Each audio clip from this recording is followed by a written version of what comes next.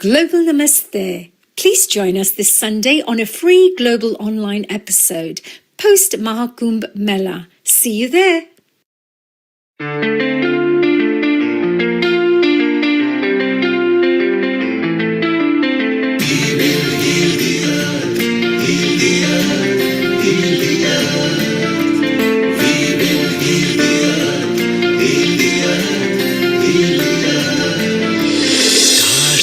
Can tell you stories which are brighter than yesterday. The streets have never been so quiet. The squirrels found a new hideaway. Tomorrow will never be the same. There is so much hope in our hearts. Brick by brick we shall overcome and walk right into a new start. Welcome to the brand new world. With the children of our Mother Earth, reach out your hands, let us lead our earth together. Welcome to the brand new world. With the children of our Mother Earth, reach out your hands, let us lead our earth together. We will heal the earth, heal the earth, heal the earth. We will heal the earth. Birds are flying strong and fearless, green.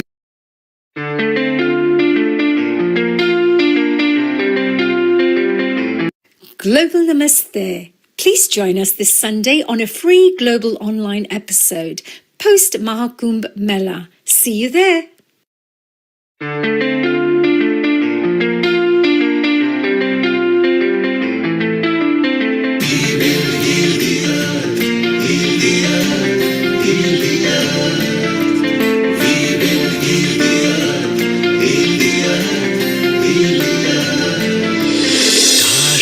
Can tell you stories which are brighter than yesterday.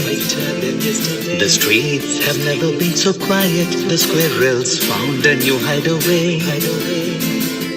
Tomorrow will never be the same. There is so much hope in our hearts. Brick by brick we shall overcome and walk right into a new start. Welcome to the brand new world.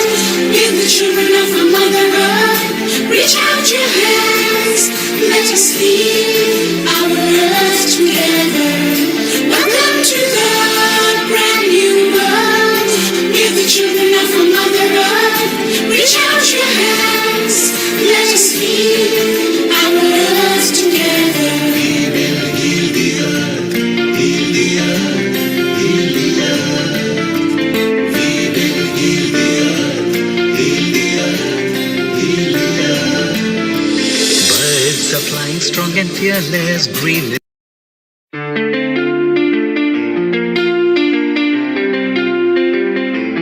Global Namaste. Please join us this Sunday on a free global online episode post Maha Kumbh Mela. See you there.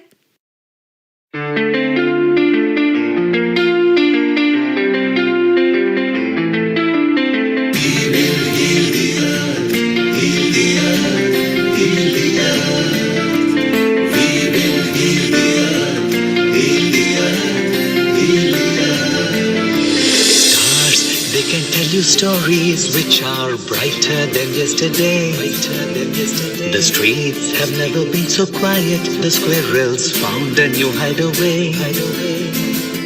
Tomorrow will never be the same. There is so much hope in our hearts. Brick by brick we shall overcome and walk right into a new start. Welcome to the brand new world. With the children of our Mother Earth, reach out your hands, let us lead our earth together. Welcome to the brand new world. With the children of our Mother Earth, reach out your hands, let us lead our earth together. We will heal the earth, heal the earth, heal the earth. We will heal the earth, heal the earth, heal the earth. Birds are flying strong and fearless, green.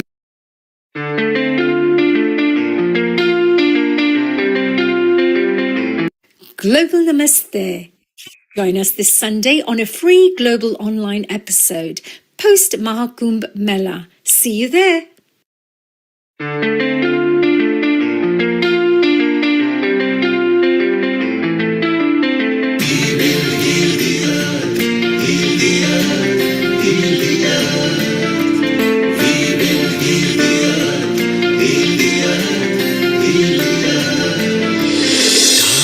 They can tell you stories which are brighter than yesterday. The streets have never been so quiet. The squirrels found a new home. Tomorrow will never be the same. There is so much hope in our hearts. Brick by brick, we shall overcome and walk right into a new start. Welcome to the brand new world. Give the children of our Mother Earth. Reach out your hands. Let us lead our earth together. Welcome to the brand new world. Give the children of our Mother Earth. Reach out your hands. Let us lead our earth together.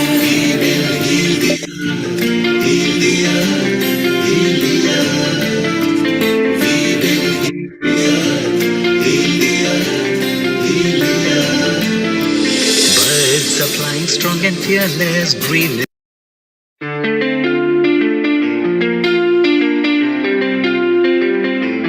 Global Namaste. Please join us this Sunday on a free global online episode, post Maha Kumbh Mela. See you there.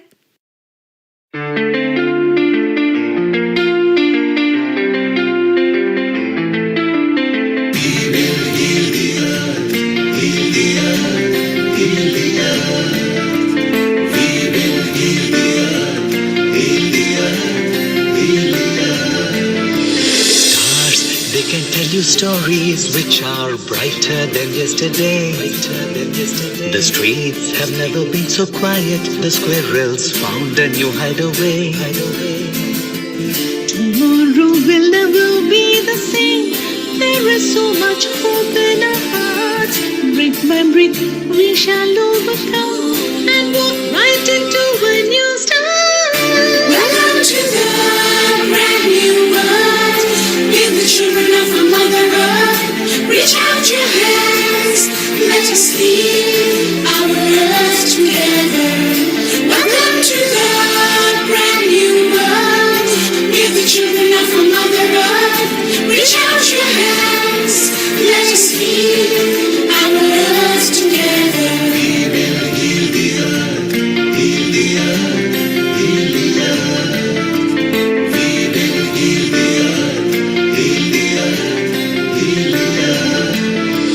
Birds are flying strong and fearless, green.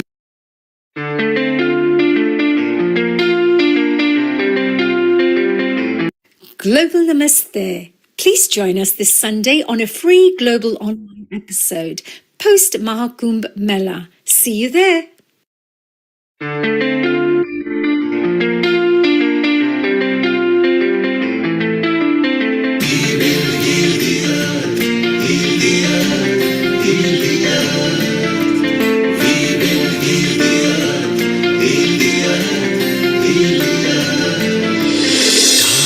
They can tell you stories which are brighter than yesterday.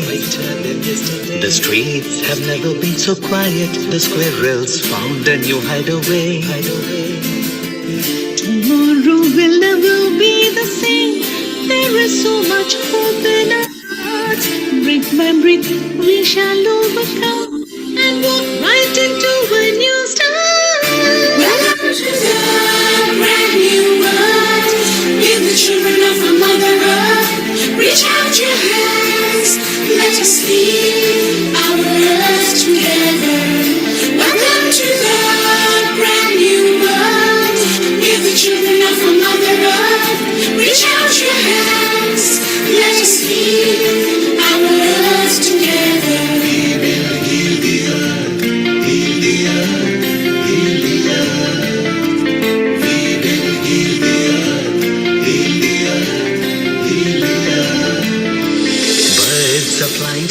fearless, green.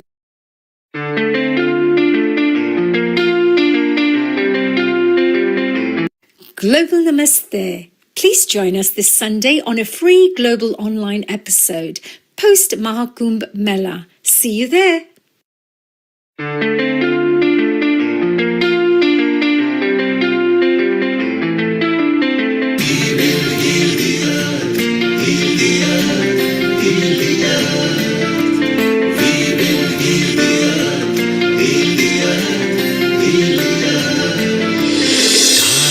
They can tell you stories which are brighter than yesterday. The streets have never been so quiet. The squirrels found a new hideaway. Tomorrow will never be the same. There is so much hope in our hearts. Brick by brick, we shall overcome and walk right into a new start. Welcome to the brand new world. We're the children of our Mother Earth. Reach out your hands. Let us lead our earth together. Welcome to the brand new world. We're the children of our Mother Earth. Reach out your hands. Let us lead our earth together. We will heal the earth. Heal the earth. Heal the earth. We will heal the earth. Heal the earth. Heal the earth. Birds are flying strong and fearless, green.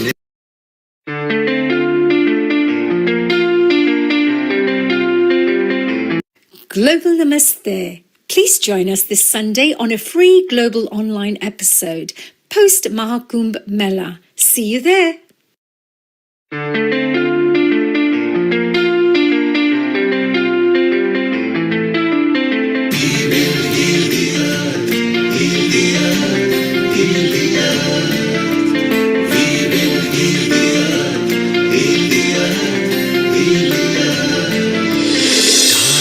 They can tell you stories which are brighter than yesterday.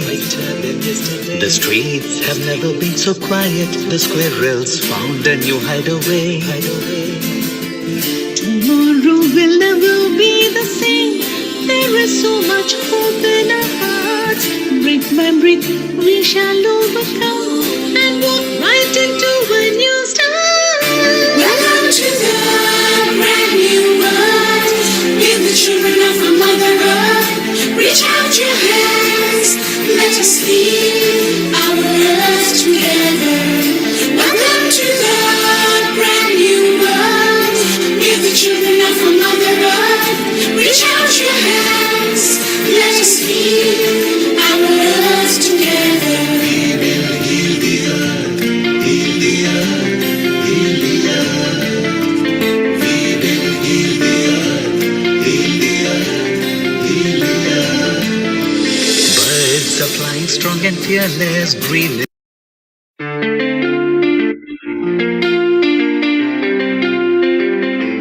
Global Namaste. Please join us this Sunday on a free global online episode post Maha Kumbh Mela. See you there.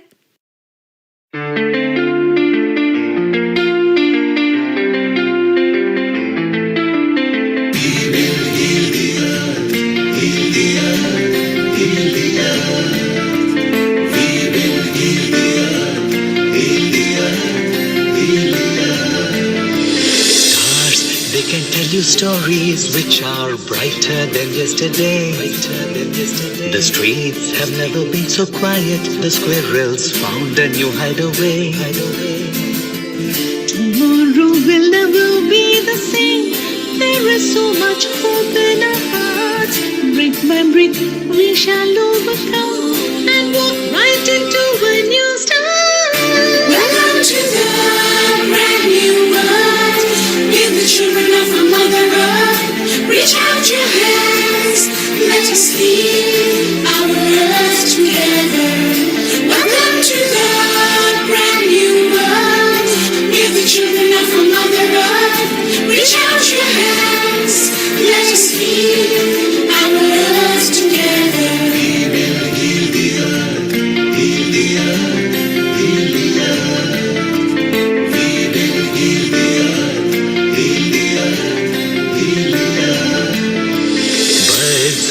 strong and fearless, breathe.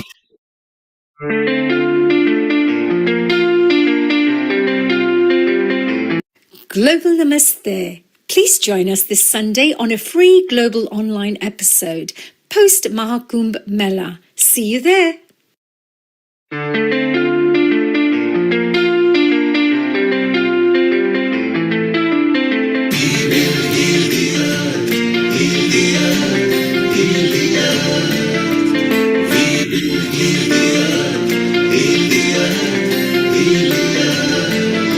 Stars, they can tell you stories which are brighter than yesterday. The streets have never been so quiet. The squirrels found a new hideaway. Tomorrow will never be the same. There is so much hope in our hearts. Brick by brick, we shall overcome and walk right into a new start. Welcome to the brand new world. We're the children of a mother earth. Reach out your hands. Let us lead our earth together. Welcome to the brand new world.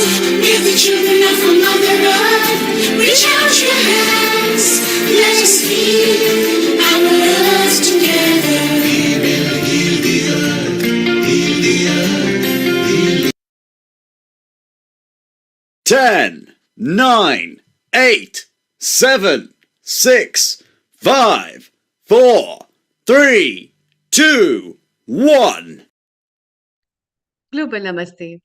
Good morning, good afternoon, good evening to all the viewers of Healing Our Earth. I'm your host, Amrita, and I welcome you to this episode of Maha Kumbh Mela Special. It is definitely a special episode because we bring to you every week a different theme, a different word, a different insight, and there are a lot of things that are involved at every episode. But this episode marks its own special relevance, and I'll let you know why. But before that, let's always pray and also pray for the people at Thailand who have lost their lives and for the near and dear ones who are so much affected due to the upcoming earthquake that has come. So join your hands together, closing your eyes, taking a deep breath inside. Om Bhurbhuvah Swaha Tatsaviturvarenyam Bhargo Devasya Dhimahi Dhiyo Yo Na Prachodayat. Om Bhurbhuvah Swaha Tatsaviturvarenyam Bhargo Devasya Dhimahi Dhiyo Na Prachodayat. Om Bhurbhuvah Swaha Tatsaviturvarenyam Bhargo Devasya Dhimahi Dhiyo Yo Na Prachodayat. Om Shanti Shanti Shanti.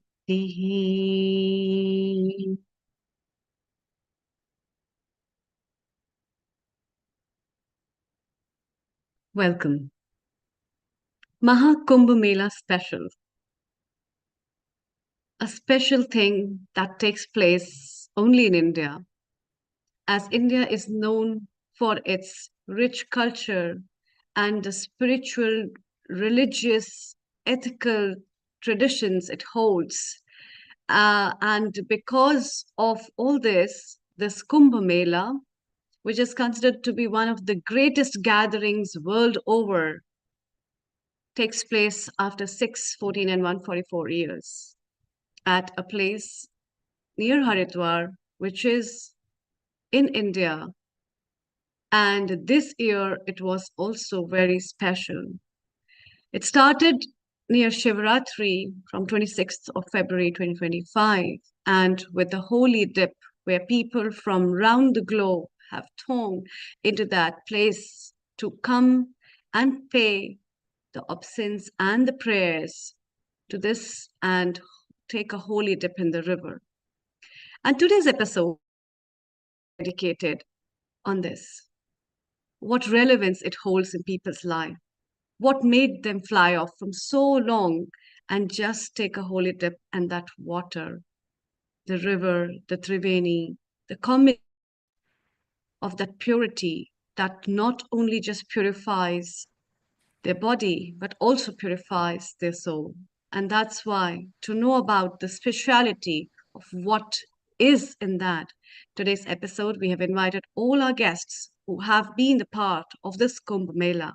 And that's why we have brought to you this Maha Kumbh Mela special episode. And today I have with me our founder and director, Neil Kumar. Let's hear from him what he has to say before we talk to our guests. Global Namaste and a very good afternoon, Neil Kumar. And a global namaste to you, Amrita, all the way in India. You look like a Kumbh Mela participant anyway, so it's so wonderful. We're going to have a lot of fun. And you know, our resident anchor, Honey, has also done a documentary. So shortly, for those who are listening, Wow. we are going to show you that. Let's just welcome Honey here for Global a moment Namaste.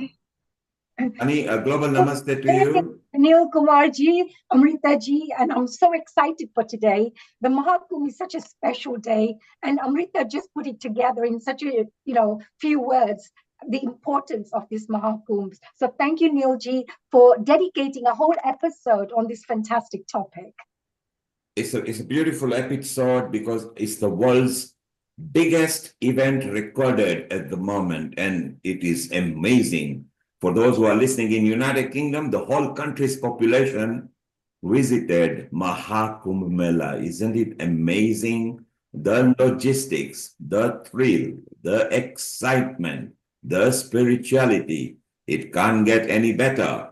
So, Amrita, honey, let's kick off with Kailash, our resident contributor as well. She's there, and Nital, who is a radio and a TV presenter too. She is our picture post on our flyers, as was Honey. So it's so beautiful. And Yes. over to you guys, and we will also include Romy in a moment. Over to Amrita and Honey. Thank you. Thank you, Neil ji. I'm going to pass this on to you, Amrita ji, to have a wonderful discussion, and I'll be back on very shortly to discuss more about the documentary. So enjoy. I'm all ears and listening to these wonderful contributors. Oh, thank you, Honey ji. I look forward to see you very soon. Thank you. Kailash ji and Romi ji, it has been, I think, one of those experiences that we go to a lot of events in our life, right? And there are a lot of other things which go very unnoticed. But going to this place and witnessing this thing itself is very overwhelming for people. They feel a lot of emotion on not only physical, mental, but spiritual basis, and it has a big relevance. So please tell us at your end, what made you go to that place? What did you witness? What was special? And coming to India after such a long time, what all things made it really a special experience for you? So may I ask Kailash ji and your daughter to start up with, and then we have Romi ji's comments. Over to you. Thank you. Global namaste to everyone, and thank you so much for putting this episode together. It's so really important that we all share our experiences. Like everybody said, this is a lifetime experience, an opportunity once in a lifetime, especially for the Maha Kumbh, which actually comes once, 164 years.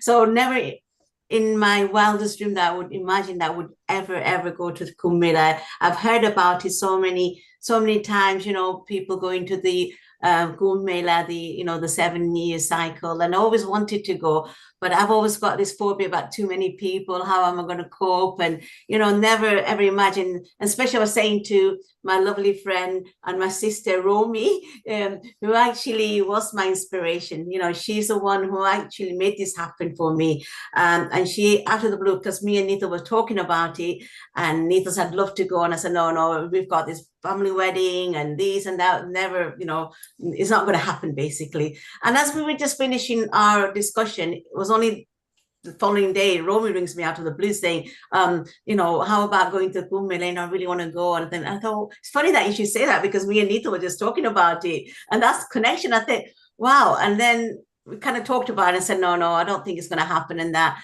And then Nita changed her mind as well. So then it kind of got quiet a little bit. And then my niece rings me, Janki, and she says, oh, let's go to Kumbh. I really want to go, and I booked my holiday. I'm going to book my holidays and this. And then I got really excited again. So I ran Romy again. I said, Romy, yeah, we're going, Janki's coming now. No, Nita won't come, but Janki's coming. So we got really excited again. And then for some reason, Janki didn't get a holiday. So again, we were like back to square one. And I just felt really, inside me thought, well, there's this message there that I really have to go, even though Nito said yes and no. And then Janki said yes and no. But I really want to go. I said to Romy, right, let's make it happen. I'm going to come despite no matter what happens.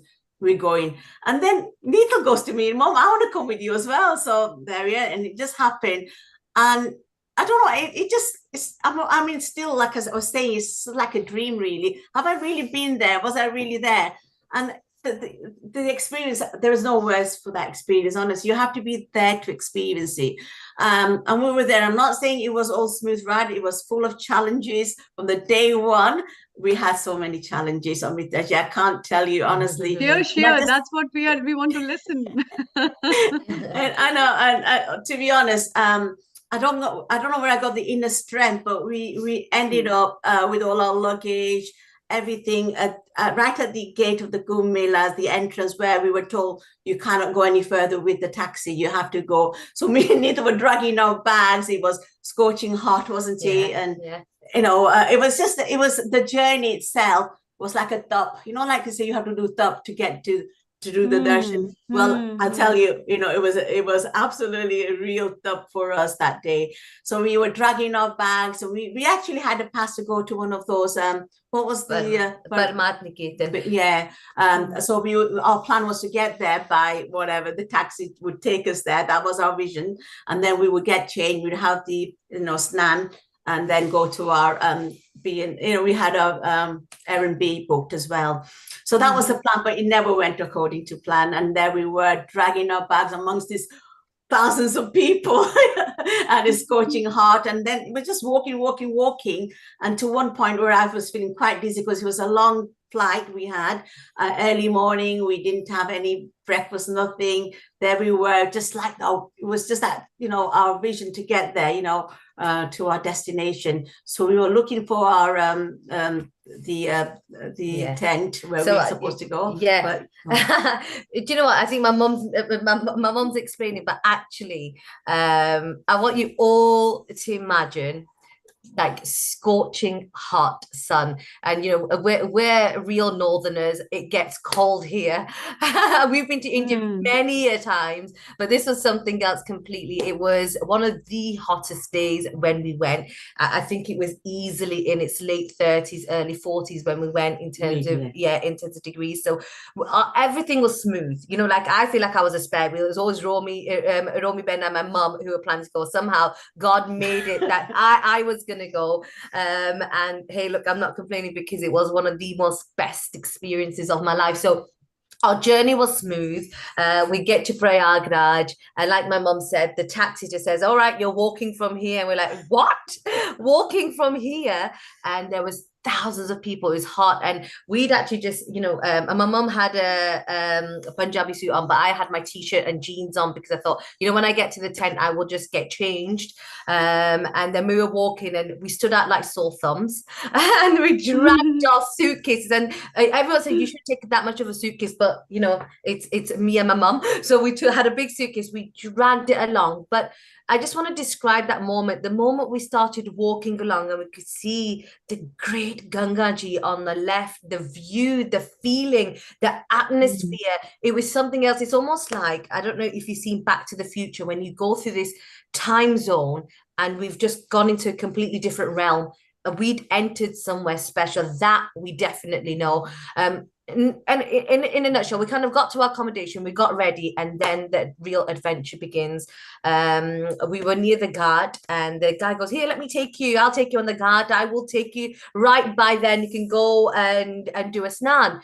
But he actually took us somewhere else, completely different. We were outside amongst just like a sea of people, and then we started our journey towards the Sangam Ghat, because that's where we've all been directed. There was no motorbike, no scooties, and then we started walking, and I wore my orange robe, so everyone thought I was my mum was my sevak and I was the sadhvi. So I was like, wow, I'm getting special attention. And Nita,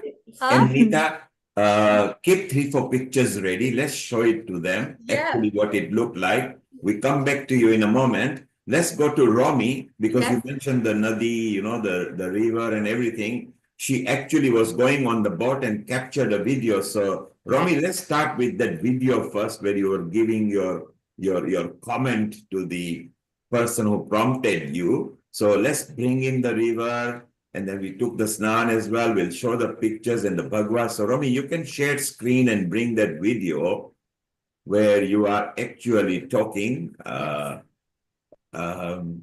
If you go, yes, Romy, yes, perfect. Yes, bring the video in. So this is a place where Romy is actually sitting on the board. So go ahead, Romy, please play that and share it. Share it and play. And you can see she's making a comment. She's sitting there.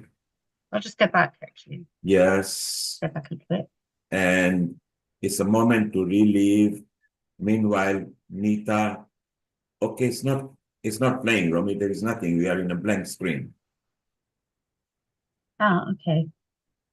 Okay, don't worry. Switch it off. We'll just talk about it. That's fine. Okay. There. Thank you. Just switch it off. Don't worry. It's not working.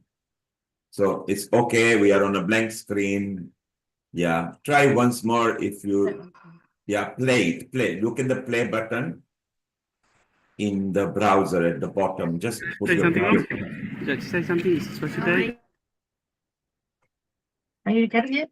Okay, don't worry, Romy. Just the video is not coming. Just switch it off. That's fine. Let's talk. So, Nita, while you were talking about that, Romy actually traveled what you were talking about on the boat, and she was describing that. Romy, was it sort of... I'm still trying to get it. Can you see it? Yes, there it is. Yeah, let it play. Yes, and she will come and say a comment now.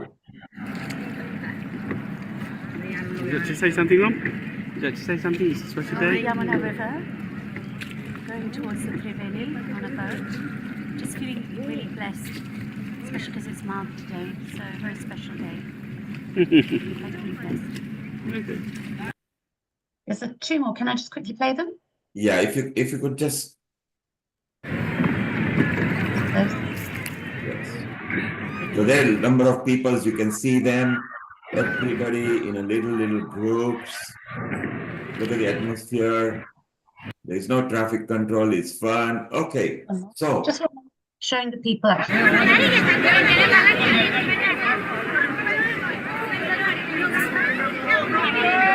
And this is just one of the ghats.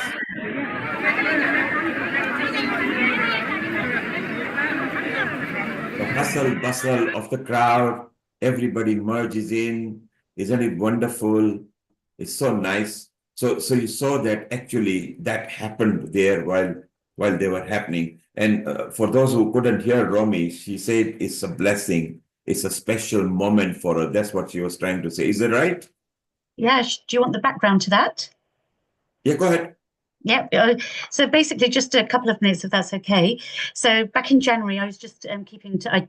like to dip into the Indian news just to see what's happening. And they were starting to talk about the Maha Kumbh. So I was quite intrigued. I had kind of heard about it, but I didn't know much about it. And I just had this very strong feeling that I should go. And it was quite overwhelming, this feeling, this kind of calling almost, that I need to go.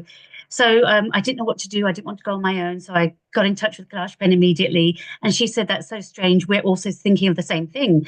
So it was like, wow, this is so amazing, you know, the connection that we have and the desire to go to the Maha Kumbh. Anyway, we spent a few weeks kind of going back and forth, trying to sort out various different issues on both ends. And then by February, it was like, we have to go now because time is running out. It's urgent. And there were lots and lots of different challenges, as Kailash-Ben also said. Anyway, so we decided to book our flights independently. So I got mine. It was really, really difficult just getting in the flights alone from, you know, the UK to Prayagraj. But fortunately, somehow, you know, lots of prayers, managed to get flights. But then I found that there was no accommodation. So it was like panic. Now, where are we going to stay? We're going to arrive in Prayagraj, but we have no accommodation. All the travel agents I spoke to said, there's nothing. The hotels aren't even bothering to pick up the phone anymore because they're booked out. But somehow I just met somebody who gave me the number of somebody else who got me 8 nights of accommodation. It was just like a miracle, you know? So, wow. So we flew out on Wednesday the 12th and arrived in Prayagraj. And we were told it's a Shahi Snan day. So don't bother to try and even go for a snan, just stay at home and just rest. So we thought that's fine. We'll just switch off today. We'll rest. We've just arrived after a long journey. Anyway, in the afternoon, the owner of the accommodation said, we're actually going for the snan. Do you want to come with us? And we were shocked. You know, it was just like unbelievable that we should get this opportunity coming to us to go for the snan. We hadn't even thought about it. It wasn't even in our head on the first day. So, of course, we took the opportunity. And that's where you saw me on the boat, you know, on that first afternoon of being in Prayagraj, going for the snan on a Shahi Snan day. So something was really happening that we were unaware of, you know, something at some other level where there was guidance and just all these little challenges that kept on coming up. We were also getting the resolution and the solutions for every challenge that came up. So it was almost like Kailash-Ben was saying, there was a bit of tapasya going on. There's a bit of testing going on to see how sincere and genuine we are about getting there. But somehow with, you know, God's grace, everything just kept on happening. So I just wanted to give that little background to those clips. And not only did you not make it there, you actually enjoyed the spiritual vibes that engulfs us over there, the cacophony of large number of people, the transport going there, the sea flooded with so many boats with little families or groups of people. I mean, the atmosphere you cannot describe because, you know, you need to be there. And Nital, you were there as well. Kailash, you were there. I remember, Nital, like your picture, you know, one of them is totally sadly looking, who says, hey, I have just done my pranayam and I've done my slokas and I'm here to bless you. And it's such a wonderful, and when you see Honey, when she has done the documentary as well, she's wearing a Bhagwa Kapra as well. The nice thing is Honey has brought the documentary in English, so it will be appealing to a lot of people. And we'll see the snippets of them a little later afterwards. So you've got a couple of 3, 4, 5 nice pictures, Nicholas. Yeah, absolutely. So just Kailash-Ben's going to share them. That one there. Yeah, the share screen. And then while we are looking at them, you will enjoy because they really got into it. And yeah, that's the first one. I think this is Kailash. Yeah. Can you see them? This is the if you share it, please. Yeah, is it sharing? No, you need to propagate the share. And then it will happen. Yeah. It says stop sharing. Stop sharing and share it. Let's share it again. Yeah, so share it again. That will be fine. Let's try again. Any luck? Yes, there you are. Now maximize the screen. Maximize the screen. Look at the square, maximum square. Yeah. Up. That one. Yeah. Yeah, maximize it. Yes, better. That's better. Where is our Kailash? Look at that. All dolled up and ready. And Neil, you mentioned there's a lot of people, and we must acknowledge that there was so much kind of facility. There was a sea of people. It was Yes. managed well. There were signs. There were signs in English. There were signs in Hindi. The people were so friendly. There was plenty of kind of food and everything you can buy. Everyone was in good spirits. And if anything, every single person took inspiration of one another. You'd see people from so many different parts of the world. Nital, while you are talking, keep on moving with the picture carousel so we see different moods as well. I love the bit where all you girls were taking the snan up there in a cold, dipping water, but you were enjoying. Amrita, isn't it nice that the Indian heart is in Indian wherever in the world they live? Yeah. It's definitely a very big joy. And I think creating a discipline in a chaotic situation is one of the big things that Maha Kumbh Mela brings in itself. Yes. So being so many people and with a sea of people still to make all the things right for people, make all the arrangements. And I think the government of India also, and especially the government of Uttar Pradesh, really has worked very well for organizing this kind of an event. Nital, when you select a picture, then share it. So I've just shared this. So can you see? Are we sharing the screen? No, you are sharing the screen. You are not sharing the picture itself. Click it, propagate it. Okay. So it pops up. Let's try again. Yes. Just to kind of even describe. Let's see if this works. Any luck? Yes, there you are. Oh, Maximize it. This is one of the beautiful pics of yours. Can I just describe? So Nital, before you describe, maximize it. Always use maximize screen. So I know I've maximized this, but because it's a okay, don't worry, carry on. Because it's a portrait one. Carry on. Can I just so when we actually took a dip, so I heard many a times what it's like to take a dip, but when you actually take a dip in Gangaji with of course Saraswati ji and Yamuna ji, it's the only way the water is silk. It's like a different texture of water, and as you go in, it's cool, it's nice. And I kept joking, going, usually when I go in the beach water, my hair is frizzy or my makeup is running. But when we dipped in, there's a glow, instant glow. Your hair is soft, your skin is feeling good. This is literally when I did about 4 or 5 dips, and still my hair, I was thinking, my makeup's never looked like this before. And it's just something, when you go in, there's a big hug you get from Gangaji. That's the only way. It's like your mum giving you this warmest hug. It's something special. And I even thought, you know what, I could go in Gangaji wearing whatever I wanted, but I wanted to wear flowers that were dedicated to Ganga Jamna Saraswati ji. I wanted to feel as though when I see her, she should see me at my best. And that's why both me and mum made such a massive effort as if we were almost going to an event, which because it was I want to dress up for her. I want her to see it. And we put the sindoor on, we did as you can see, the kanku, and it was all immersing every moment. And when you're there, I think everyone will say it's just magical. It's peaceful. I don't think you'll ever feel that peace. Just that little millisecond that you have underwater. Just you, Ganga Jamna Saraswati ji is a lifetime, enough to last you a lifetime. Wow. So it's so beautiful. We've got you back on screen so we can see your emotions and everything. What about for you, Mum? So, Amrita, what do you feel? She felt like it. She felt the vibe. She felt her mother. So now whatever mother says, she's going to listen to. So isn't it going to be beautiful? And look at the moments. I mean, Nital actually is unlike her mom and other people. She's more British than the mum is. And look at the Indian affinity that she has got. And the land is India is such a land. The moment you land, whether it's Mathura, Ayodhya, Dwarika, wherever you go, you just become like the local residents. You don't care where you're walking on. Everything seems spiritual. In the whole hustle and bustle, you fall into that line. It's so wonderful. And the number of people. So Kailash, you and Nital and Romy were lucky because you were in the Maha Kumbh Mela, which is, it's all Maha Kumbhs, but every 144 years. So maybe never in your lifetime will you be there again, because 144 years we will not be here. Yeah. None of us will be here. Absolutely. Like I said, I feel so blessed to have this opportunity, to be honest.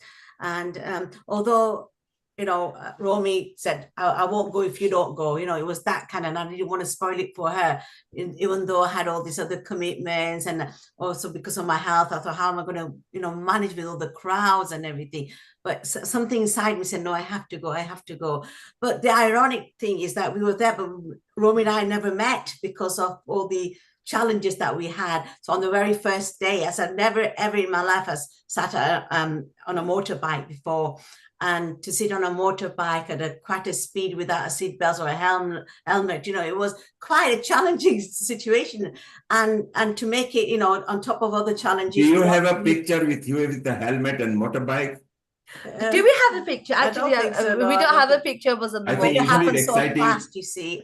What happened was, as we were traveling, we met with an unfortunate accident as well, where the bus actually hit our motorbike, and me and Nito went tumbling down on our left-hand side, and we were amongst the hangway with all the traffic. I don't know what I was saying to Romy, what this divine powers inside me just got me up, and I just walked through all the traffic. But, don't know what happened. But if you look at Gangaji's Leela, she... So Kailash, that was not an accident. That was a way of God stopping something further happening, which could have been more disastrous. No, that's exactly what we say. Yeah. Gangaji's Leela is such that we weren't hurt massively. We were, whatever you'd expect in an accident, that we certainly got hurt. But in that moment, 5 major security officers in their huge car turned up. We had a crowd of people. They were literally trying to help us, but they were fascinated, thinking, who are these British ladies who are just like on the floor? But they came in, they rescued us, they took us, they cleared the traffic, and I thought, it's just amazing. You have all this stuff, and then Gangaji showers a blessing and saves us. So we can feel what you felt there. It was so beautiful. What a wonderful journey. We need to move on with other guests as well. Oh. Romy, are you going to go back again? Not 144 years, but next 10 years? I would love to, actually. So anyone wants to start planning, I'll start planning with them. I think it's going to be in 3 years' time now, so the next mini one. So yeah, look forward to that.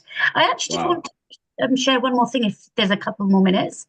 I just had another video clip, and only it was just 1 minute, please, because we are over time now. We need to move to India. Yeah, sure. It was just so special, this particular sort of experience I had, and something that everyone was having. But this one actually, if that's okay. Let's see if I can get it to share. Is it sharing? Can you see it? Okay, it's not sharing, it's playing at your end, but not here. Okay, let me just put it up one more time then. Don't worry, Romy, you can switch it off. It's low bandwidth. Just switch it off. That's fine. And what was the moment? Just tell us. So it was just, we were, obviously the news clips and everything was just showing how crowded it was and everything. So most of the days we weren't able to go out very much because the roads were always being blocked.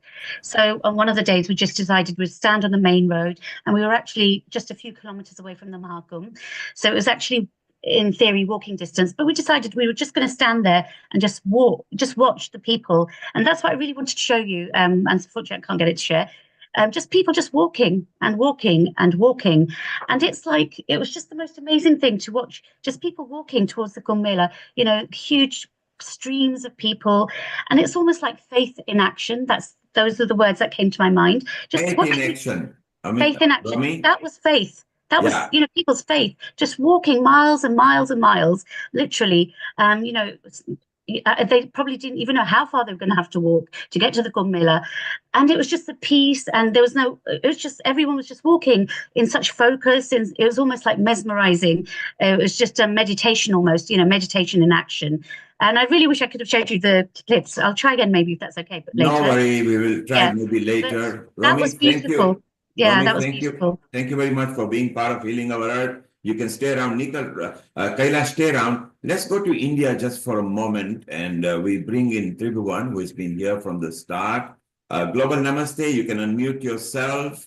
And we have got Asta, who is smiling because her mother is here, Anita. who was her. Look at them both. They look like sisters, which is beautiful. We've got Meeta here who got them rocked into healing our earth. Tribhuvan, you are a business consultant, but you are a spiritual soul as well. A global namaste to you. A global Global namaste. namaste. Yes, Eva. And Meeta, you of course respect Tribhuvan because he knows more about Mahakumbh as well. Do you want to welcome him quickly and then I chit chat with him? Yeah, so global namaste and happy Gudi Padwa, happy Yugadi, happy Chetichan, and happy Chaitra Navratri. I'm just celebrating at the Multi-Faith Center at the Surrey University. We got 100 of students celebrating today. So, and Jai Jai Siaram, that's how Tribhuvan's family says. And global namaste to everyone, Astha and Anita ji. Thanks for being here. So Tribhuvan is the seventh generation from Ram Darbar, the famous Ram Darbar. If people might remember the song "Suraj ki garmi se jalte hue tan ko mil jaye tarovar ki chaya." So that's how they were, overly, popular everywhere. But they sing Ramayana, Ramcharitmanas in semi-classical and classical as well, and that's a tradition. And Tribhuvan is associated with Strive Solutions Private Limited and is a key member of programs that are conducted to preserve the harmony among business families. Thank you. For more than a decade, he has worked with large business families across India and helped business grow. He loves discovering various human aspects and Thank you, Meeta. Let's chit chat. Thank you very much. Let's chit chat with Tribhuvan. Tribhuvanji, you may be good at chanting or maybe sloka as well. Let's start with one. Yeah, absolutely. Well, Jajasya Ram and global namaste to all the devotees. My name is Tribhuvan Sharma and I belong to Ram Darbar Parivar, a family that has held the opportunity to echo Ram Nam across the globe. Well, as far as Kumbh is concerned, the Kumbh stands for Kalash. So, it is a cyclical event planned as per the nakshatra and being conducted with the same devotion and zeal for centuries together. I straight away I would like to make you understand a chopai from Sri Ramcharitmanas. माघ मकर गत रवि जब होई तीरथ पति आव सब कोई देव दनोज किन्नर नर श्रेणी सादर मजही सकल त्रिवेणी. A verse in Ramayana enlightens that whenever the sun enters the sign of Capricorn in the month of Magh, that everyone, Dev, Danav, Kinnar, and Manushya go to Prayagraj to take a holy dip in Triveni Singam. In yet another chopai, there are like there is a gap. There's a gap. Hello? Yeah, we can hear you. Carry on. You need to unmute. Yes, carry on speaking. It's fine. We can hear you. Yeah. So there is one more chopai in Shivam Charitmanas where Bharat Lalji being separated from Lord Shri Ram in Treta Yuga, he went to Prayagraj at Triveni Sangam. At that time, the chopai is like Mangau Bhik त्याग निज धर्म आरत कहना करही कुकर्म. Just to put in perspective, India's culture landscape has changed multiple times. Throughout history, by the influence of various countries, dynasty, rulers, irrespective of India's social, economic, political change. In each Kumbh, there are Nagas, Sadhu, Sant, Rishi, Muni, who are savior of Sanatan Dharma, who live in the deep corner of the country. come on the same ground as a common man. Throughout Shri Ramcharitmanas, and even generally in life, we come across the term Rishi, Muni, Sadhu, Sant. It is important to understand this and the basic difference between them. Rishi are those who have mastered the Vedas. They enlighten, have yogic power and the knowledge of Paramatma. They are able to see the material as well as conscious. Rishi has been pioneer in shaping civilization. Muni comes from Moni, which means one who does not speak or speak silently. Bhagavad Gita described Muni as those who don't have hatred or anger, whose mind is not disturbed by sorrow, who do not desire the happiness, who are free from all the attachment, fear, and anger. Tribhuvan, Sadhu, yes. you so eloquently and exquisitely put it in such a nice, Yeah. simplistic form. Yeah. The people on the social media are able to understand because some of our audience are from different country. They're not Yeah. always Yeah. Indian origin. It Yeah. is so nice. So we want you to be part of Healing Our Earth family regularly on our spiritual matters. And Right. next week, we have got Ram Navami. So Yeah. Ram Navami, it will be very nice, maybe if you come near Dhruv's section, that it will be very nice for an inter-chat with that. And I love the thought because I want to ask you one question. Yeah. Yeah. For the Maha Kumbh Mela and the style of people's attitude, do you feel from past years when you were a child to what you are now, it has grown and spirituality is on a rise in India? Yeah, absolutely. See, I'll start from 2010. I got an opportunity in 2010 in Haridwar when I was there for almost 1.5 months, and then followed by in 2016 in Sihast. I was also there in Ujjain, and the recent time in Triveni Sangam, I got this opportunity where I see huge youth, huge people. I mean, I was there at 11:30 p.m. midnight, and there were like more than, I can tell you, more than 10,000 people, 5,000 people with all of us. I mean, it is so amazing that there are like lot of people with a amazing feeling. They were not even aware who is there, who is not there.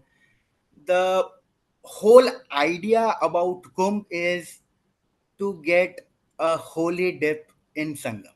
Yes, not just the holy date, it cleanses you, and when you come out at the other end of the date, you feel good. Tribhuvan, Yeah. hold on. Nital, you are more British and more Anglicized from here. Did you like his exquisite and eloquent way of describing what he felt about the slokas and the style and the Kumbh? It was perfect. I mean, I wanted to hear more. I wanted to hear more. It was sheer perfection.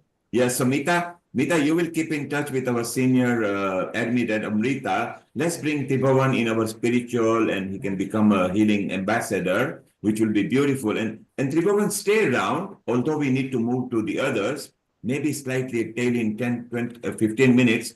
We want some more chanting or slokas from you because you emit very good energy. So stay around here.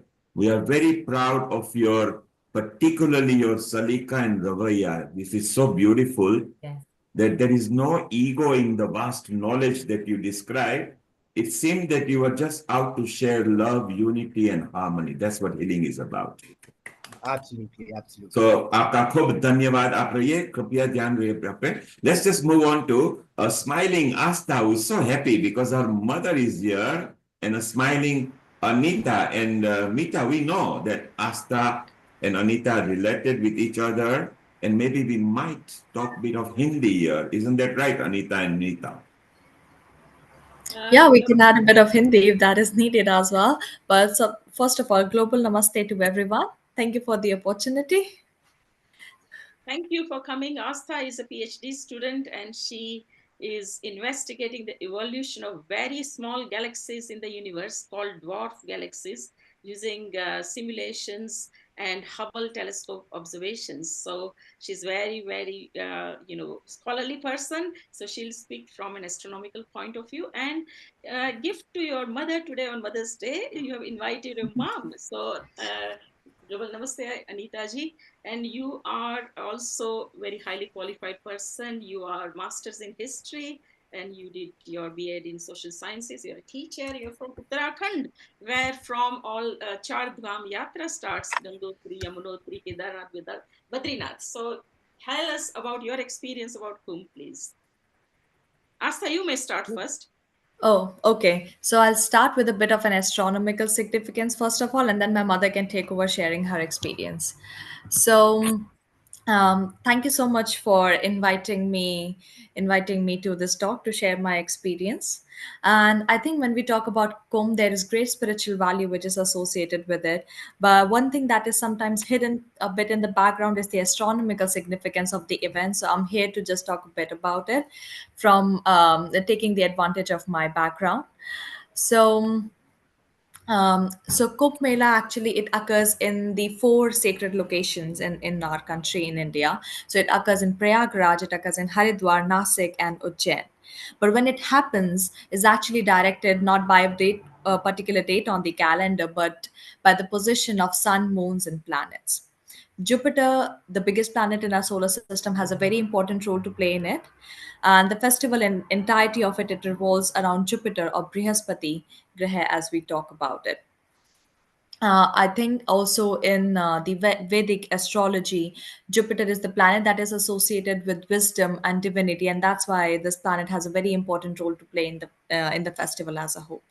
So, where the festival happens is also dependent on the location of Jupiter and where it sits in different constellations.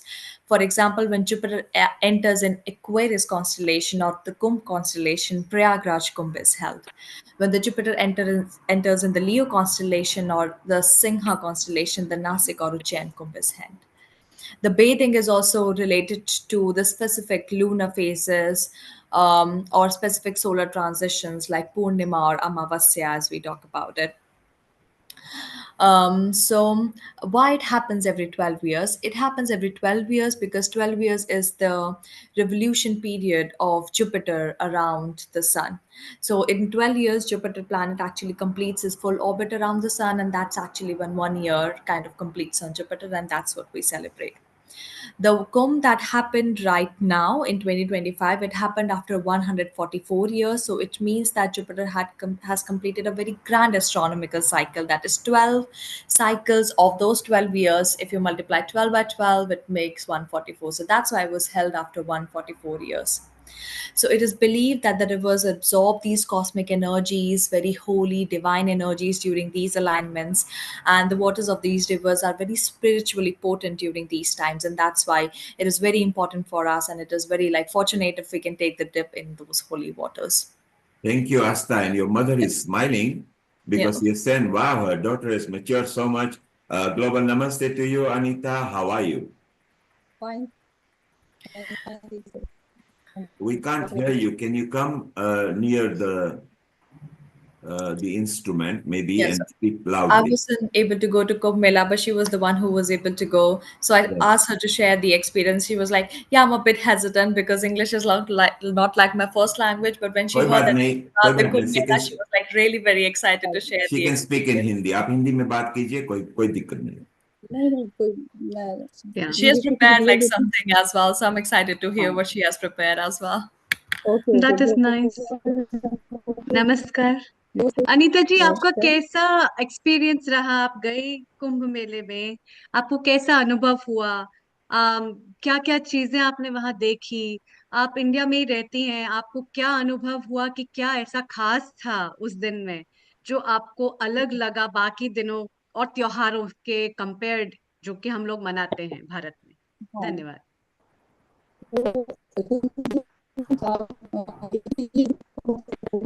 We can't hear. Can anybody hear her? Okay, one moment. Asta, call your mom on a WhatsApp. Ask her to sort the sound and we Yeah. might bring her back again. Let's go to Nalini Mama, quickly. Mama, just Just mute. yeah, just You can call your mom and see if you can improve the sound. Let's call on Nalini. Global Namaste, Nalini. I think Amrita, she's going to speak in Hindi or Gujarati, so maybe if you could prompt her. Over Yes. to you, Amrita. She's Namaskar, actually Nalini Mita's ji. relative, sister. So Namaskar. Mita, you can welcome her. And Nalini, नमस्कार आप कुंभ मेला में गई थी ना? हाँ जी, गई थी।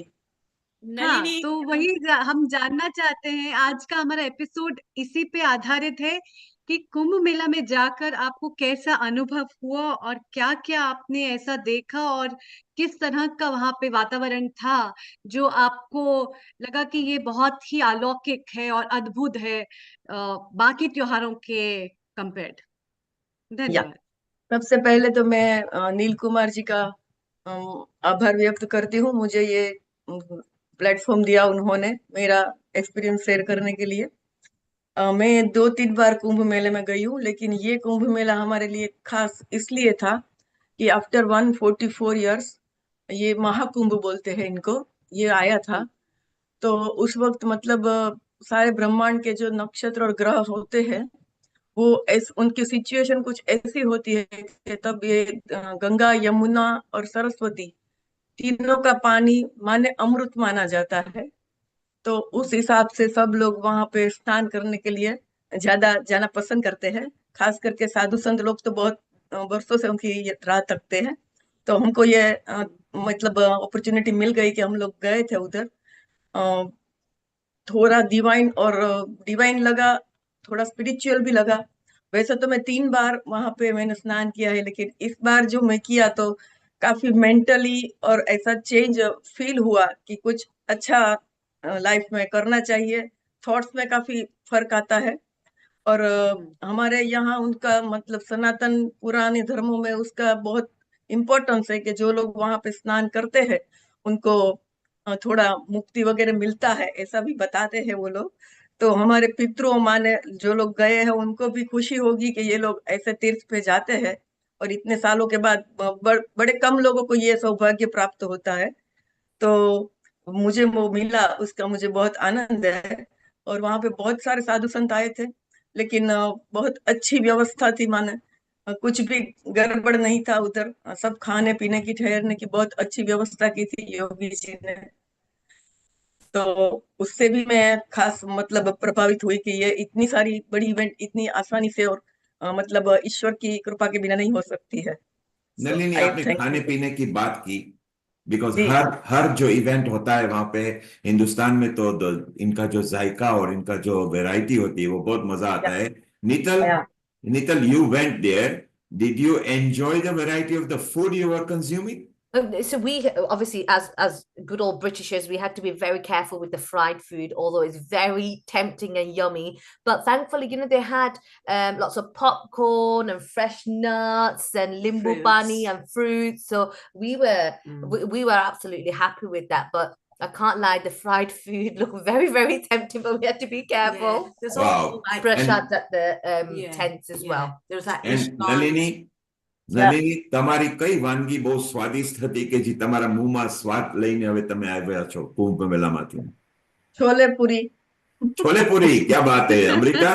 अमृता, आपकी तो फेवरेट है ना छोले पूरी? And all spiritual, because the way to people's heart is through the food as well, not just man. And every festival is to do with feast, spirituality, oneness, social gathering. So it's so wondering that different people from different aspects have been to Kumbh Mela and enjoyed. Yeah. Asta, are we with any luck? And Anita has got the sound now. Okay, I think the bandwidth is low. Thank you, sir. I think she got earphones on as I was talking to her on phone, so maybe it's a bit all right. I see Neil she Kumar, has. I'd like to add something on that because very I'll just ask important her things if these people have been talking about. Asta put forward a very important aspect And Nalini has been talking, we talk about food, the importance of food with the festivities and the constellation. And I think that's what is the speciality about Indian festivals. I remember last year I had written a special article in a magazine that was published in US regarding foods and festivities as the culture and tradition. And that holds so much of importance because the grains that are available at that time, what we are cooking and the sustainable efforts of cooking them, and in relation to the constellation, as we believe in the Indian philosophy that every constellation is related with gods and goddesses, as Asta mentioned about Asta, yes, Jupiter he and did. Brihaspati.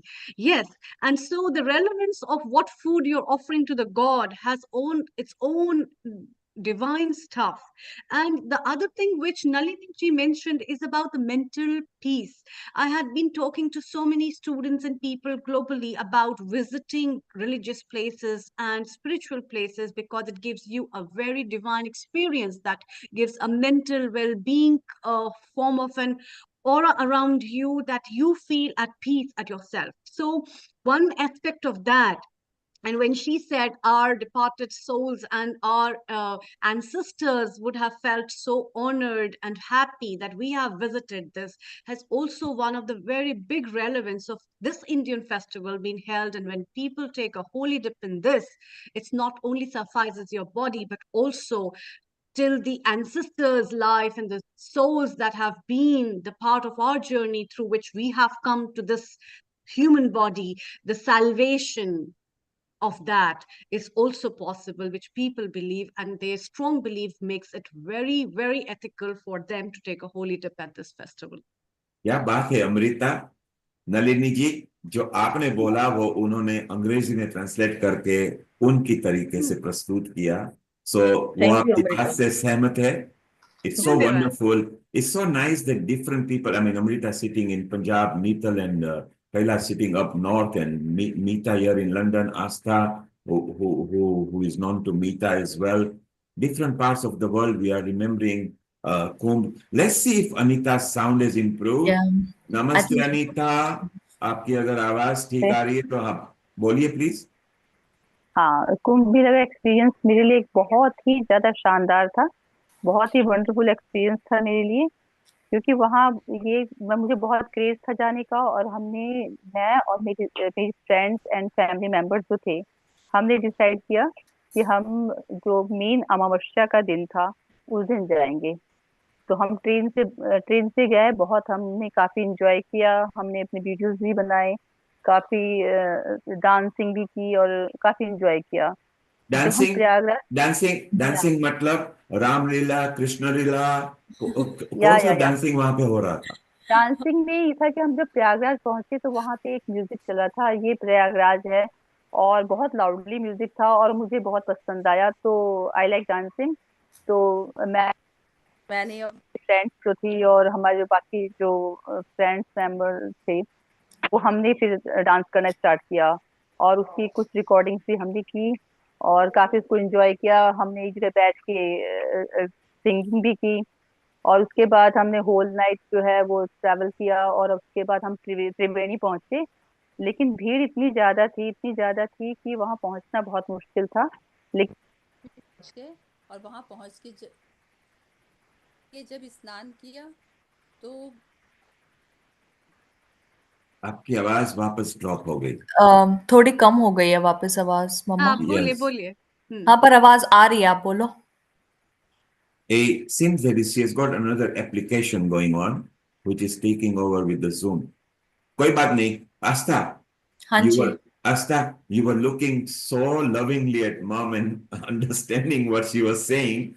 Did you perceive her journey? Because of course you know mom very well. Were you Mm-hmm. perceiving what she was talking about?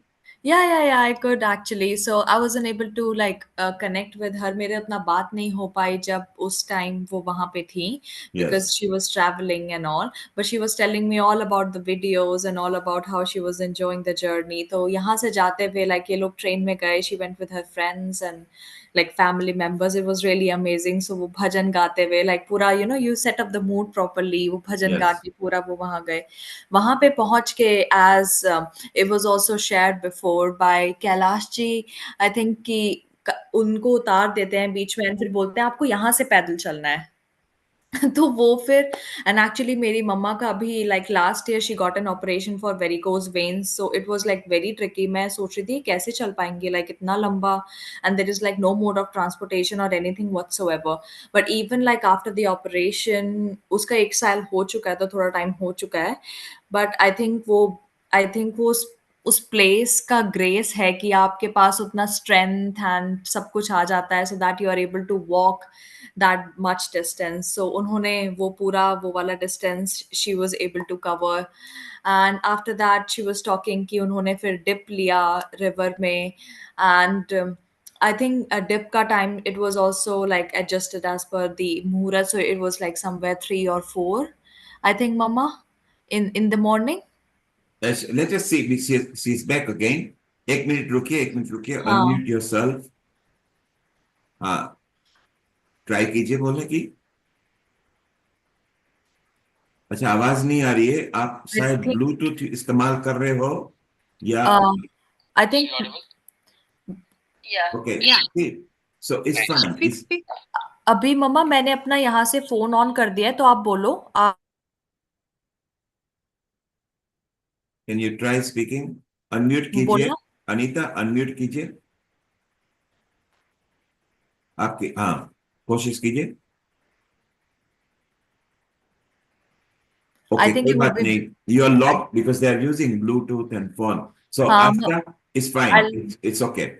No need to chase her now. So it's nice to have a mother and daughter team, one who are not together, and another team, Kailash and Neetal, who are actually there. So Kailash earlier, if you were listening, when she dolled up as, pure soul for spirituality and hugged her mom, she felt the connection. Asta, same as you just were, listening to your mom with so much intensity.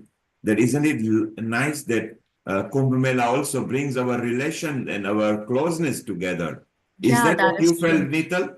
Yes, both me and Phil, it's the feeling of united. You're united with the earth, the 5 elements, and you're united with fellow devotees. You feel everyone's devotees and everyone together. Sorry, I'm waving at Mitaji and all the friends there. They're all waving at us, but yeah, just a very everything in unison. And then then the energies of the blessings from Gangaji. It's just divine, Neilji. Like, the divinity stays with you. Something that's just a stamp and it stays with you, that it can never ever be taken away from you anymore. And Asta, do you wish you were with your mom? Oh, I definitely wish. I think for the spiritual part of it, and also because it was a bit of a process for her, especially getting back. They were like, Asta, just for a moment. Nita is there in a crowd. Maybe she can hear. Nita, can you hear us? Nita, are you able to unmute yourself? Nita, unmute yourself. Unmute yourself, Mita. Yeah, yes, Mita, you can unmute yourself. Yeah, sorry. Yeah. You're in the university, is that right? Yeah, so we are celebrating Yugadi. Everyone, can you say global namaste? Global namaste. Arey wow, and a global namaste to you from the whole Healing Our Earth family. Well done, Mita. And can they raise your hand in the air and just say Jai Siya Ram? Hello? Yeah, if they can all put their hands up in the air and say Jai Siya Ram. Jai Jai Siya Ram. Wow, it's so wonderful. It's so wonderful that look, Mita is there in the university in London. All the students are buzzing, and vast majority are from abroad, predominantly India. Look at that. Isn't it wonderful that sitting in London, you've got conglomeration of a crowd who loves this spirituality. Well done, Mita. Mita, we might come back to you as well and speak to some of the people a bit later, okay? Maybe she's not catching us up. Okay, Kailash, you got your hand up, Neetal. I just wanted to add the comment, how fortunate and blessed I was to be able to go with my daughter on this beautiful pilgrimage, the that what we called, you know, the spiritual journey. And it just brought back to me that how, you know, the story of Shravan, how Shravan looked after the parents. And I felt Neetal did the same. You know, she carried my bag. She made sure I was okay, because obviously she was worried a little bit about my health and the heat and exhaustion and the accident that I had. And to be honest, you know, she was my rock, and you know, it's always going to stay with me. You know, that feeling, that experience, and like you said, amongst the others as well, there were other people there who had the same intentions. You know, just embracing the love of Gangaji, and we were all, you know, as you can see, there's a picture of us all bathing together, and we're all saying, "Hey, Jai Ganga Mata Ki Jai," and we're all having a dip together, and that's always going to stay with us. Very special. I just want to acknowledge how important it was, and I feel so blessed that Neetal decided to come along with. And I think Asta will agree as well. I think it's every child's privilege to be able to do that seva for your parents. There's nothing more big, and to do that is, like I said, you feel so honored. For me, it was a double seva, a double spiritual journey, to do with my mom and also for Ganga Maya as well. So it's wonderful. Asta, you and Neetal should get together over the pond. Both of you have got a common interest as well. Maybe your friendship with Neetal can lead you into TV or radio, and Neetal, you can connect. So either Mita, maybe through Amrita or yourself, just put them together. Sure. Because at Healing Our Earth, we build the family very much. Nalini, we are so proud of you. You brought that element in your style, which was so wonderful. Stay around. Anita, is your sound okay now? Hiral. Well, let's go to Mumbai for a moment. Anita, stay there. Anita, just stay there. Hiral, Global Namaste. Hiral is our resident team and one of the lead at Healing Our Earth for the GLOW team. A Global Namaste to you, Hiral. Unmute yourself, please. Just unmute yourself. Yes. Global Namaste. How are you? And of course, you were there at a different ghat and different place. And isn't it wonderful that everybody is loving and reminiscing what Maha Kumbh Mela brought on the earth, the world's biggest event ever recorded? What were your thoughts? Thank you, Neil Kumar. I really wanted to come here today to tell my things about Mahakumbh, and it was outstanding, amazing. Spiritual was in another level. And I like to tell, I'm sure everyone knows the story about why Mahakumbh came. So I was really excited, and I thought in my mind that I will not be there in future to come in Mahakumbh. So let's take that dip and take advantage for my future, whatever will come. And it was really, I feel literally, I felt that something has changed, no doubt about it. When I just went there, there was some vibe which really, I thought that it is something blessed by God, and they pushed me to come there. It was not easy, trust me, it was not easy to go there. So many things were there. The tickets were, oh my God, it was like 50,000 to 1 lakh rupees, just one way. And wow. So every price had actually gone up, and it was so it actually brought a lot of tourism and income to the people. But was it too much? Otherwise, what are the normal rates? so Prayagraj, just 20,000, a normal one. But because of the hype and of course, yes, a lot of hype up, and also the tickets went up to 50,000 only for one go. So 1 lakh was the ticket price to and fro. And people were ready to pay. Did you enjoy the spiritual vibes? Although you are in India, you are in Mumbai, and you yourself, you go regularly, every 2-3 months, I see you to some temple and some spirituality. You really enjoy it. And the nice thing is, Hiral, in about a few days, you are going to be with Amrita in person. Yeah, I came Isn't that going to be wonderful? What we love at Healing Our Earth, people from different countries and different cities, they merge and they meet together. And we love it when they get together because the energy quadruples or multiplies. It's so wonderful that everybody actually enjoys, and it's just wonderful that what goes on. So, Thank you, so, Nilkumar. so just while you are there, let's bring Rashmi here as well. Maybe Hiral, you might know her and remember her. I know her. I know her. She's from the Indian Inspiring Women here. They just finished the awards. Rashmi, you can unmute yourself now. And if you just flip your camera, you will become landscape. So you were nearly there. Just flip your camera. I pranam, global namaste to everybody, Global and namaste. yeah, happy Chaitra Navratri to everybody. Happy New Year! It's a pleasure to be on this platform and speak to you all. And my experience in Kumbh is just out of this world because firstly, I was encouraged by my son to let's go to the Mahakumbh. And immediately when we planned and we decided to go via Vande Bharat from Varanasi to Prayagraj, and it was all very smooth. You know, we got the ticket very quickly from Varanasi, and we decided to go to the boat club. And from the boat club, the view, oh my God! And when we took the boat, and the way the passage from the boat club to the center of Sangam where everybody was taking a dip, it was mind blowing. You know, on the way we could see parachutes, we could see all these songs, people, several boats passing us, and singing, chanting, and all this Har Har Mahadev, Har Har Mahadev all over. And I couldn't believe that I was actually there.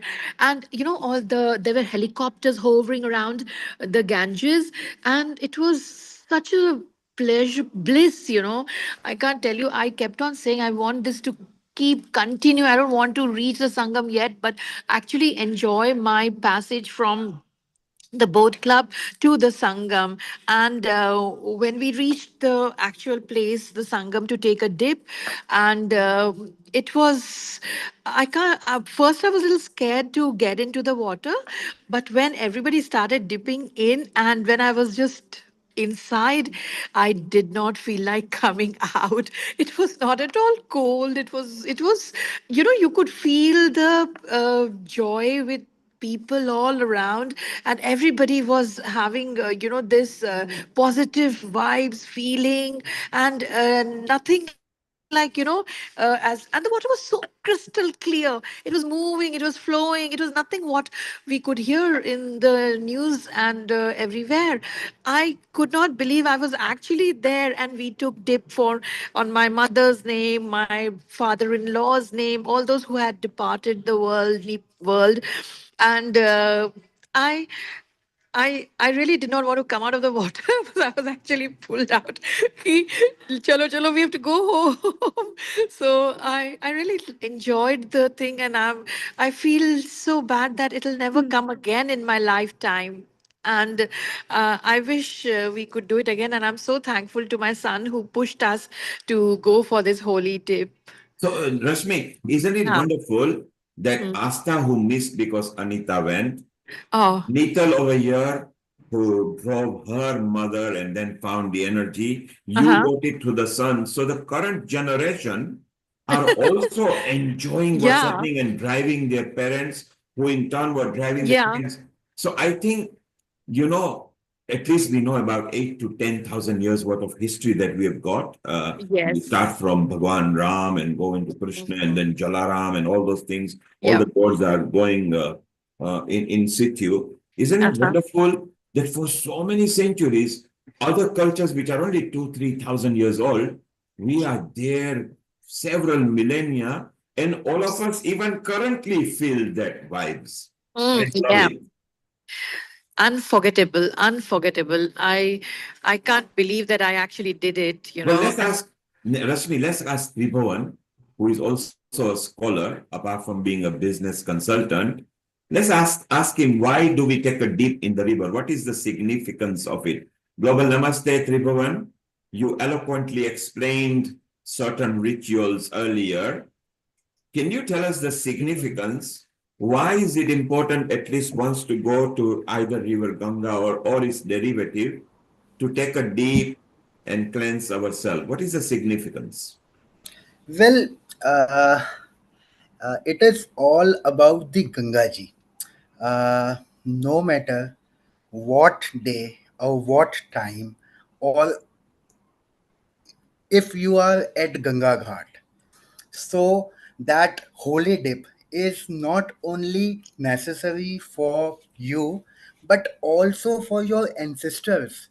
I mean, you would be amazed if I have taken dip in a Triveni Sangam, and it means that my whole family, my father, my grandfather, even from my mother side, my nana, nani, everyone is taking dip. I am just remembering them, and via only remembering once, I'm taking a holy dip, and everyone is getting that the feeling of awareness. So it is very important for each one of you to at least take a single holy dip in Ganga.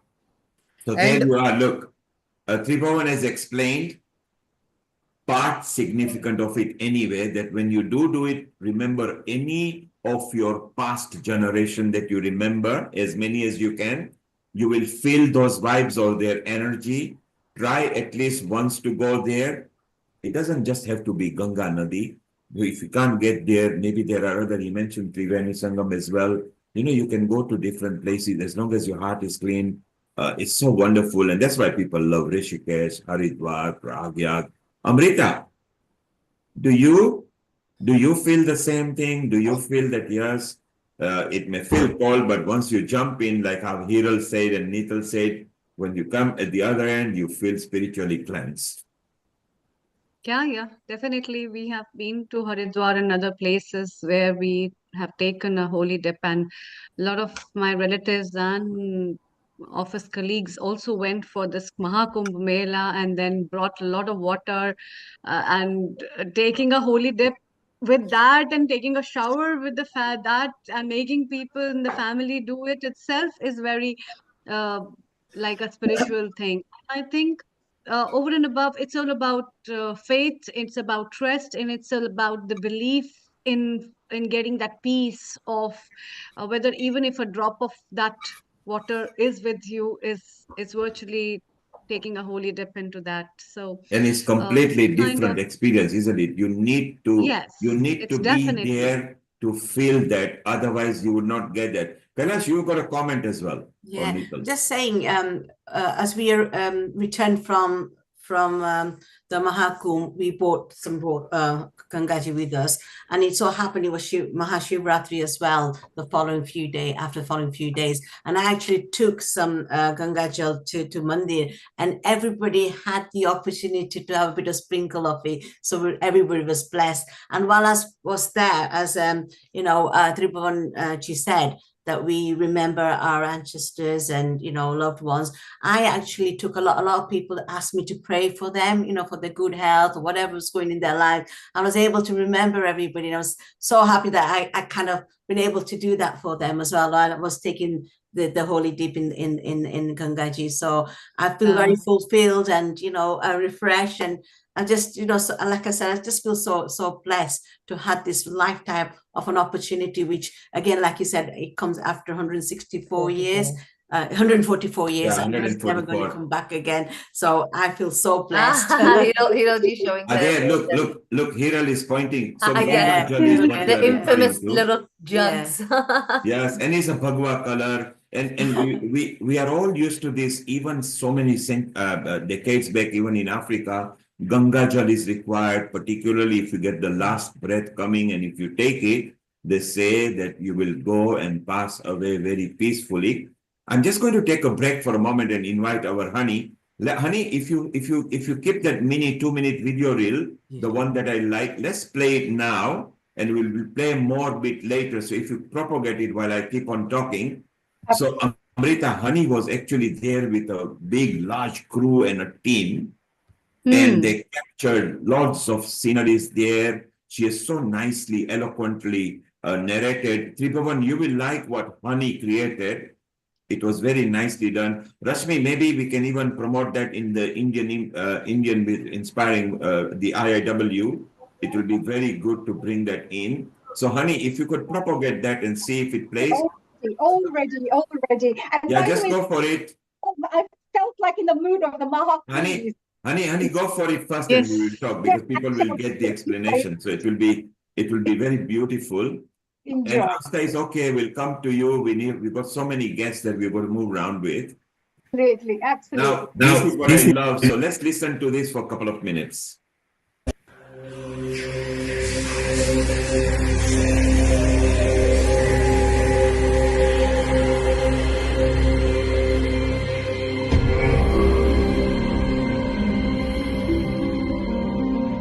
Imagine a gathering so vast it can be seen from space. A spiritual phenomenon so rare it happens once every 144 years in its grandest form. A divine calling that unites saints, seekers and souls from every corner of the world. Welcome to the Maha Kumbh, a place where faith, devotion and destiny merge into one. For centuries, this sacred gathering has been the ultimate pilgrimage for spiritual seekers. And today, I embark on my own journey, not just as a filmmaker, a dancer or a presenter, but as a spiritual seeker myself. The Maha Kumbh Mela traces its origins to a cosmic battle, an eternal struggle between light and darkness. As the Devs and Asurs fought for the Amrit, the nectar of immortality, a few sacred drops fell upon 4 places: Haridwar, Ujjain, Nasik and Prayagraj. It is said that during the Kumbh Mela, the celestial energies of these Amrit drops awaken, charging these rivers with an unparalleled divine force. To bathe here is to connect with that eternal energy, to touch the infinite. At the heart of the Kumbh is the Shahi Snan, the royal bath. It is believed that during this time, the river is charged with celestial energy, and a single dip can cleanse lifetimes of karma. To the untrained eye, it may seem like a mere bath, but to those who know, this is a ritual of transformation. As the cold waters embrace the body, something profound occurs. The ego dissolves, and the soul reconnects with the joy and divine within. Water represents purification, and this dip symbolizes washing away karma, not just of this life, but of lifetimes. It is a reset, an invitation to start anew, with purity in thoughts, words, and actions. This is not just water, this is Amrit, the divine nectar. So, it is so wonderful. I love the capture. So, when Honey first shared that with me, I said, that's it. We want to bring this in. Now, Tribhuvan, you may wonder why we brought it in now, because you explained the significance of taking the dip and the bath in there. And Honey has done it in her way as well in an English documentary. So this is why we wanted to synergize what you explained there into a visual form. And Honey, what a wonderful capture. So I want to ask you one question just in a moment on that. Rashmi, Hiral, this question goes for you too as well. Honey, did you feel that this was man controlled, and was there any intimidation, or did you feel all equal? Oh, it was absolutely equal. I was really, really amazed at the unity, the equality, the diversity of people from all cultural backgrounds, from all parts of the world coming together, women, men, young kids, old people. It was literally, I mean, if you think about it, no one could feel left out. Everyone was part of it. And we felt such a strong collectivity when we were there. It's unbelievable. And the support we got from the local police, the security, the organizing teams that were there, it was just really fabulous. I know there was a lot of people, that's really true. But I felt that only India could control 650 million people around. Yes, because it moves, they wonder how India runs. And somebody said that God must be in India, because it's the only land where there are no rules and regulation, and yet human beings move around, cars move around, things move around. It's the only country. All the other country has to abide by traffic lights, go slowly. India is hustle and a bustle, and yet everybody loves it. Honey, there are questions people asking in the social media. Everybody wants to know, and I've answered that. They want to know from each one of you, was it cold water? Oh my God. Do you know, I had the dip on the Mahashivratri night, which was the last royal snan, as they say. And we were there at 4 in the morning, somewhere between 4 and 4:30, that we had this whole dip, the special sacred bath. It was amazing. It wasn't cold at all. Of course, when you go in, you think, oh my God, you know, what's going to be, but it was beautiful. And I really went in with a feeling that I'm going to be, it's like baptism, you know, when you go in, you want to. Yeah, I'm going to be cleansed. Yeah, and I just want to go in. And I was so lucky that I had a Swamiji with me. And the Swamiji did all the prayers. So he did all the mantras and everything like that. So for me, it wasn't just a dip, but we actually went through all the Vedic mantras while I was there. So I think I was very, very lucky like that and very blessed. And for those who are listening and don't know about our honey, she was a Bollywood dancer. She loved dancing, and now she is a spiritual person. So she dances in her dream spirituality. Rashmi, did you find the water cold when you first took a dip? Not at all. Actually, I was a little bit of apprehensive that it might be cold, but once you're in, it's so warm and pleasant. It was Same very nice. mindset as honey. That, you know, when we first take a dip in an ocean, Yeah. when we go, we feel like it. Once we are there, it's beautiful. Let's ask Anita, because she had went there, if her sound is there. Anita, you were there as well. Did you feel that it was cold over there? I tried to connect it to my phone. So, Mom, can you try speaking on the microphone? We can hear you. बोलना मम्मा बोलो कुछ hello आज का आवाज आ रही है बिल्कुल आवाज आ रही है आ रही है बोलो आ रही है ठीक है हाँ ये कुंभ मैं बोलना स्टार्ट करूं हाँ बोलो बोलो पूरी आवाज आ रही है शेयर करो कैसा था एक्सपीरियंस ग्लोबल नमस्ते सबको मित्र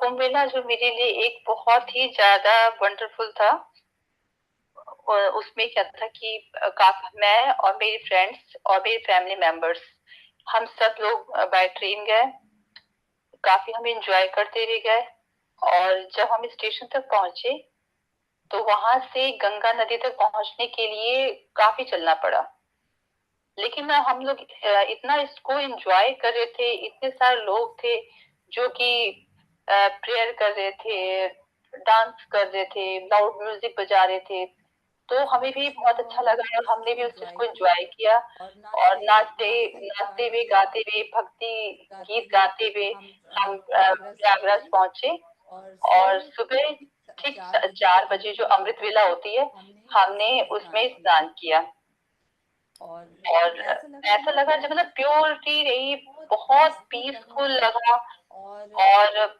मतलब इतने सारे लोग थे कि बयान नहीं कर सकते और उसका क्राउड काफी अच्छा था और लोग काफी कोऑपरेट करने वाले थे उसके बाद हम जब नहा के निकलने लगे तो भीड़ इतनी ज्यादा थी कि हमें कुंभ मेले से बाहर आने में ही शाम हो गई थी और थोड़ा सा ये पेनफुल था लेकिन ओवरऑल हमने इस चीज को बहुत एंजॉय किया और उसके बाद हमने वहां पे काफी चीज हमने देखी भी काफी अच्छा इवेंट भी था आवाज ठीक है अनीता आवाज ठीक है अर्थान आपको बहुत मजा आया और क्यों में राह देखने की कोई दिक्कत नहीं थी काफी एंजॉय किया बहुत एंजॉय किया और ये एक ब्यूटीफुल मेमोरी रहेगी मेरे लिए जो मैं होल लाइफ में भूल नहीं पाऊंगी क्या बात है so look honey just like you she's what you said in English when we spoke she's saying the same thing that throughout my life I'm going to cherish this memory is exactly what you said what Rashmi said even Hiral who goes regularly is all inspired and Tribhuvan said it very clearly just take it once and you will always remember what you did there you don't have to come every year it's not expensive if you know how to plan things but once you are there you will be so awe-inspired that it actually is as famous when they say Ganga Jal, Ganga Snan. It's all beautiful over there. Asta, you want to make a comment before we move on? Yeah, I just wanted to quickly say that I have to go and catch a train, unfortunately, so I'll have to leave the call very soon. But Sure. from me and my mother's side, I would like to thank you so much. Thank you all for joining, and thank you so much for this opportunity. Thank you so much to Meeta Joshi, to Amrita ji, to Neil Kumar ji for this wonderful platform where we can share the experience. Yeah, there were some problems with the connectivity, but thank you so much for being so patient with it as well. And it was so wonderful to hear everyone's experience with it, and I think everyone has been touched by it to the soul. So it So was really Asta, wonderful to hear Asta, everyone's experience. You and Anita are part of Healing Our Earth. I want you to connect to Honey because you've got something that she wants and she's got something that you want. Amrita, if you could make that happen, that Honey and because they're both in London, there is a synergy in what they do. Anita, we are very proud of you. You very nicely expressed. You can come in any episode you like, maybe Ram Navami because you can speak Hindi there if you feel like. Meeta and Asta will connect to you on that, so that will be beautiful. Let's thank you, Asta, and Thank you so much. thank you. Let's move on. Hiral, so your comment on because you are obviously back now and you are in Mumbai. You enjoyed very much. You saw Honey captured. So Honey has got more on this. We would like to bring that bit later. We are showing the snippet that I particularly like because I know Honey for years. I was impressed and loved it. And I say, Honey, the world needs to see that. And you can see while she's talking, she is spiritual when she is talking. She felt what she was talking. So it was so beautiful and so nice. So Hiral, what did you feel what Honey captured?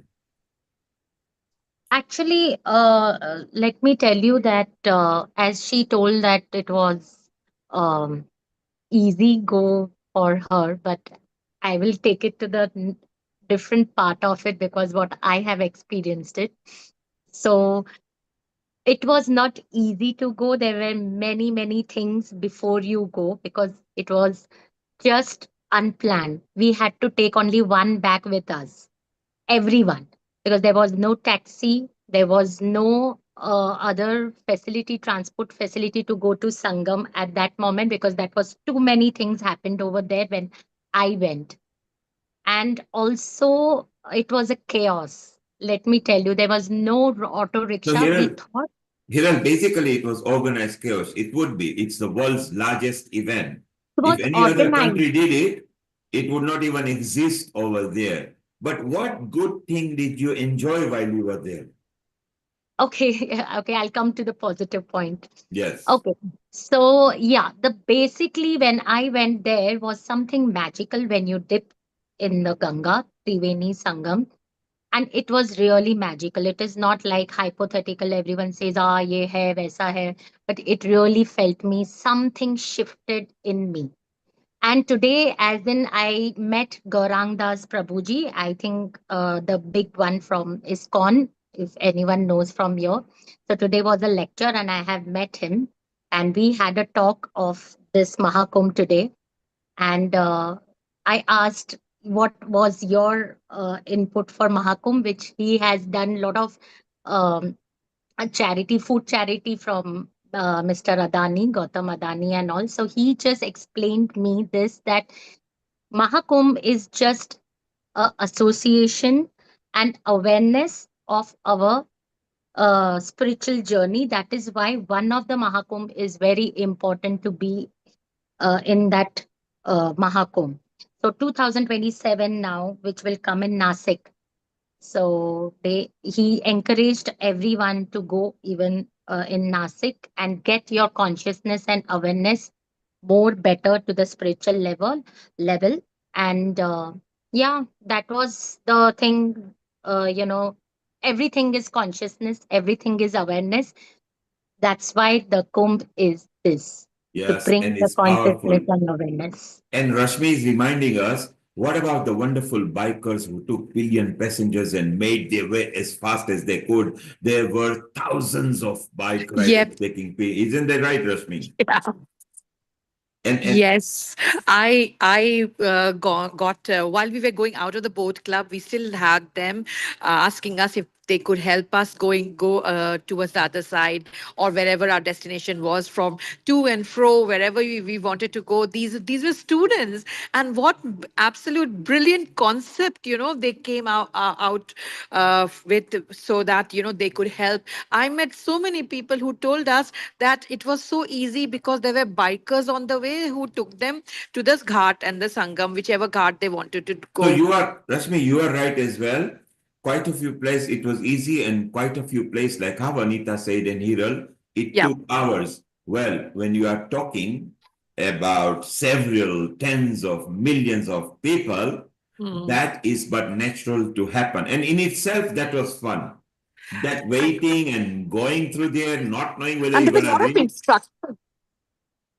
Yes, it itself was a very good journey. Okay, honey, while we are waiting your guest, if any arrives, just let me know, They because all I've got them there. So I've got lovely Prachi who's waiting as well, and I had a couple of interviews that I've recorded. So I wanted Prachi is not here. Where's Prachi? Yashi is a lovely. Her real name is Yashi. Yes, so let's bring Rashi. Oh, yes. Rashi is here. Rashi, can you landscape your video so we can see your smile even better? If you could just landscape yourself. Make it this way. Yashi, This if you way. go landscape, your portrait at the moment. Can you hear us? Yashi, just wave your hand if you can hear us. Wave your hand. अच्छा, आपको हमारी आवाज आ रही है? Yes, he's understanding. He's getting the instruction. I think the sound, because he's using a Bluetooth. Yes. So your portrait, just flip the camera. So that will be beautiful. It seems to not be going Yes. there. Sir, can you hear me? We can hear you loud and clear. Just flip your camera if sir. you're Android, or look at the square button over there and you'll become a landscape. Okay, don't worry, Yashi, go portrait. It's fine. Don't worry. The way you were before, Yashi. Go. Okay. Should I be like this? Perfect. No problem. Don't worry. Carry on. Yes, I just wanted to say thank you so much for joining us. Now, Yashi has two names. I call her Prachi because that's what I was used to when I went to India. I just wanted to share, before we spoke about this, and Amritaji as well, I had the most beautiful, experience. I don't know why. It was really challenging, definitely, to get to the place, etc. But every time there was a challenge and then the solution, challenge and then the solution. It was easy when the solutions came through. And one of the most beautiful things I'll always remember is a fantastic family I met. And that was the Srivastav family. And that one of the members is, of course, our lovely Prachi, who I call Prachi, but her real name is Yashi. And Yashi, her two brothers, Himanshu, Sudhanshu, Mr. and Mrs. Srivastav, all of the family members, they were so beautiful. Actually, when I went, they welcomed me with Aarti. They put garlands on me. They gave me flowers when I came and arrived from the airport. It was just incredible. I felt that this is what Prayagraj is really, the people of Prayagraj. And when we talk about this Amrit, from the historical, legends and stories that we talk about, that there was drops of Amrit on Prayagraj. Well, I feel that each one of these members have a little bit of that beautiful, divine personality traits. So first of all, I just want to say thank you so much to Neilji and Amritaji. I am global namaste to all our audience members out there. This is Hani Kalaria here. I feel in a very spiritual mood, so I'm wearing a special shawl, veil. I don't know what you say, chunni, which a Swamiji gifted to me, and I feel that it's got positive energy. So I wore this today, and I received that gift at the Maha Kumbh Mela. And Prachi, Yashi, I just wanted to say a global namaste to you as well. How are you? Very good, ma'am. How are you? Very well, very well. I miss you very much, and I miss the whole family. I miss you too. Memories. Yeah, we got a lot of memories from since the one day first day.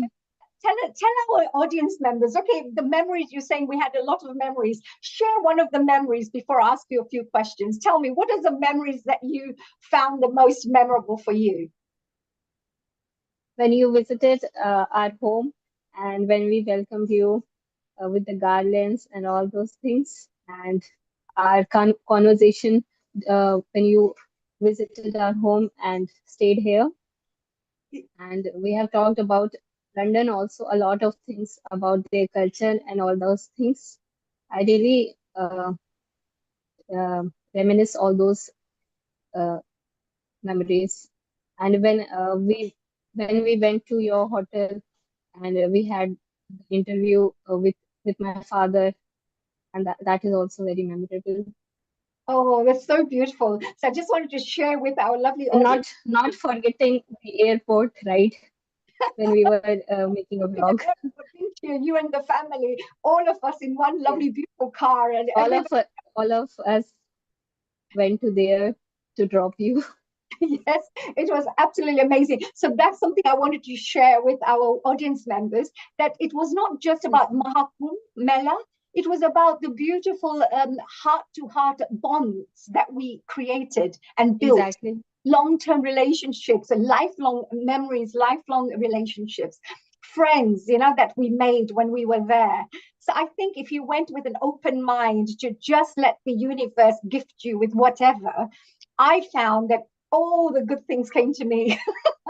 and you were one of those things, Yashi. So Yashi, tell me, Prayagraj, it's a very important place for the Maha Kumbh Mela. And so many millions of people from all around the world visited at this place.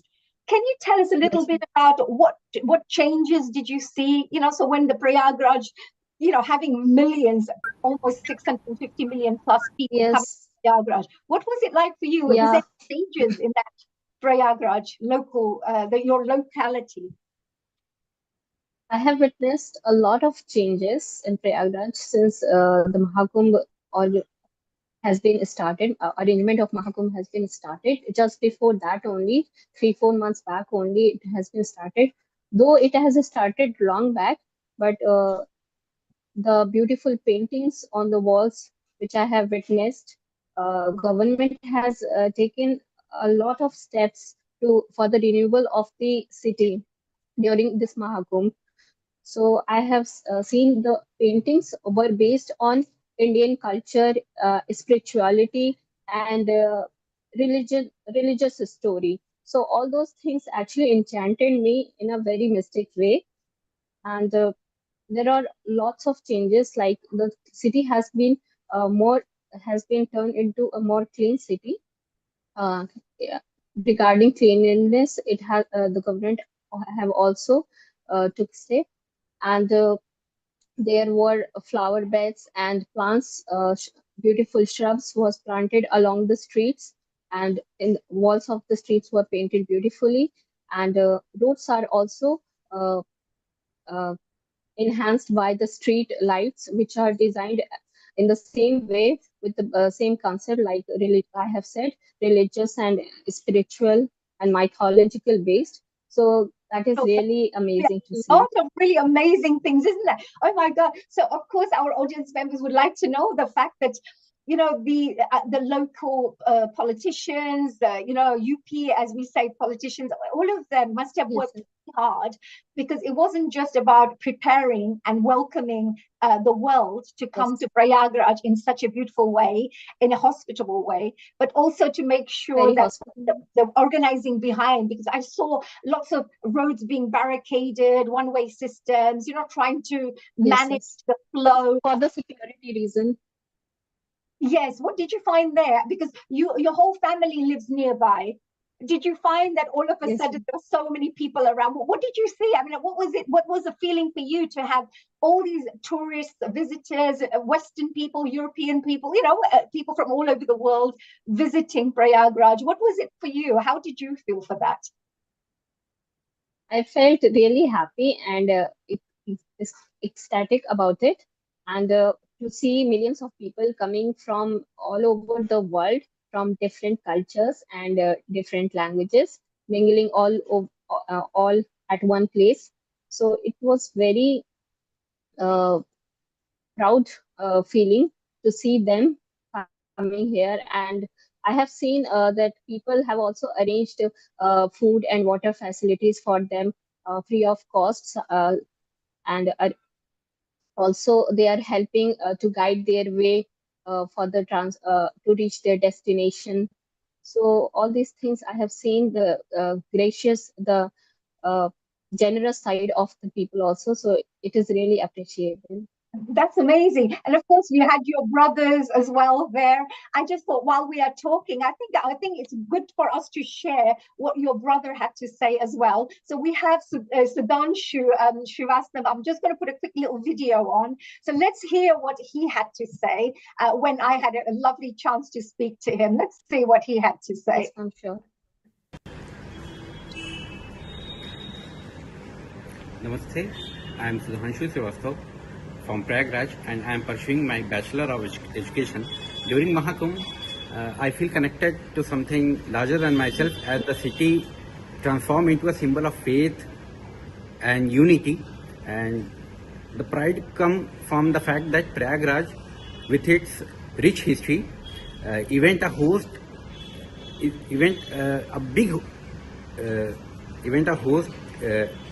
that bring people from all over the world. And as a local resident, I feel proud that it makes me to help the visitors and assist them and make them experience a positive impact on them. Thank you. That was lovely what your brother said. So it was lovely that you also felt that you want to invite people, right?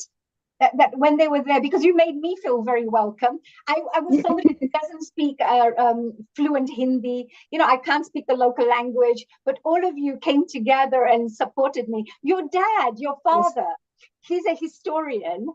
Has got a lot of interest in history. Can you share a few things before I move on to my next guest? Some points that he may have shared with the world about Prayagraj, because your dad is a teacher, a professor, and at the same time he has this wonderful love for history. Can you share something about that, about what your father shared with the world?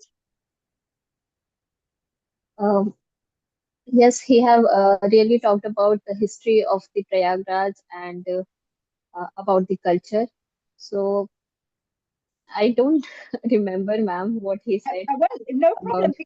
I've got actually, I've got a quick interview of your dad. Now, this is in Hindi, so you can listen to it a little bit and see if you can translate it for our wonderful non-Hindi speaking audience members. Is that okay?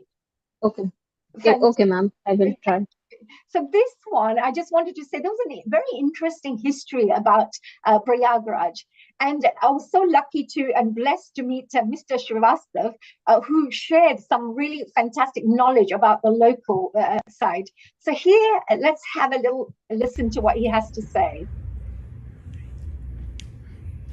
मैं R K. Srivastava इतिहास expert, history expert हूँ। मैं पिछले 40 वर्षों से प्रयागराज में रह रहा हूँ और प्रयागराज के बारे में अच्छी जानकारी मुझे है। और दूसरी चीज ये है कि मैं इतिहास का टीचर हूँ, इसलिए भी बहुत ही इंटरेस्टिंग फैक्ट आपको दे सकता हूँ। That's fantastic. ये इंटरेस्टिंग फैक्ट्स आपने बोला, तो आप हमको एक दो एग्जांपल्स दे सकते हैं प्लीज?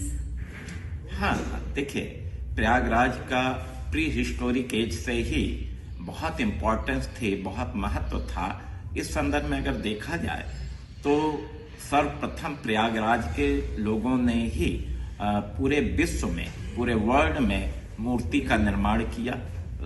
सेकंड, अगर देखा जाए तो सर्वप्रथम प्रयागराज के लोगों ने ही पूरे विश्व में मिट्टी के बर्तनों का प्रयोग किया। ठीक है। और तीसरी चीज यह है कि जितने भी तीर्थ स्थल हैं उनके बारे में जो भी ग्रंथ लिखे गए हैं उनमें सबसे ज्यादा वर्णन प्रयागराज के बारे में किया गया है। So here, of course, we had your dad speaking about the history. Would you be able to maybe share? Yes. And while I try to stop this. Yes. Yes, Okay, honey, I'll help you. I will just propagate the stop for you just for temporarily. Yes, thank you. And then let's ask a question because, it's so beautiful. Sorry, number one, I Yes. loved your meaning Hindi because the point was you got your meaning through. And Absolutely. and they must be finding it so cute because they must have seen this, Videsi madam aake yahan recording kar rahi hai, kitni maza aati hai. So I think they all warmed up to you because you infused that lovely energy. And he gave a very good, simplistic form, correct explanation. Yashi, I bet you were proud to see your dad speaking there, were you? yes, sir, definitely. Yeah, so it's so wonderful to see one's parents speaking. And maybe just quickly, in over a minute, just give the gist of what he said in English, please. Just a quick summary, Yashi, before we move on to our next Yes, ma'am. guest, please. Thank you. I want to say one thing. Just few minutes back, Father was asking about you. He was actually missing you and wanted to talk to you. He was saying that it's been long that he hadn't talked to you. Oh, I definitely make sure. This message. He want to ask me to send you this So message. honey and Yashi, just I'll honey, do a quick summary, Neilji. So the honey and Yashi, just wait for a moment. We have actually got our Okay, senior sir. reporter and a senior anchor, Dr. Lalit Soda. And Lalit actually travels at least twice or thrice a year and does mountain trekking, spiritual journey. He also goes Bhagwa color and he becomes spiritual. A global namaste to you, Lalit. If you could unmute yourself and tell us, although you were not at the Maha Kumbh Mela, but you were in India many times. I think, are you in India now or are you in London? I'm currently in London. A global namaste to all of you. My goodness, it's so lovely to see you all. And Lalit, while you were not connected here because you were on your way to connect to us, Honey actually captured a documentary on this, including drone shooting. So it's so nice. You saw that was one of our promo reels as well. Yes, And yes. we will be showing it twice again together with other clips. Isn't it wonderful that our honey went into Maha Kumbh because last year she was talking and said, I want to go there and do something. She did it and she actually documented so nicely. When you see it, Lalit, you will be very, I think you have seen the promo reel, but I I think have you'll be seen the proud. proper reel. But may I say one thing, Nilbhai and Yes. Haniji? First of all, a global namaste to my lovely friend. My global namaste to our dear Lalit ji. It's such a pleasure to see you again. And I know that you also went to the Maha Kumbh Mela, right? I absolutely did. And I went there for 1 hour at Sangam Snan. And I did my snan at 3 o'clock in the morning amongst 15 to 20,000 other people at 3 o'clock in the morning. Wow, amazing, amazing. So we have a new Lalit ji, right? A new reborn Lalit ji. I washed all my sins, I think. Which is great. Now, what did you have in mind? Look, I ended up meeting such a beautiful family, the Srivastava family. And here we have Yashi, one of the youngest family members, who gave me so much love. And I just felt at home because they were there. I just wanted to say, what are your thoughts, about the local people in Prayagraj? It was outstanding. Sometimes on social media, you see different things that show a different side of Mahakumbh, but that's not what it is. Really, people were helpful, people were friendly. I remember the Datunwala, I remember the Galanwala, I remember how nice they were and so sweet. I needed some help to take some jal, the river water, and they were so helpful. And absolutely, it was just opposite of what I had prior seen on social media about all the people being a bit unfriendly, but it was not the case. It was very nice. They were guiding each other quite nicely, helping each other quite nicely. So an outstanding experience, yes. Yes, I think so too. So, Yashi, I think we will always remember Prayagraj. Thank you to people like yourself and all these family members. I'm very blessed, ma'am. Yes, I'm so much blessed that you visited here, and I'm looking forward to see you once again. Me too as well, and I will definitely be in touch, dear Prachi. And Yashi. I'm so used to calling you Prachi that I have to call you Yashi. Okay, So, ma'am, you can call me by any name. honey, Lalit, stay here. Yes. Yashi, thank you very much over here. We'll be with you back again in a while. Let's take a 2-3 minute a comment from Dipti in Egypt. She maybe got the time mixed because we are in British summer time now. But Dipti, Absolutely. you are 1 hour behind your slot. But quickly, what was your experience in Maha Kumbh Mela? Dipti, you can unmute yourself. Hi, namaste. No, I was given the time at 3 p.m.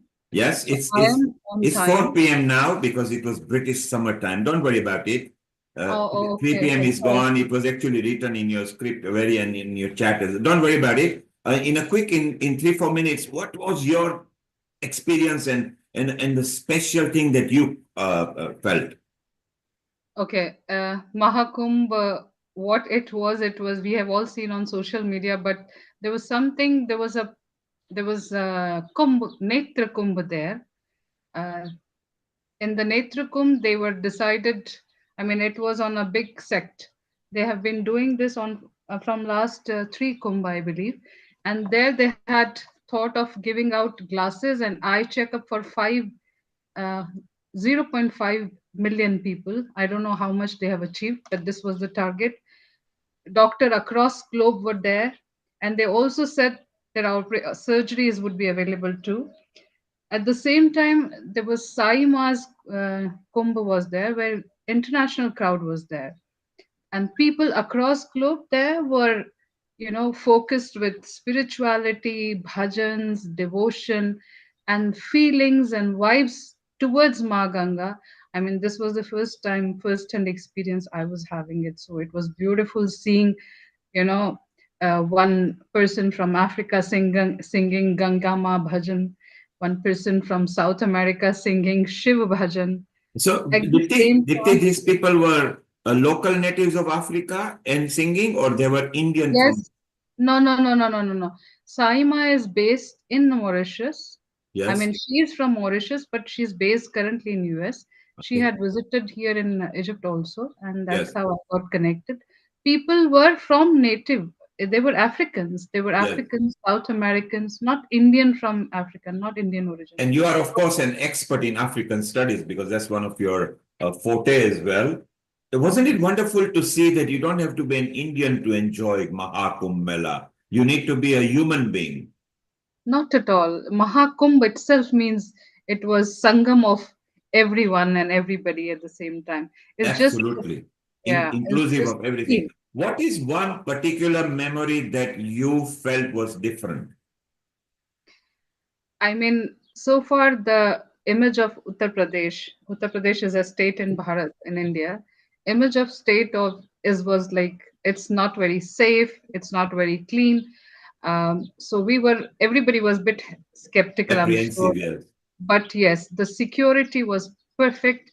The police officers were so helpful as if they were guiding us how to move, where to go. Cleanliness was perfect. Wives were great. And of course, the dip was so Suhaga. I mean, everything was so 10 on 10. Yeah. You brought a very good point, Dipti.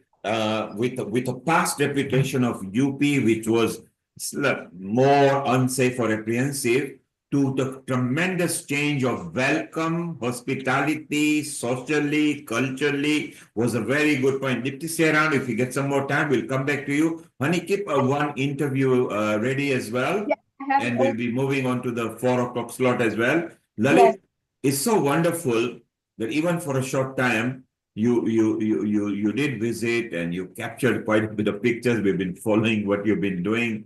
So it's so wonderful. Stay around if you can. We'll chit chat because Riddhi is bringing, shortly one of the organizing committee member, which will be nice to see some more views on that. Honey, let's go to the next interview and see what we have captured. Absolutely. I just find that I think something has happened here. Don't worry, let's keep on talking. While it propagates, we'll keep on talking. So, honey, as you were meeting people, and you now had to speak Hindi, and the Vrajbasi, with what we call with the bhasa changes, their style is different when you go to Haridwar and Rishikesh and UP side, those side, their stuff. Did you feel the power of spirituality? Yes, absolutely, absolutely. Because I think what happens is when there are thousands of millions of people thinking the same, when everybody has the same thoughts.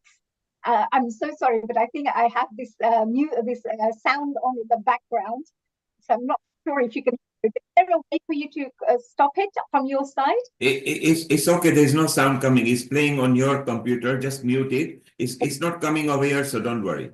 Okay, my screen has frozen, so I'm not being able to move the actual screen. But I just wanted to say that with the millions of people coming together and thinking the same thing, having the same intention of spiritual growth, what it does is it maximizes and magnifies, that energy, the vibrations. And I also have a wonderful video, actually, just a 2-3 minute video, which I'll be sharing a bit later on. It tells you actual research that was taken, proper research on how the vibrations of the water changed from what it was the day before and what it was after the Snan day. So I would like to share that with you, of course, a bit later on. I just wanted to actually share Swamiji's interview with yourself, because we have a really wonderful Swamiji I met when I was at the Maha Kumbh Mela. He was the first person I met. As soon as I stepped foot on the Maha Kumbh Mela, I met the Swamiji. It was just by chance. And I ended up getting his blessings. I actually ended up getting this. He put this on me as a special welcome, to India. So I found it very special. So that's why I've worn this today. So I wanted to actually share that Maha Kumbh interview with yourselves. So yes, so we'll definitely play. We'll definitely play if you get it ready when Shantanu comes. Our Riddhi is here as well. Shantanu is already here, and he's going to bring some different kind of element over here. Maybe while you are preparing all that, honey, let's take Riddhi and Shantanu a bit earlier here so we can share that. And Dipti, maybe later if you are there, we want to know personal experiences because they are more important. A global namaste to you, Riddhi. Riddhi is our yoga and meditation team lead there. Riddhi, how are you? Global namaste, everyone. And I am very well, thank you. How are you? Thank you. And honey, Riddhi actually managed to get hold of Shantanu. And Shantanu is going to bring completely different light to the journey of post Maha Kumbh Mela, which will be exciting for us as well. So maybe it's a time that we invite him in a moment or two. And Lalit, maybe you will like, because you love organizing pilgrimages and retreats. So it will be very beautiful. Thank you. I just wanted to say that whilst we have, of course, Swamiji's interview, it's on the screen at the moment. Are you happy for me to share that, Neilji? Go ahead. We can chit chat about it. Absolutely, and then we can ask some questions. If you could go, I think it's 6 minutes. So if you go halfway, at least we'll see what and get his blessings first. I'm a spiritual seeker who is participating in Kumbh Mela. Honey, if you stop it, the sound is not too loud. So if you stop it for a moment, and then what we will do, when it's rendered in your computer, we'll bring it, maybe the sound will be better. So behind the back, mute it, let it play for whole time, so it will be buffered, okay? I got that. Thank you very much. And honey, stay around because you will enjoy talking to Shantanu as well, because let's actually now go to Riddhi. Riddhi, a global namaste to you. Can you give a brief introduction to Shantanu and then we can chit chat with him? Amrita, you will love chatting with Shantanu Gupta as well. A global namaste to you, Shantanu, and how are you? Namaste, I'm doing very, very good. Namaste. Yes, he's there. Riddhi, let's have a quick mini intro because it's very important and we extract the best and knowledge from Shantanu. Over to you, Riddhi. Thank you so much. Global namaste to you, Shantanu-ji. Thank you so much for joining us today. Shantanu-ji, for those of you that don't know, has written several books on Yogi Adityanath. He's an author himself, and he's also a political activist. He's been very much involved with the Kumbh Mela, staying at the Kumbh Mela for 31 days, but also being involved in the Mela-2025, which starts 2 months prior. And it's all of the preparation, the infrastructure, the technology, the medical care that people are given to ensure that everything runs smoothly throughout the Mahakumbh itself. So I'm going to pass it over to Shantanu Ji, who's going to give us a little bit more information, and then I will open up for Q&A. Shantanu Ji, the next 20 minutes are yours. Thank you. Okay. Namaste, everyone. Just give me 1 second. And this will be the interesting bit to know, because what happens before the event to make it successful, it is these people who make it happen. Shantanu, if you could maximize your screen so we get the maximum view, please. Yeah, just give me, Yes. Give me So one thank you second. for coming on board, because this is what we wanted to know, why the event was so successful, because there was a lot of planning before. And yes, beautiful. Yeah. Over to you. Is it? Yeah. Okay, so namaste. I cannot see myself. I don't know why. You are there, Shantanu, you are in the gallery, and we have got Okay, full view you of your can see. presentation. No, I'm able to see myself. Yeah. Okay. Yes. Namaste. Okay, so namaste. Oh, those who don't know me, my name is Shantanu Gupta. I'm official biographer of UP Chief Minister Yogi Adityanath, with the title called The Monk Who Became Chief Minister. Then I followed it, the book, with the sequel called The Monk Who Transformed Uttar Pradesh after 5 years' work.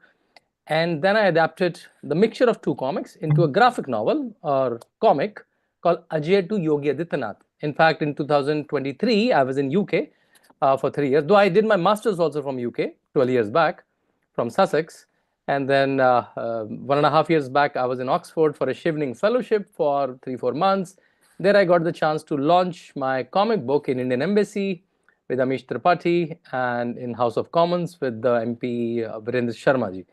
So having said that, as Riddhi ji said, I got the chance to stay at the Mahakumbh for 31 days. And because I work closely with the UP government, I was fortunate to be part of a lot of meetings, a lot of discussions. So I'm privy to a lot of information.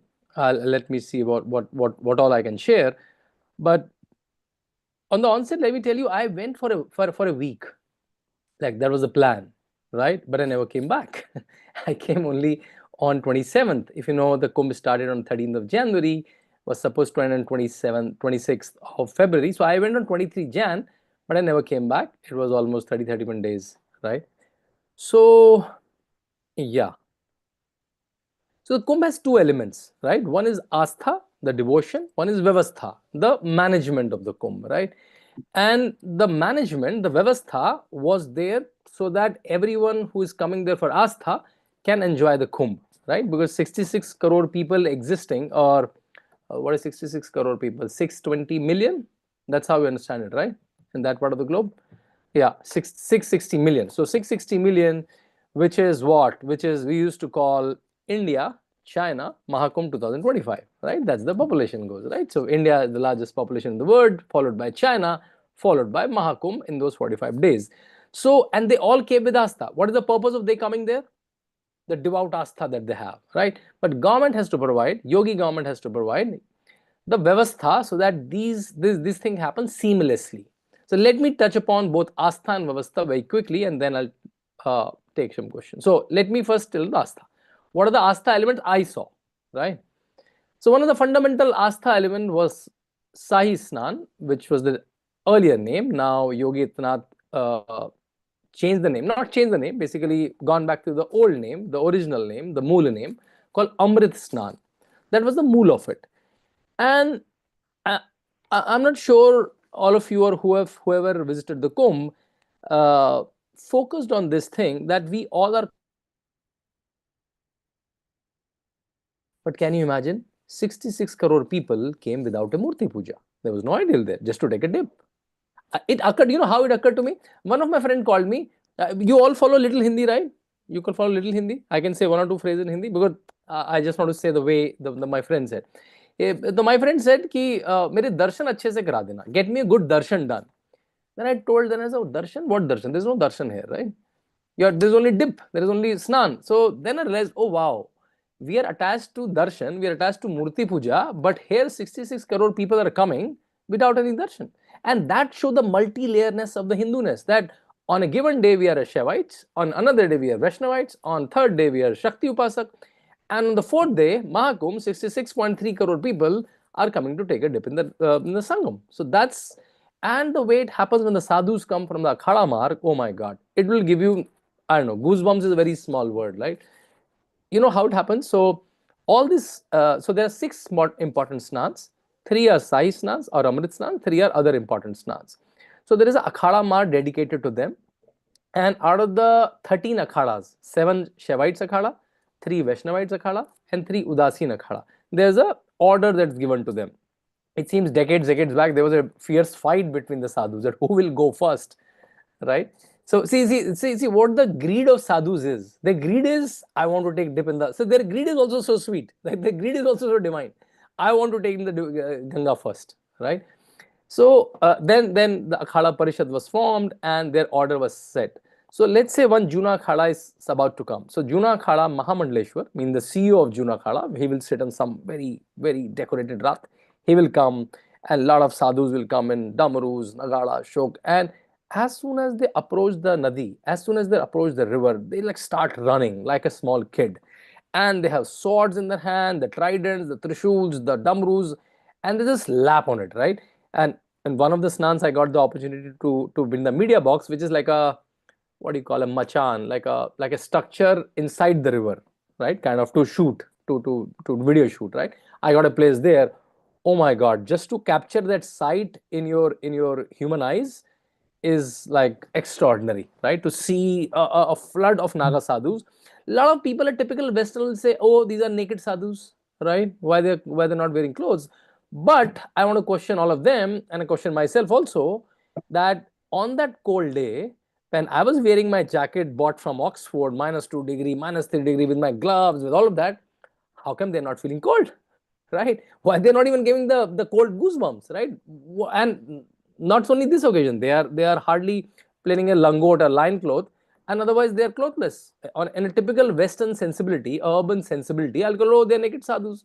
But on the contrary, when I think deep, I'll say, oh my God, what kind of energy so many of them have generated that they don't need clothes. It's not that they're not wearing clothes, they don't need clothes.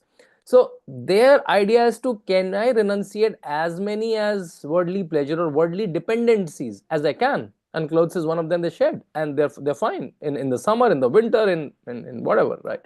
So that was the amazing sight first. So in the first important sight or first important element of Kumbh is Snan, right? 66 crore people came to Gurudev Snan.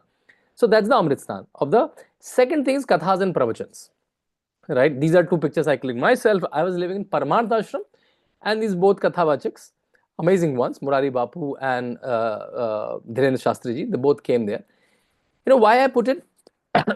So when Adi Shankaracharya came to the fore, he realized there are a lot of ideas floating around in India.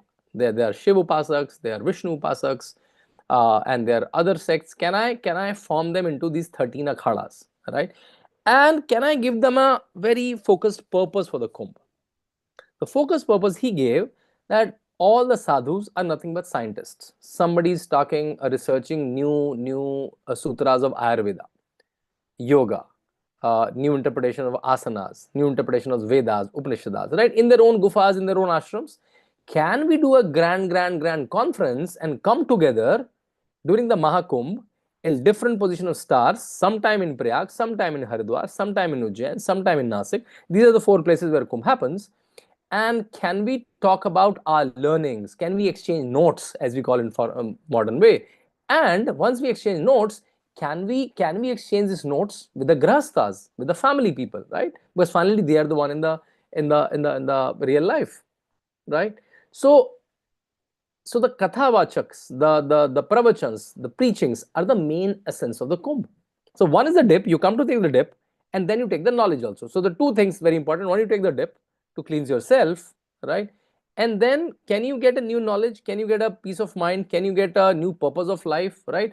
With the essence, with these sadhus and kathavachaks have done the manthan for years and years. They have mastered on oratory, they mastered their vyakarana, their vocabulary, their grammar, right? How to communicate the the God's essence in a beautiful fashion, in an entertaining fashion, in fact, like with the bhajans, with some jokes, with some anecdotes, right? And when I went to the Kumbh, Riddhi ji, frankly speaking, I thought there are 10,000 camps there. 10,000 camps, right? Like Juna Khada is one camp. One tent is not one camp I'm counting. The whole compound, let's say Paramarth Niketan, whole compound is one tent, right? So similarly, there are 10,000 camps. I thought, how will they get audience for so many people? Are they, do we have audience for so many Kathavachak? But I was utterly wrong. They were like audience to every one of them, to the famous ones like Dhiren Shastri ji and Murari Bapus, and even for the non-famous ones, right? Because the non-famous ones were famous in some area. They were not famous because they don't come on TV or social media, but they were equally good. So bike was the best way to traverse around the Mela. So when I was in my bike rides, I was seeing every pandal was full with at least 500,000 people, and they were all listening. And one katha is normally 2 to 3 hours. Very patiently, very calmly, they were taking. Some people, I saw a lot of people taking notes also, which was amazing. So second element of Astha was kathas. Third element was youth at Kumbh, right? Because we associate Astha. Oh, Astha is the thing of old people, right? They have a lot of time. They can sit for 3 hours. I don't have time. I have my reels to watch. But no, you see this crowd. When I was addressing this crowd, this is the largest crowd I must have ever addressed. They were like, I don't know, 6, 7, 10,000 people. And before me, so however much I want to believe they came to hear me, that was wrong. They came to hear a band before me, a music band before me, and I was like followed by me. And the music band was in a typical like long hair, bandana, tone jeans, but they were singing either religious songs or bhajans or political songs like Arambh Hai Prachand or nationalistic songs, Deshbhakti songs. And these young boys and girls were standing for 3-4 hours and they were dancing to the tunes.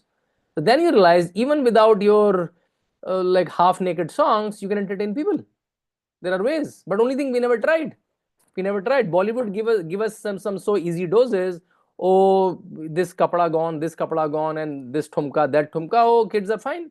But again, then I realized, okay, this is not preachy for them. These songs, they were amazing, and this is not some special selected kids. These are like normal college-going students that came there. So that was an important element of Astha. I realized that if done with style, if done with taste, you can attract youth even in the Puranic things and the Aitihasic things. Then the most elemental thing is dubkis.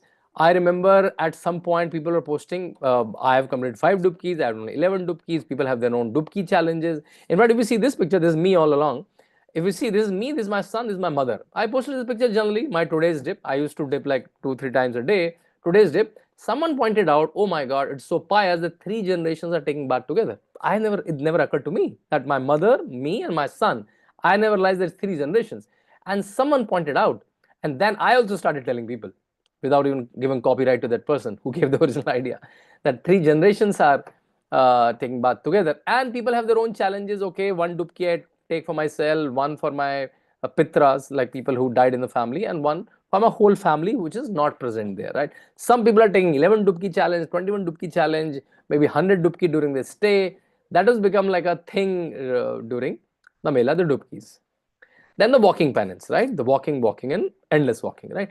On one plane, you will say, oh my God, I have to walk so much, right?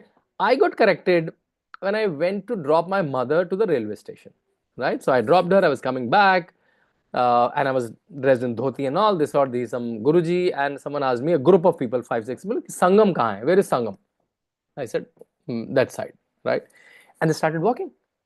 I said, oh guys, just come on, the Sangam is like 6 kilometers from here. It will take like an hour for you to walk. He said, it's fine. I know the Kumbh is all about walking, so we came to walk, it's fine. Then I realized this is our urban sensibilities that I have to reach my tent with my 4x4 vehicle. I have to reach the forest, in fact, in the mouth of the tiger in my 4x4 vehicle, right? This is a very urban sensibilities. A typical rural guy, a typical devotee, a typical Shraddhalu came there to walk. They said, okay, when I go to Vishnu Devi, I walk. When I go to Tirupati, I walk. When I go to Govardhan, I walk. When I go to Bajdam, I walk.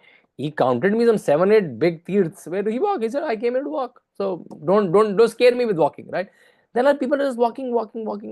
All the chatter that we hear, oh, we have to walk a lot.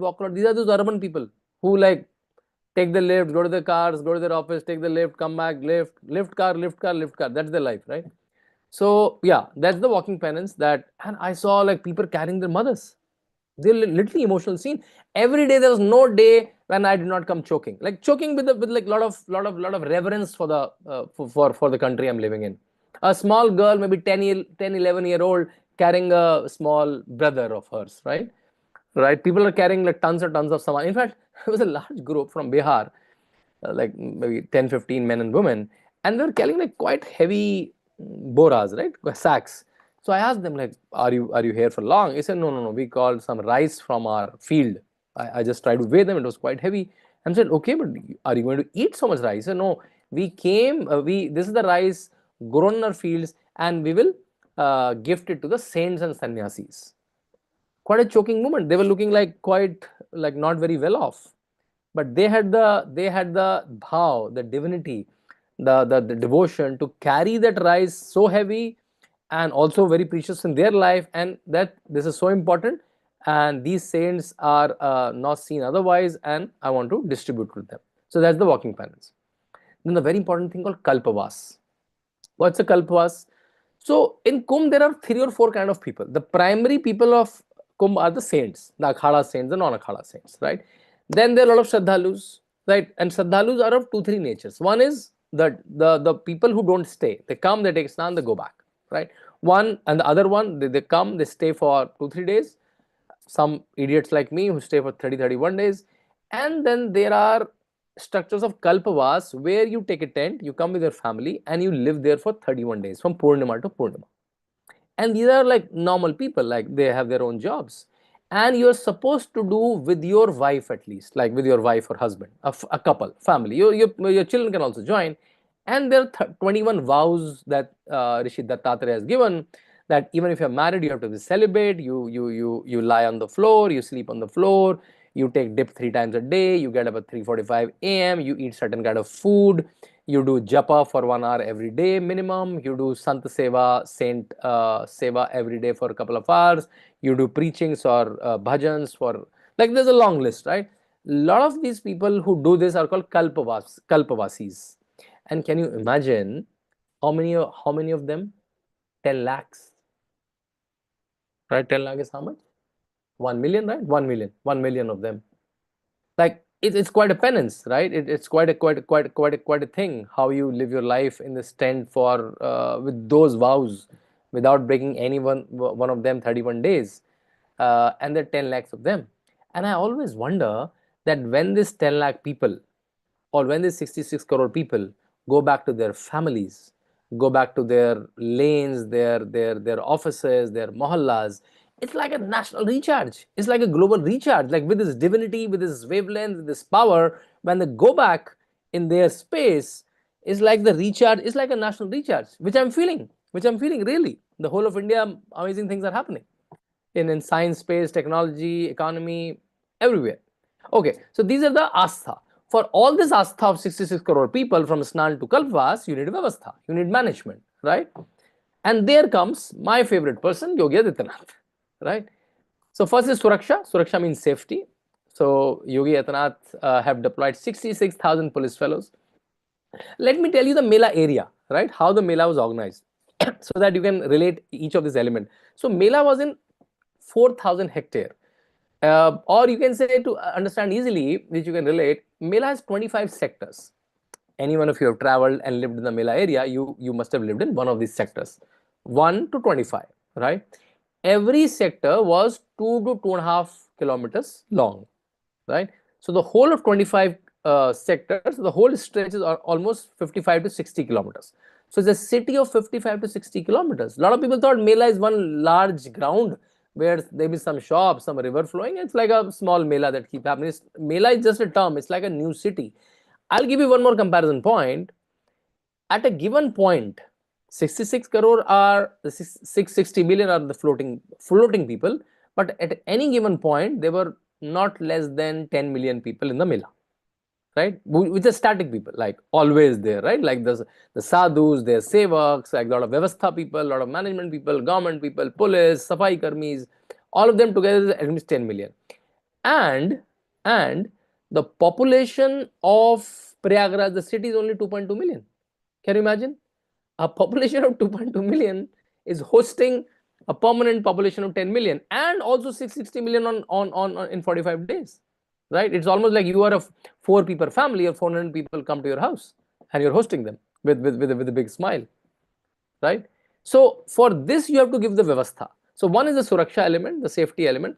So every square foot of the Mela was mapped to a camera. There were 22,000 cameras, AI-enabled cameras, artificial intelligence-enabled cameras, and they're manned by police fellows here, right? So every inch is watched. Where are you walking? Everything is watched. If you're walking in the Mela area, right? And all the barricades are signaled through the automatic process. So the AI will calculate that how many people are started from the flight, from the bus, from walking from the road, walking the station.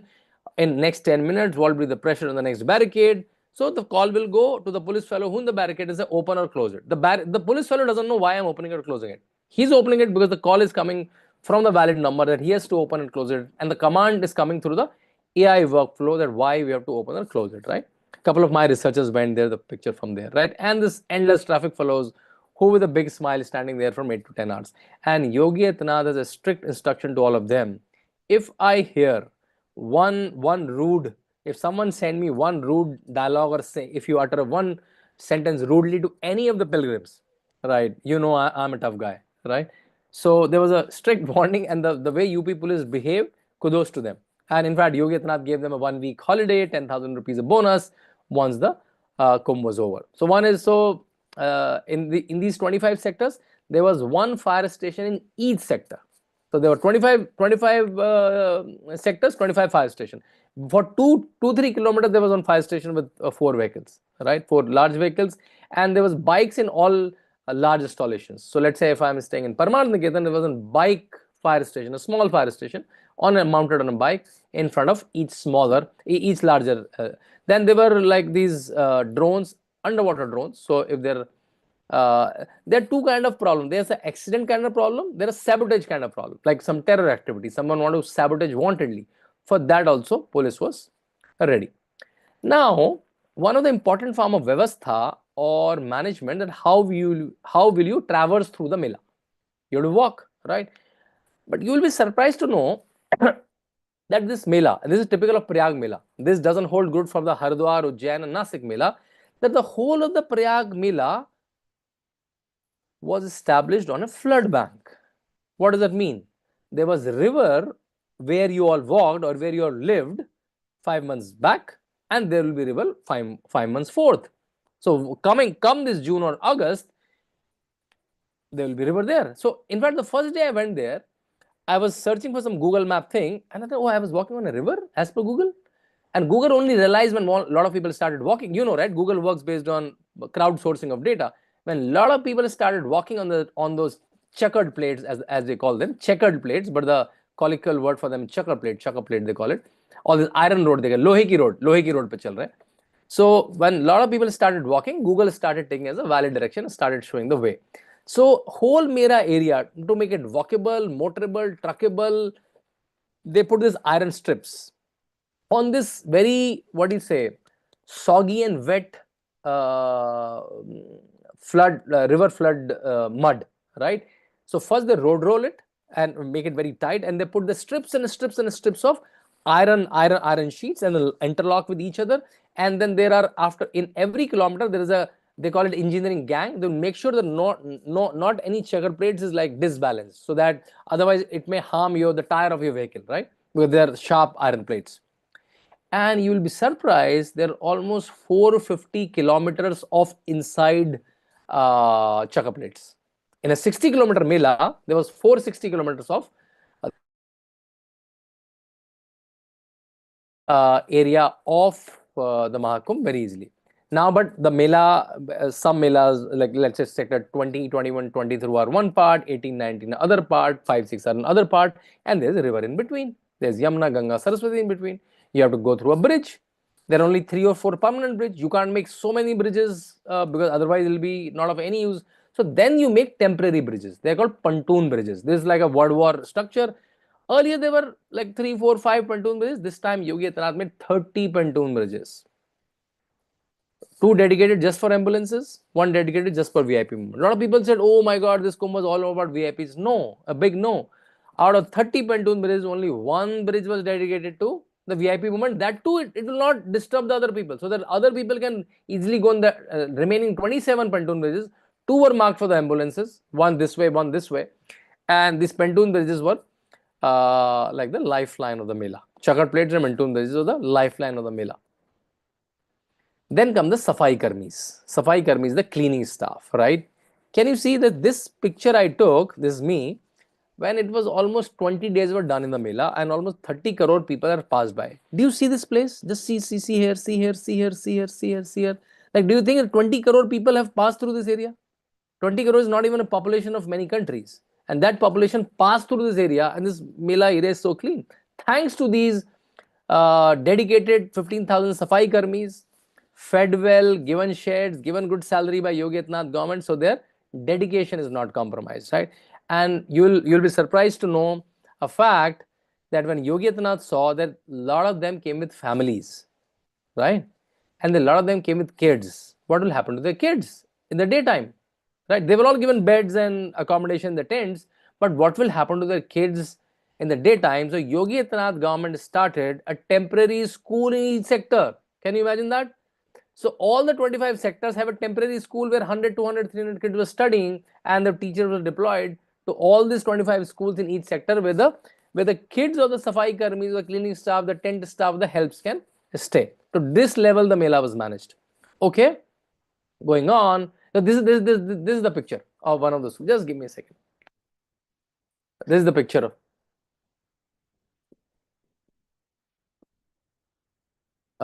okay, these are those temporary schools. Oh yeah, this is the funniest part and the most interesting part. So lost and found was like what word should I use? But the heart of the Mela. You'll say why lost and found can be the heart of the Mela, right? See, every sector had one lost and found center. When so many people will come, someone will be getting lost and they will be found. So as soon as I entered Mela, I was hearing a lot of these sounds. Ye kho gaya, wo kho gaya, yahan pe milo, wahan pe milo. I was like little taken aback. Are so many people getting lost? Like that's not even, yeah. Just give me a second. Just give me a second. So let's say you will hear Bittu ke Papa. I'm searching all in Hindi or some regional language. I'm not able to find you. Where are you? And some little not very pleasant sounds, right? Because they are in pain to be away from their kith and kin. So one fine morning when it was not very crowded, I went to the Lost and Found Center and asked the officials, like, are so many people getting lost? He said, no, sir. Nobody is getting lost. Some may find their people in 10 minutes, some may find in 2 hours. The people who find their people in 2 hours, maybe little like they face the trauma for 2 hours to be away from their kids and kids. But in the modern world and with the technology that we have by tracing people with camera, we have landmark balloons up in there, their mobile numbers are registered with us, so it's very easy. It's very difficult for anybody to be lost. And then once I heard that, I started enjoying this lost and found. These are like hilarious conversations, right? Because someone will say, let's say, Bittu ke Papa kapde kahan reh gaye, how will I take bath? So she was not concerned about Bittu ke Papa, she was concerned more about the clothes, right? So you will hear like very interesting voices, and these are the most predominant voice of the Mela. Wherever you go, you hear this lost and found sound, right? The Mela has this 4 or 5 like interclashing sounds. First foremost sound was lost and found sound. Second was the administration sound.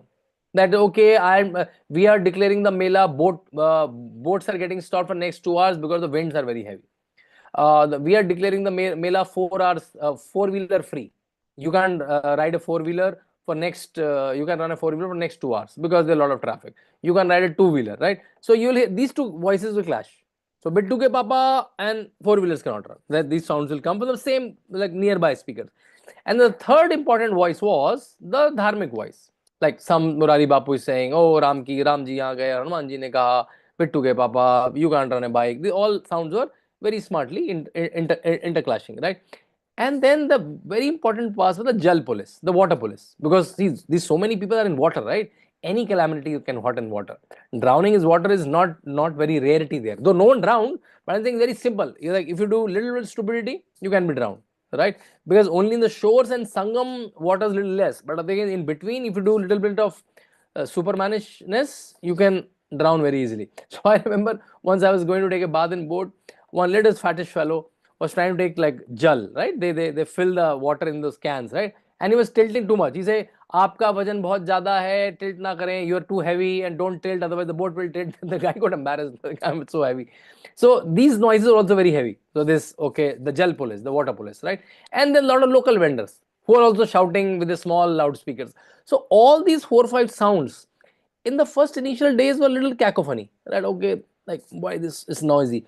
After a week, you will start missing them. Oh, where are those sounds, right? And because you get to know the software of it, like why they're doing it, like what's the essence of it, why they're so essential and crucial to the Mela. So that's one important element of the Vyavastha of the Mela, these announcements. Then the culture part of the Kumbh. If someone went to the Sector 7, Kalagram, oh my God, what a stage, what performances, from your Zubin Nautiyals to Kailash Kher.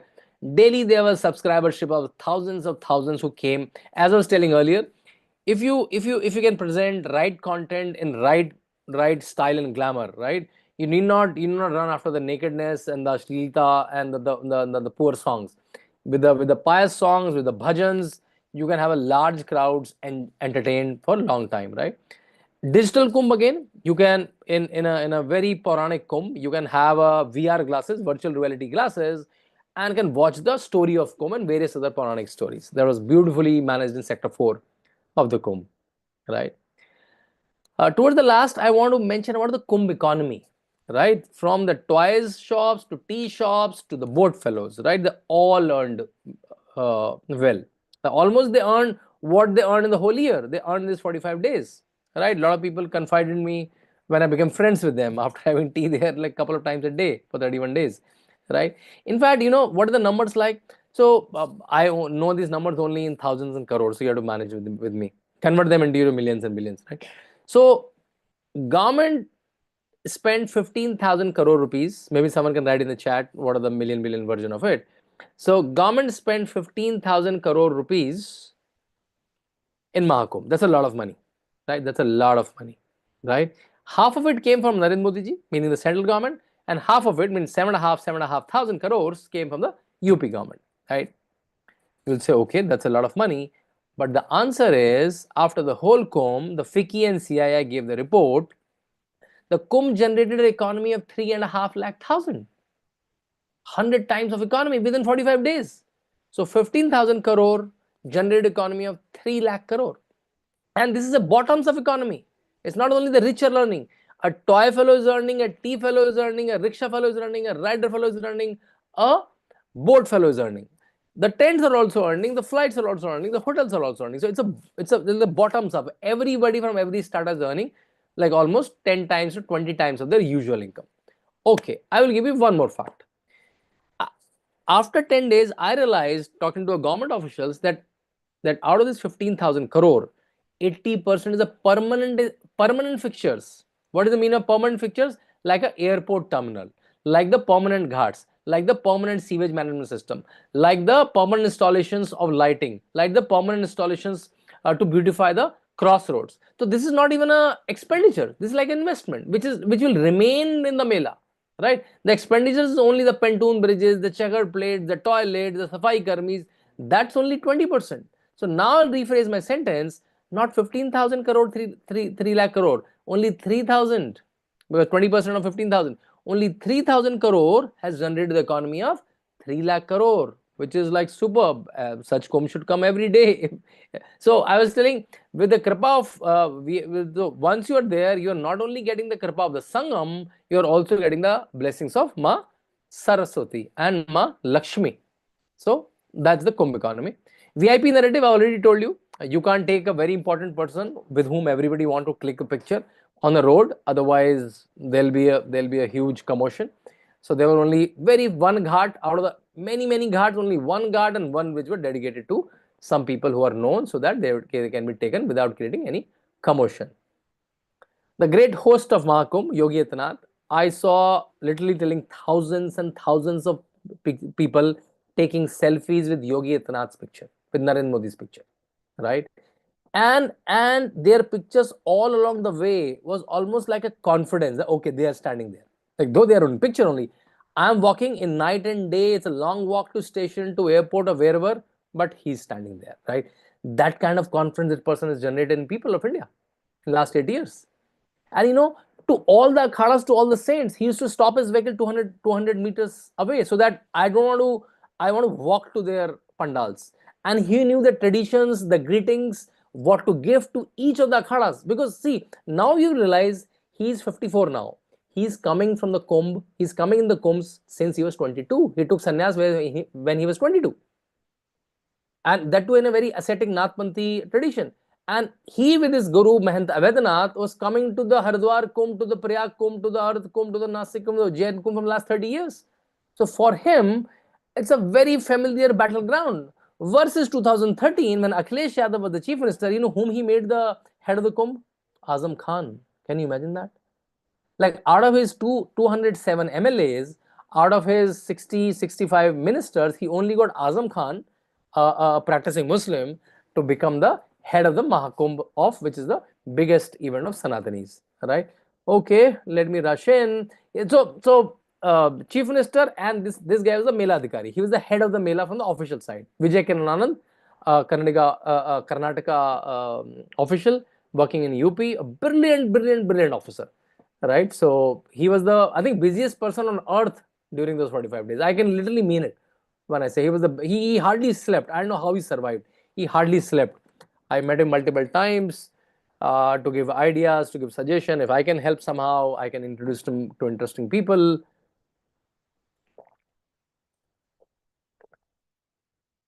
Okay, Kumbh par Rajniti, the politics of Kumbh. Mamata Banerjee called Kumbh, what is it, Mrityu Kumbh. Someone called Faltu ka Kumbh. Someone called one should not go to the Kumbh. I realized when 66 crore people come, that's a testimony that how much people of India relate to that divinity. And when I was going back on 27th February after finishing 31 days, I saw on the Meel Road, Raebareli is 126 kilometers. What is Raebareli? Raebareli is the constituency of Sonia Gandhi. Next to is Amethi, right? Oh, sorry. Currently, Sonia Gandhi is over Rajya Sabha, Raebareli is over Rahul Gandhi, and Amethi is also Congress seat. Like a typical Congress and Gandhi bastions, it's only 126 kilometers. It will not take even 1.5 to 2 hours in the kind of roads Yogi Adityanath has made in Uttar Pradesh, right? 66 crore people came to Mahakumbh, but someone who was 1 hour away, 2 hour away, Rahul Gandhi and Sonia Gandhi, they did not turn up to the Kumbh. This is how they connect to the people of India, which I can't understand, that how when every second Indian, every third Indian was there, the family, one of the top families of India, never turned up. Pani saaf hai ganda, right? There was a huge debate. The pani is not saaf. I have two arguments. So there were skimmers, there were ozonizers, there were multiple STPs to clean the water. One report came. Later we found out the sampling technique is very faulty, and another report came which said water was not only bathable, it was potable, meaning you can drink that water. And my also one argument is I stayed there for 31 days and I took bath almost like twice a day at least, right? I would have been super sick if this water was. So I myself is like a sample. If not me, these 66 crore people came and went back to their homes. If the water would have been dirty, my God, what pandemic it would have followed. It might be Corona 2, 3, 4 in India, or some kind of pandemic. If this water was, if these people went back to their homes in whole of India, if this water was dirty, there might be a huge disease in whole of India. So I'm saying these kind of narratives ran to malign the Kumbh, but they never stuck. These because when people came in the Kumbh, they realized, right? Okay, there's nothing of this kind. Yeah, this is the report that came. Finally, Mahakumbh, solid waste perfectly managed. Ganga cleanest tap water, meaning you can even drink it. 2 scientists of India and US fine. So that was also okay. What after Kumbh, right? This was my last day. I was very nostalgic. In fact, for the first 10 days, I was getting almost withdrawal symptoms. That can you take me back to the Kumbh, right? And then yeah, I ran to Arnab's studio. I got from the airport. He called me for a show, and this is my book, Masterclass with Yogi Adityanath on Kumbh. Whatever questions you have of Kumbh, I documented in the format, taking ideas from Yogi Adityanath ji. And it's available on Amazon in UK also, in India also. So idea is, can we have the conversations of Kumbh live after the Kumbh? And this, what we are doing now, is one such effort. Thanks to all of you, Riddhi to organize this. And when I coined a term called Kumbh alumni. Like if you went to Kumbh, Kumbh is a university and everyone who went there is a Kumbh alumni for lifetime. Right? And now I'm trying to organize Kumbh alumni reunions in Delhi, in Mumbai, in Bangalore, in Chennai. And this is one Kumbh reunion, right? Idea is, can we make the legend of Kumbh, right, alive till the next Kumbh? Next Kumbh in 2027 in Nasik, right? It's not that big a Kumbh, but it's a Kumbh, Ardh Kumbh or Maha Kumbh, whatever Kumbh, and take a pledge that I will go to every Kumbh possible till the time I'm physically able, right? I have taken that vow to myself personally, that I'll go to every Kumbh, I'll take my family, I'll take my kids, right? My son came. First time he flew with some of my friends without the parents. He's only 12. My wife came, my mother came. I must have hosted some 800, 900 people in this 45 days, right? So yeah, I think in our own capacity, we should keep the legend of Kumbh on till the next Kumbh. Maharashtra 2025, Nasik is the next. 2027 is the next Kumbh, and I was so happy. When I was going to the airport back, there were multiple posters of 2027 Mahakumbh by the Maharashtra government, right? By the Devendra Fadnavis government. And that's the healthy competition. They say that Kumbh is the most technologically advanced Kumbh. So the kind of this positive race has already started, right? And many people already pledged that, okay, I will also land there. That's all from me. Any questions, any counter question, any further assurances, any further assertions that you also felt the same? Thank you very much, Shantanu. We haven't left much time to chit chat, but let me extend a few minutes. What a brilliant, if you could stop sharing screen, please, so we can have your emotions and everything. Thank you, fantastic. So what an excellent presentation on how the event was organized.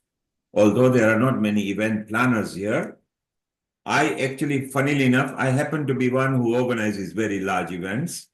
So this is even beyond me. So I associated with every humor that you brought when the lost and found property was there. I loved when you talked about the road structures and everything. It was really amazing. Maybe if you check your diary for October, from 4th till 14th of October, if you are free, maybe we'll invite you over here for something that's happening big. And not to this scale, because nowhere on the earth has this scale ever been shown. Your scale of event was the whole United Kingdom put together coming to Prague. So it's fantastic. You mentioned about the rupees of the cost, Shantanu. So 15,000 crore is 1.5 billion sterling pounds, which is quite a lot. Yeah, you need to unmute yourself. If you unmute yourself, look, if you unmute, yes. Say that again. I was not able to register it. Yeah, say that again. So you mentioned the 15,000 crore rupees. Yeah, say it in millions, yeah. And you wanted to know how much it is. It's 1.5 billion, although it's a bit less now because the pound to rupees, pound is more stronger. Yeah. Assuming pound to 100, I'm not talking dollar, I'm talking sterling. And that's a lot of money, but it's not a lot of money when you consider how big the event was. Exactly. So the structures and the procurement on the staffing, they did very well. Then you said that at the end of the event, people maybe earn 5 times, 10 times, 20 times, yes. So when you say 3.5 lakh crore rupees, that's like 30 billion sterling. Yeah. Effectively, you are right, is almost 20 times what they spend, they earn. Yeah. And that sum, never before, or maybe never in the next 144 years, because the next one will be there, will any country ever achieve. So that's fantastic. Shantanu, what I loved was the way you ran into the event planning, the road structure. You mentioned, we laughed about how lost and found, and sometimes people are just come and want to know where their purse is, or they've lost 10 rupees, and if anybody finds, deliver. So it is fantastic, the logistics of it, and then the regional logistic. And then the central logistic, like you said, the Karnataka guy was maybe the busiest guy at that time.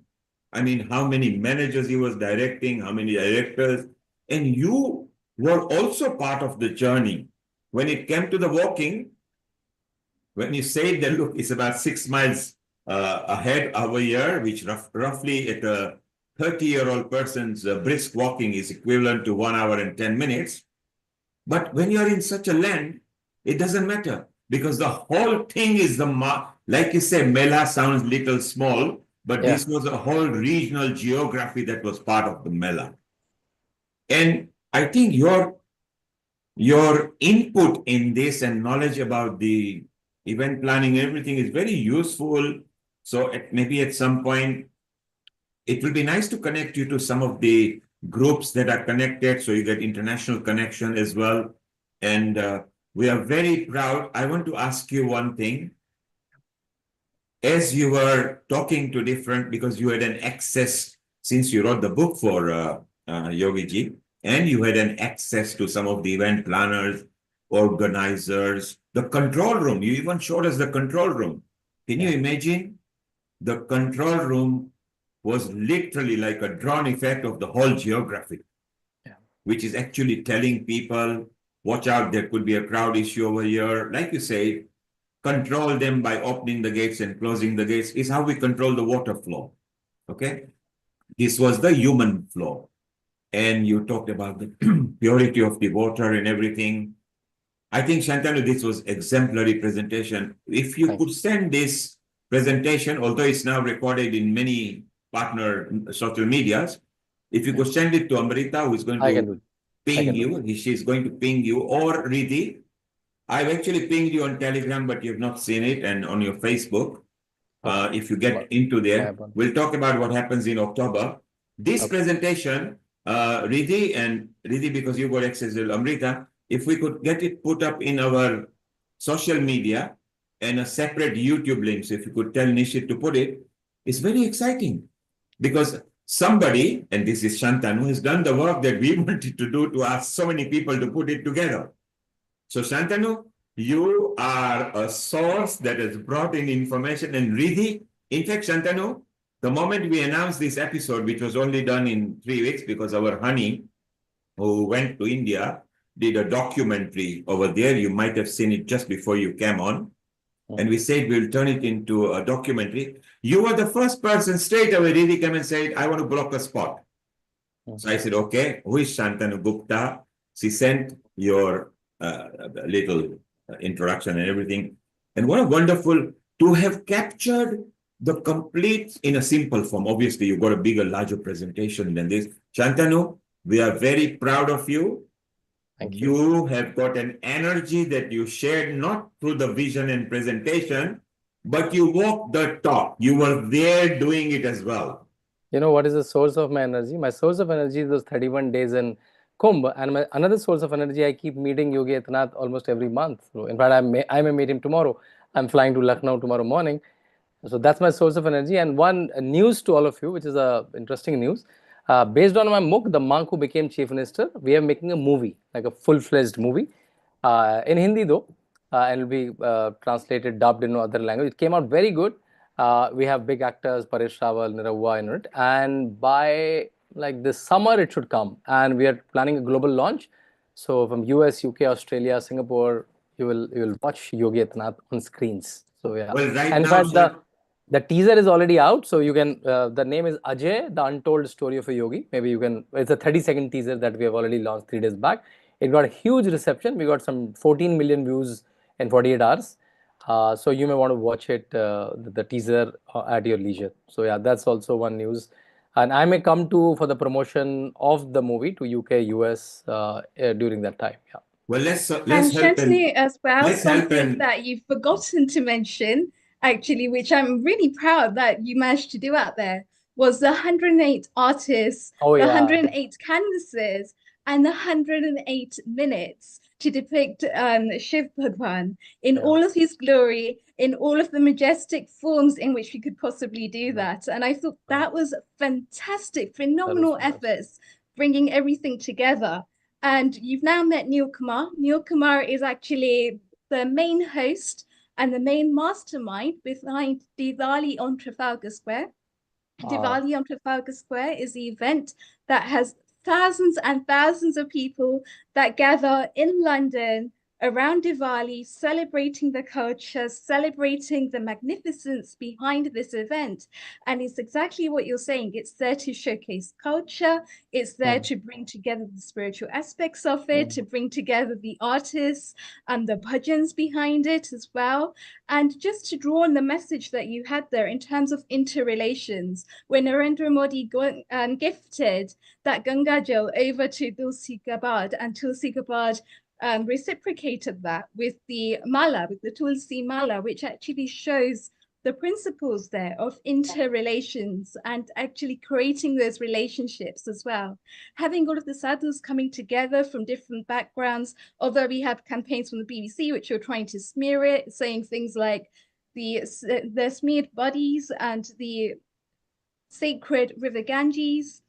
And it's actually quite interesting because when we look at it from a cultural and spiritual perspective, the message goes so much deeper. But these are the Western narratives that we have, which we're actually now trying to address. And I think your movie does a phenomenal job on Ajay. I know it's not just yourself that's the mastermind behind that, but I think it's going to be a phenomenal show coming together, and it just shows the magnificence behind this as well. And even the BBC sent down, I think it was Samara Hussein, which is a Muslim in herself, so it just shows that even though the Muslims are actually the parties that are actually saying we don't feel safe in India, but how safe are they feeling? Because how many crores of Muslims have actually come and partaken in the Maha Kumbh and made it what it is and made it the success that it is? So it's that bhav, it's that bhakti behind it. And it's all of these things that are really coming together, really coming into a peaceful coexistence where it's humanity.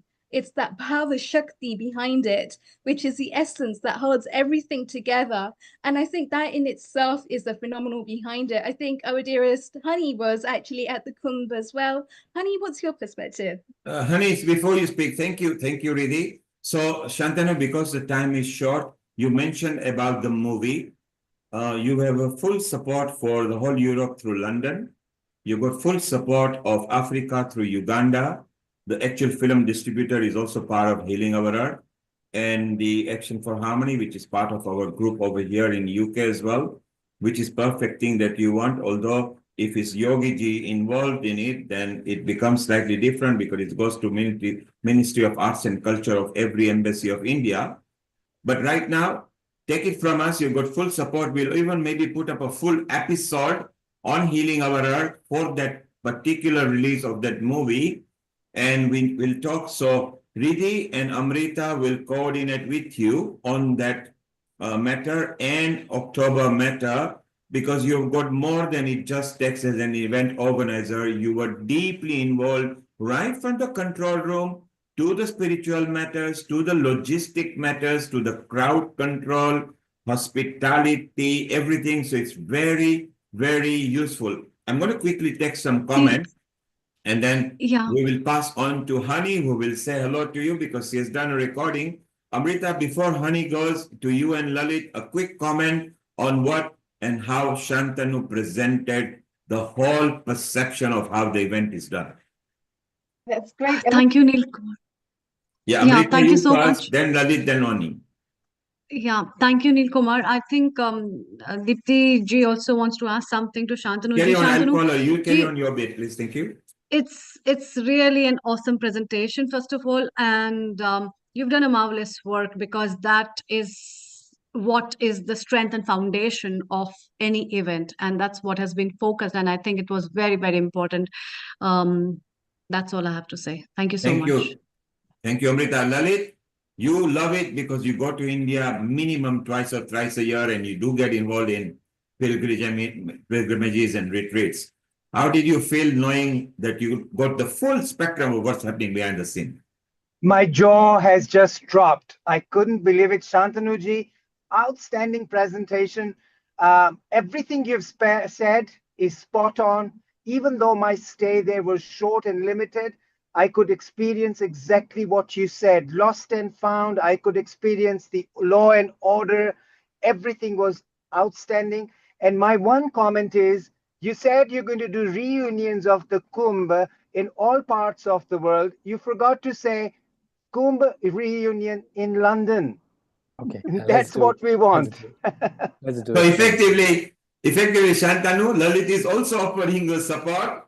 And actually, Riddhi did send the Kumbh alumni to us. And let's flourish it. And Lalit, you are very right. When Shantanu comes to London, make sure you are free. He gets free chiropractic as well because he's walked a lot. Okay. Absolutely. And we explore it with our partner, the Seva, the Sangh, the Harmony, the committees, the Art of Living, BAPS, the whole lot. Absolutely. It will be an honor and a great pleasure. Thank you, Lalit. You are driving, so concentrate on driving. I'll be with you back again. And Lalit is a senior reporter, the most senior reporter here at Healing Our Earth, which is very beautiful. Thank you, Amrita. Honey, we come to you. You were obviously intently watching because you were also part, but only in your sector, whereas Shantanu has given us a complete drone view from the control room to the planning room to the organizing room, everything. What are your comments? Because you actually have made the documentary, which we want to show in a moment. Yes, absolutely. Thank you, Neilji. Well, first of all, Shantanu-ji, I just wanted to say an amazing presentation. I found it very enlightening. I found it informative, and I found it educational, because what made it very credible is you also connected your own experiences here. It wasn't just about factual information, but it's about your own personal experience, because you showed the photographs. This is how this was. This is how this was. So I think that made it even more engaging. So altogether, I would say it was a fantastic presentation. What Neilji mentioned about sharing this with the world, I think you could educate millions of people out there about the behind the scenes of what's really taken place. A lot of us can only experience, oh, it was like this with the snan, oh, these are the people we met, blah, blah, blah. But the in-depth work, the organizational skills that needed to go behind the scenes, this is what we can appreciate from your presentation. So well done, a fantastic presentation. I thoroughly enjoyed it, and I'll be watching it again.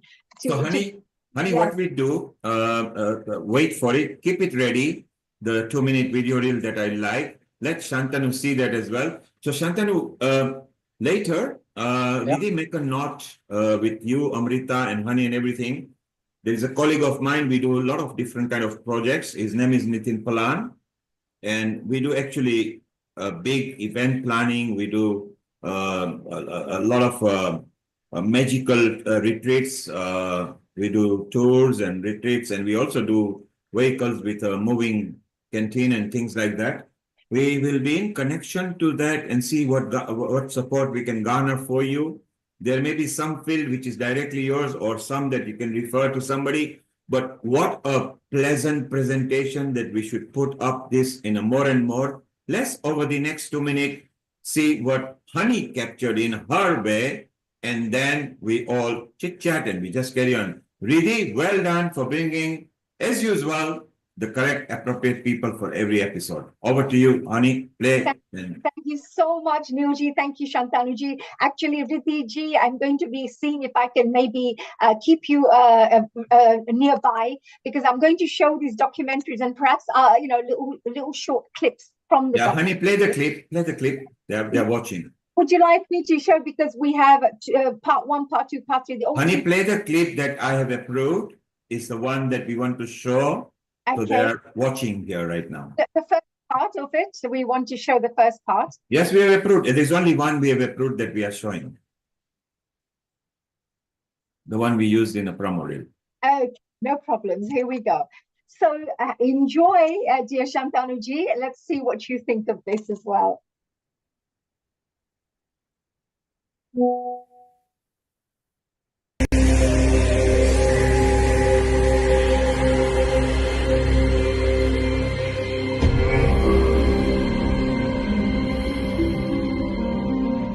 Imagine a gathering so vast it can be seen from space. A spiritual phenomenon so rare it happens once every 144 years in its grandest form. A divine calling that unites saints, seekers and souls from every corner of the world. Welcome to the Maha Kumbh, a place where faith, devotion and destiny merge into one. For centuries, this sacred gathering has been the ultimate pilgrimage for spiritual seekers. And today, I embark on my own journey, not just as a filmmaker, a dancer or a presenter, but as a spiritual seeker myself. The Maha Kumbh Mela traces its origins to a cosmic battle, an eternal struggle between light and darkness. As the Devs and Asurs fought for the Amrit, the nectar of immortality, a few sacred drops fell upon 4 places: Haridwar, Ujjain, Nasik and Prayagraj. It is said that during the Kumbh Mela, the celestial energies of these Amrit drops awaken, charging these rivers with an unparalleled divine force. To bathe here is to connect with that eternal energy, to touch the infinite. At the heart of the Kumbh is the Shahi Snan, the royal bath. It is believed that during this time, the river is charged with celestial energy, and a single dip can cleanse lifetimes of karma. To the untrained eye, it may seem like a mere bath, but to those who know, this is a ritual of transformation. As the cold waters embrace the body, something profound occurs. The ego dissolves, and the soul reconnects with the joy and divine within. Water represents purification, and this dip symbolizes washing away karma, not just of this life, but of lifetimes. It is a reset, an invitation to start anew, with purity in thoughts, words and actions. This is not just water, this is Amrit, the divine nectar. So that you saw a mini version of what honey captures, Shantanu. And it's so beautiful. Shantanu, I just mentioned my colleague Nitin Palan, who I want to bring in this conversation maybe. But Kumbh Palan is here. She is part of our Healing Our Earth gang, and she is a mudra teacher over here. She's also one of the patrons at Healing Our Earth. A global namaste, Kumbh Palan. How are you? You need to unmute yourself. If you could unmute yourself, please.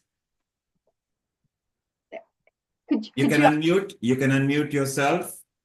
If you can hear us, unmute yourself. You've got the course right to yes, global namaste. Globally namaste to all, and Nil Kumarji, thank you so much. And so we just mentioned that Shantanu was the exemplary presenter of behind the scene and some of the events that we do, you know, the Harmony event and Diwali event and something big that we are planning again in October that you know that's happening.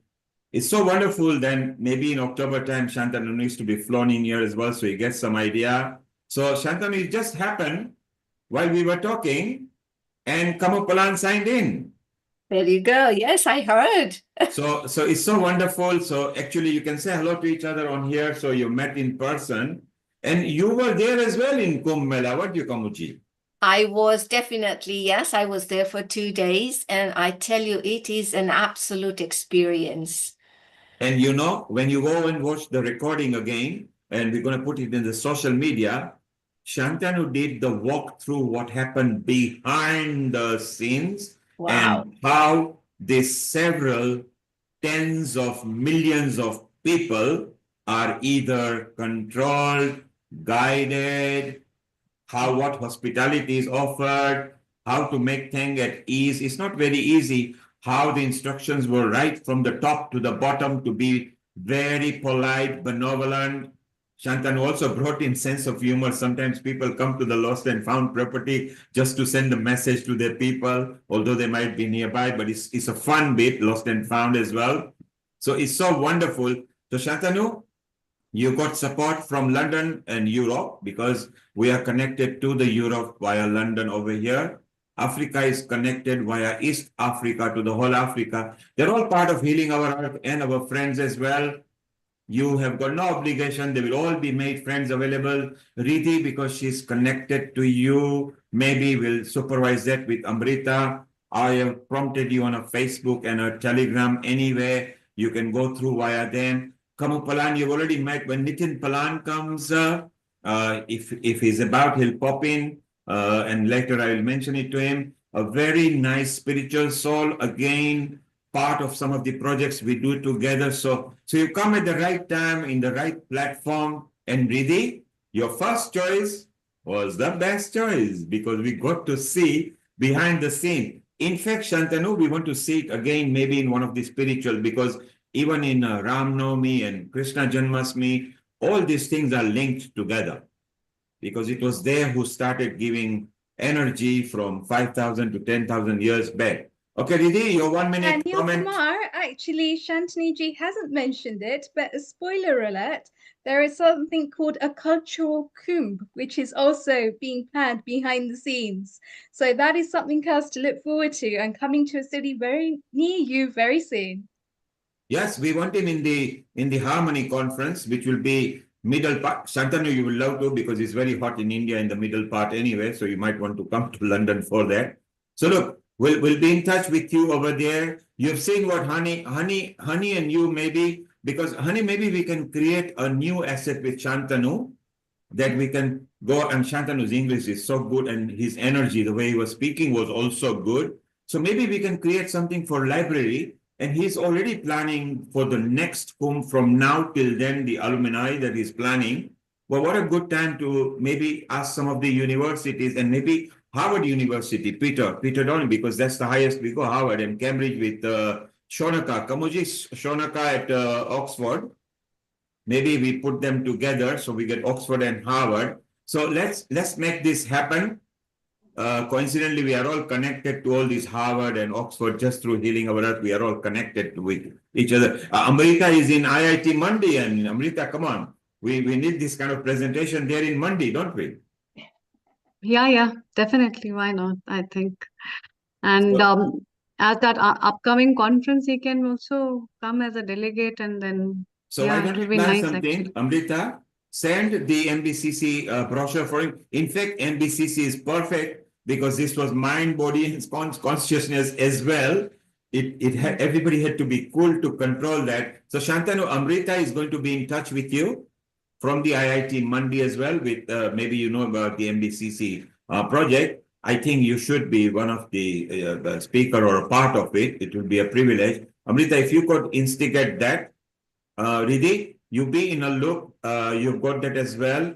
Honey, you be in a loop with Amrita, Riddhi, and everything. If we can create a new asset, me, Kamuji, and Nitinji will be plan of the harmony and the Sanatan and the Vedic knowledge because this is very perfect. What a wonderful energy we are sharing here at post Maha Kumbh 2025, which is beaming live on social media of various partners. Shantanuji, Global Namaste, and thank you very much. Global Namaste, and thank you so much. Yes, Shantanu, you really enjoyed the presentation. Yes. And the screening of your documentary, we are very excited about that because we're also going to be screening the Maha Kumbh Mela. We've only seen 2 minutes of what we've shared, but it's a 25 minutes documentary. So it is a little peep review of what we're offering. But we would love to screen your documentary as well, and we can plan something so we can get the message out to a larger audience base. And Healing Our Earth, as Neelji has mentioned, is connected to so many parts of the world, around the world, and so many supporters who would like to get this message out. So I think really well done. Looking forward to connecting. Honey, you mentioned the word maybe, so I put it not maybe, let us do it. Shantanu has already said he wants to bring that to the public. Amrita, if you could also get Gayatri in Mauritius come on in, because that country is very socio-religious and cultural. So together, maybe we can all muster something up that we can take it further away. And maybe Swami Rameshwarananda in Spain, Amrita, if you could put that in touch so that part of the Europe is covered. Thank you very much, Riddhi. Thank you very much, Shantanu. Stay around if you can. You've met the team. How are you feeling? For me, it's amazing. I think it's amazing if you're asking me. Thank you for bringing me in. Because of a movie thing, I'm a little tied up. Tomorrow I'm flying into Lucknow. So I have to pack early morning. But I thought because it's Kumbh, I can borrow any time to talk about it. So yeah. So can you, Shantanuji, when you meet Yogiji tomorrow, can you give him special blessings from Healing Our Earth and say we are very proud of him? We want to see him on Healing Our Earth as well. with his slokas, because he's very good at slokas as well. We want him on Healing Our Earth. Bon voyage, Shukhat Yatra, and we hope that you enjoy yourself. Surely. Thank you. Thanks, everyone again. Thank you very much. Namaste. Well, now we have got our Kamu Palandir, who was there as well. What did you enjoy? Chit chat with Hani, who is your friend as well. Hello, Kamuji. Hi, honey. How are you? How are you? It's such a pleasure always connecting with you. I feel these beautiful vibrations of yours, just emanating, and that smile of yours. So you must have had a fantastic time in the Kumbh Mela, as you mentioned. But yes, I did. It was absolute an experience. You know what, guys? People say that the rivers, when they are joined together, you cannot identify. For my experience, what I experienced was just out of the world. When we were going on a boat to the Triveni Devi, I saw this river and I thought, wow, what a beautiful river it is. It looks very nice and clean, although, you see these flowers floating around. But when I put my hand on inside that river, I thought it's quite nice and cold river. So I said, can I drink some? I asked the driver and he said, yeah, you can, it's okay. And when I drank that water of that, I think it was Yamuna River, and it had a totally different texture of the water, and the taste of the water was so different. And I've heard about this before, that, when you go to these certain places, the river water is different, the texture is different, the taste is different. And I could never believe it. I said, it can't be, with one big ocean like a thing, or a river, what you call, and all three different water textures and the taste. But it was different. And all of a sudden, when we were just going through, I saw this black water. And I said, how come here it is so clear and here it's all black water? And they said, yes. And I said, let me try that. The texture, the taste was totally different than the first one. And I came to the third one and none of them mixed. You can literally see this was clear water, this was dark water, this was medium water, the third one. And when we reached the Triveni Devi, I thought, well, people say that, people disappear into the river. I can now believe why, because the sand, when we went in, the sand was so silky that you got to be very careful where you put your foot on. And the minute you put the foot on, you think you want to walk one step, and when you do that, you are sinking in if you are not careful. So we were all holding, I was with Nitin, and we were holding each other's hands, and we both thought we were going to be sinking in soon. But it was totally different. And yes, like I heard Haniji saying that the energy, the cosmic energy was totally different, where that three rivers are meeting, although you don't see it, you just see one plain thing. And but there was a little different texture. I could feel it in my body. And the energy, the sun was beautiful out there, and I was just doing a little bit of sun salutation or praying to the sun. And you know what? That energy there, being in the water, was totally different. The body felt lighter.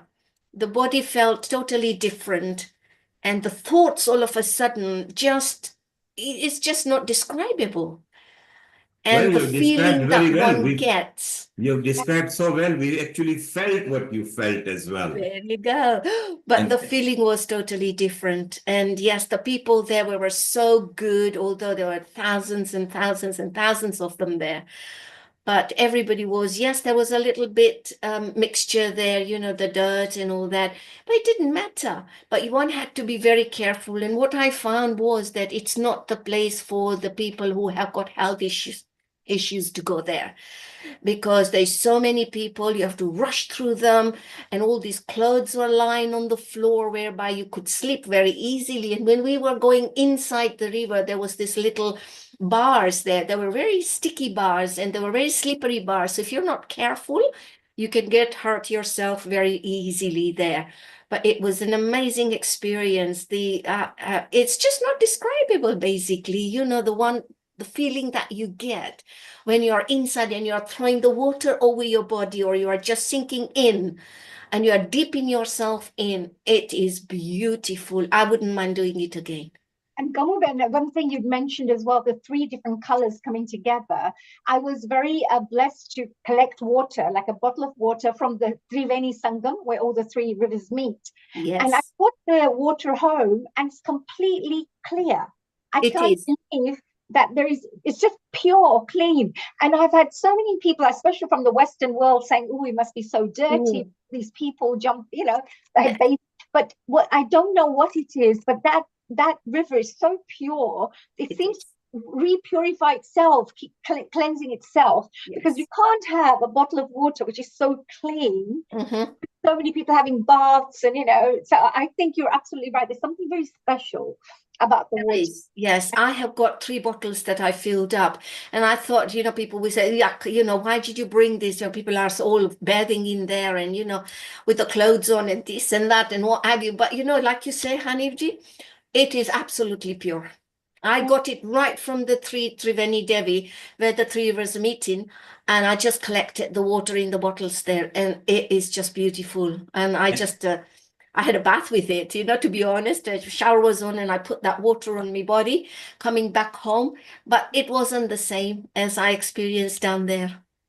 And Ganga Jal is what we are all used to, even in our time, 60, 70 years back in Africa. Ganga Jal was always welcome in everybody's house. We are enjoying ourselves. We're going to move on. We've also got Anil Patel, our sales journalist, over here, who is going to tell his journey. Lata has got a smile because she wanted to hear our Kumbh plan speaking over there. We've got Hitendra in United States of America, who is going to start with a nice humming or a mantra in a moment. We keep on chit-chatting. Let's carry on talking to everybody. We will also have Amrita coming back, and then we will chit-chat as well. Maybe let's say a quick hello to Anil Patel. Anil, then you stay around. We'll go, and then we'll go to Hitendra, and then Honey, we've got interviews to show. A global namaste to you. Anil Patel, sales analyst. How are you? And you were there at Kumbh Mela. We can see a picture. It's beautiful over there. Tell us more about it. Well, first of all, global namaste to everyone. And thank you to Mita and yourself for giving me this opportunity.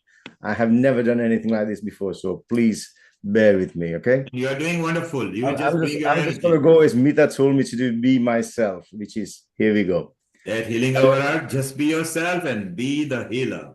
Okay, so the Kumbh Mela is something I had followed for years, to be honest with you, and always wished one day I'll make it to one of them.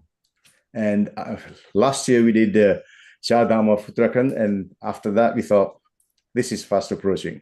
So let's try and get there. Obviously not easy, because millions upon millions were going to come there, So getting the flights, the hotels, and everything else, it wasn't an easy thing.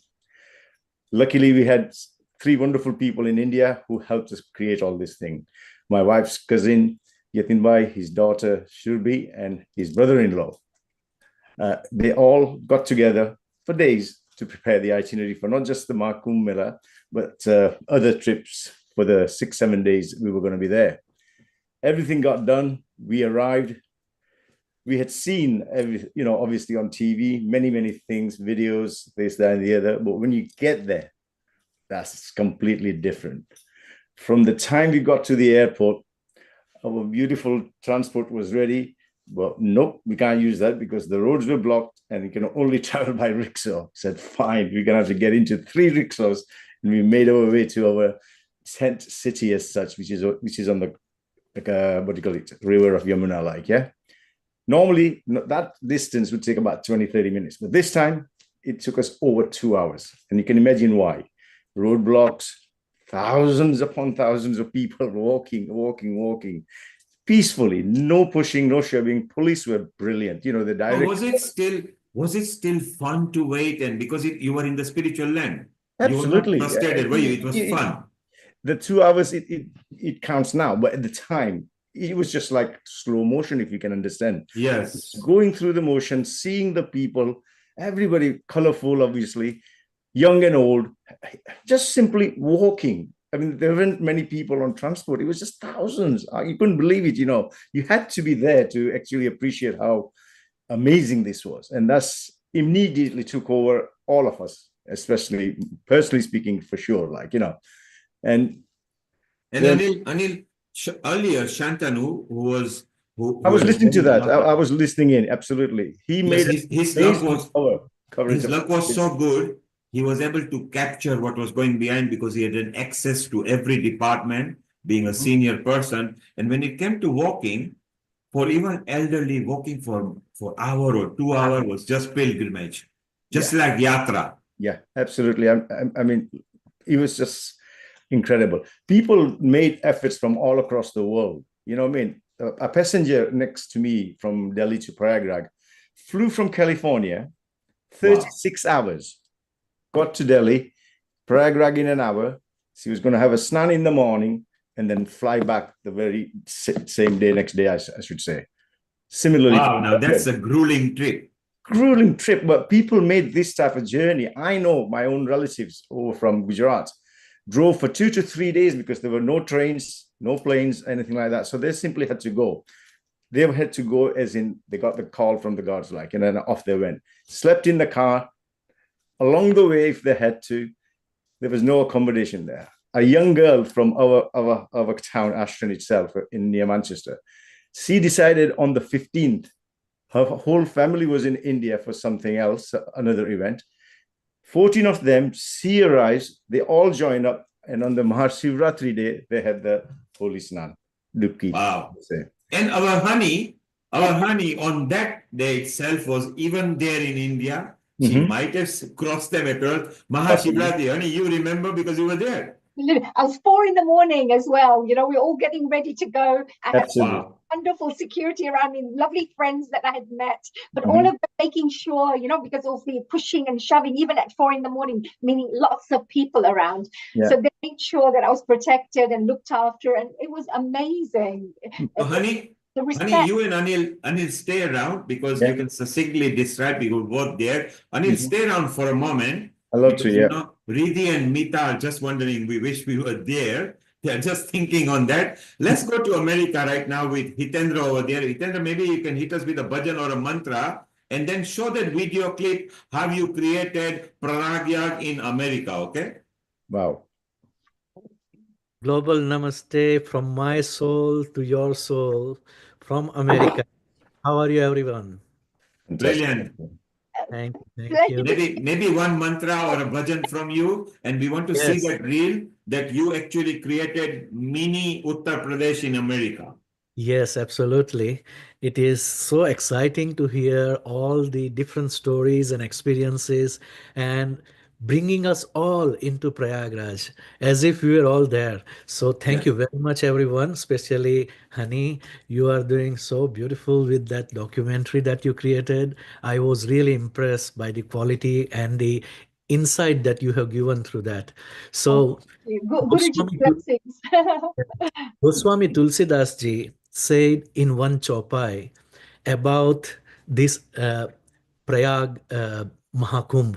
Okay, so we call Prayagraj Triveni Sangam as the Tirathapati in the sense that it is the one of the greatest place of pilgrimage, Tirathapati.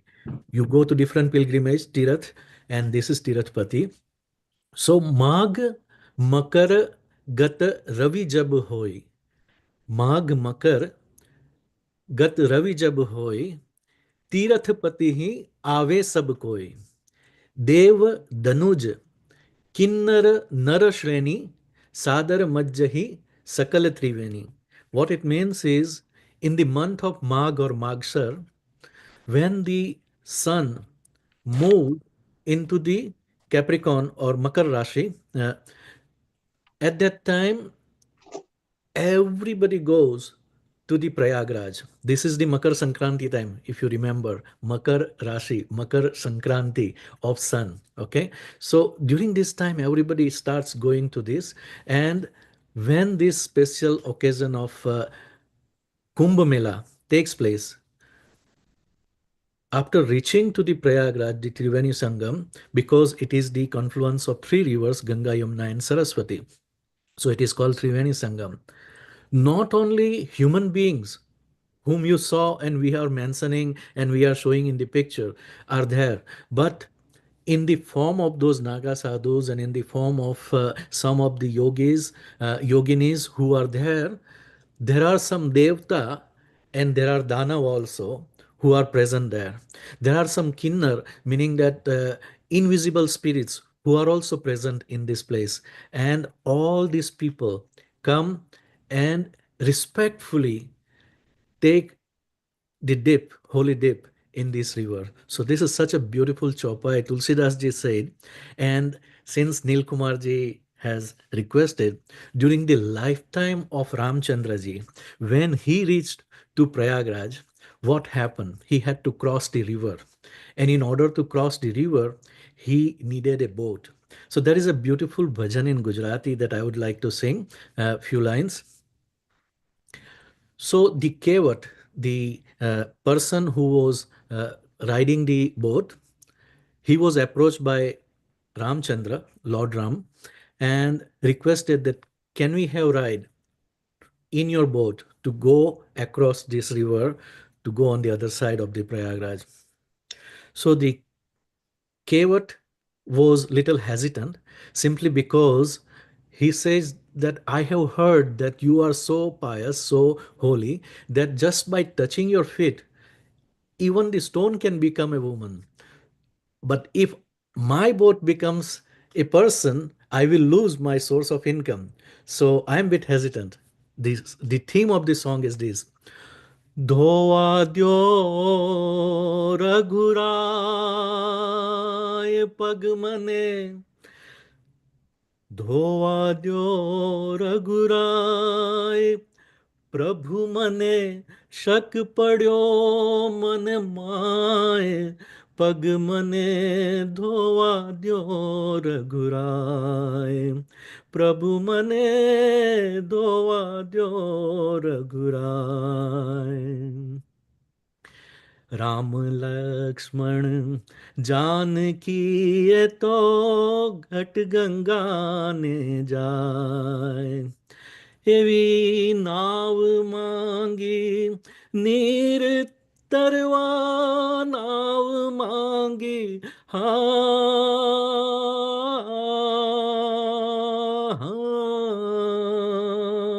नीर तरवा केवट मन मूंझाए पग मने धोवा द्यो रघुराय पग मने धोवा द्यो रघुराय. So the kevat is saying, Raj tamari kaman gari nari पत्थर नारी થઈ જાય રજ તમારી કામણ ગારી પથ્થર નારી થઈ જાય નાવ જો મારી નારી બને તો નાવ જો મારી નારી બને તો આજીવિકા ટળી જાય પગ મને ધોવા દ્યો રઘુરાય કે પગ મને ધોવા દ્યો રઘુરાય. So Sitaji is watching all this drama and she is smiling, she is smirking. She says, जोई चतुराई भील जननी जानकी मुस्काए जोई चतुराई भील जननी जानकी मुस्काए अभण केवो याद राखे अभण केवो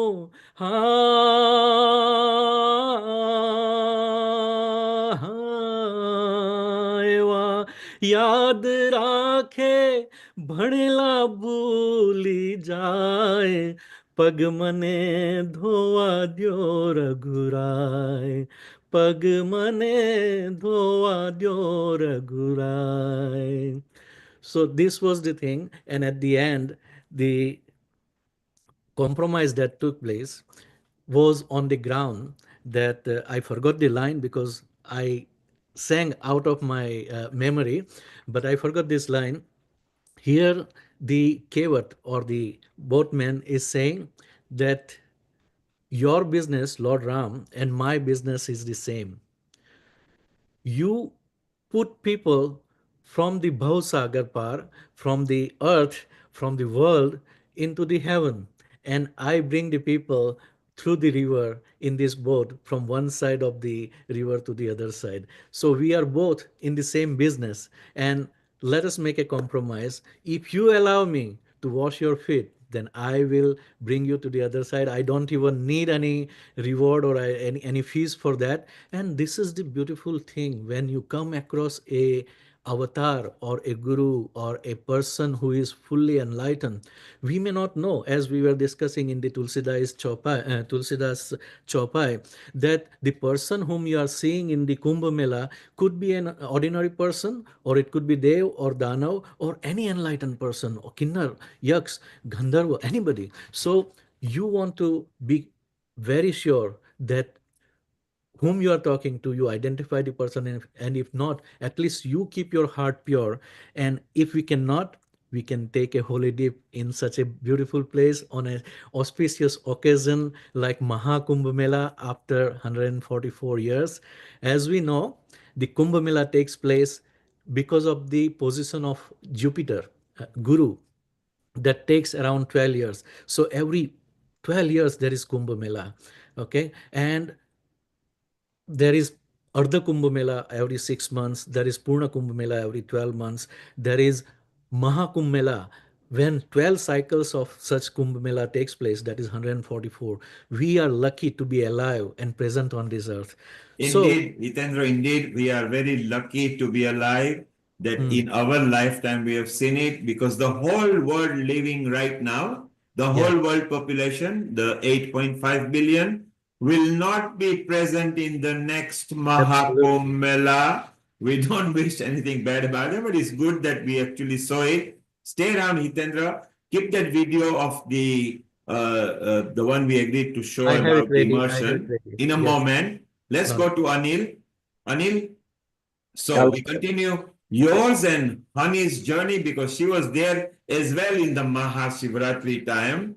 So if you two could bring out the best aspects that you two remember, that will be beautiful. Okay, I'll let Honey go first. Ladies first, always. What a gentleman! What a gentleman! Even at Maha Kumbh Mela, they were all gentlemen there. This is the beauty about being on Healing Our Earth. Every person I meet, they're such beautiful souls. I'm so proud to be part of this community. But I just wanted to say, Nilji, may I share some photos as well while I'm sharing?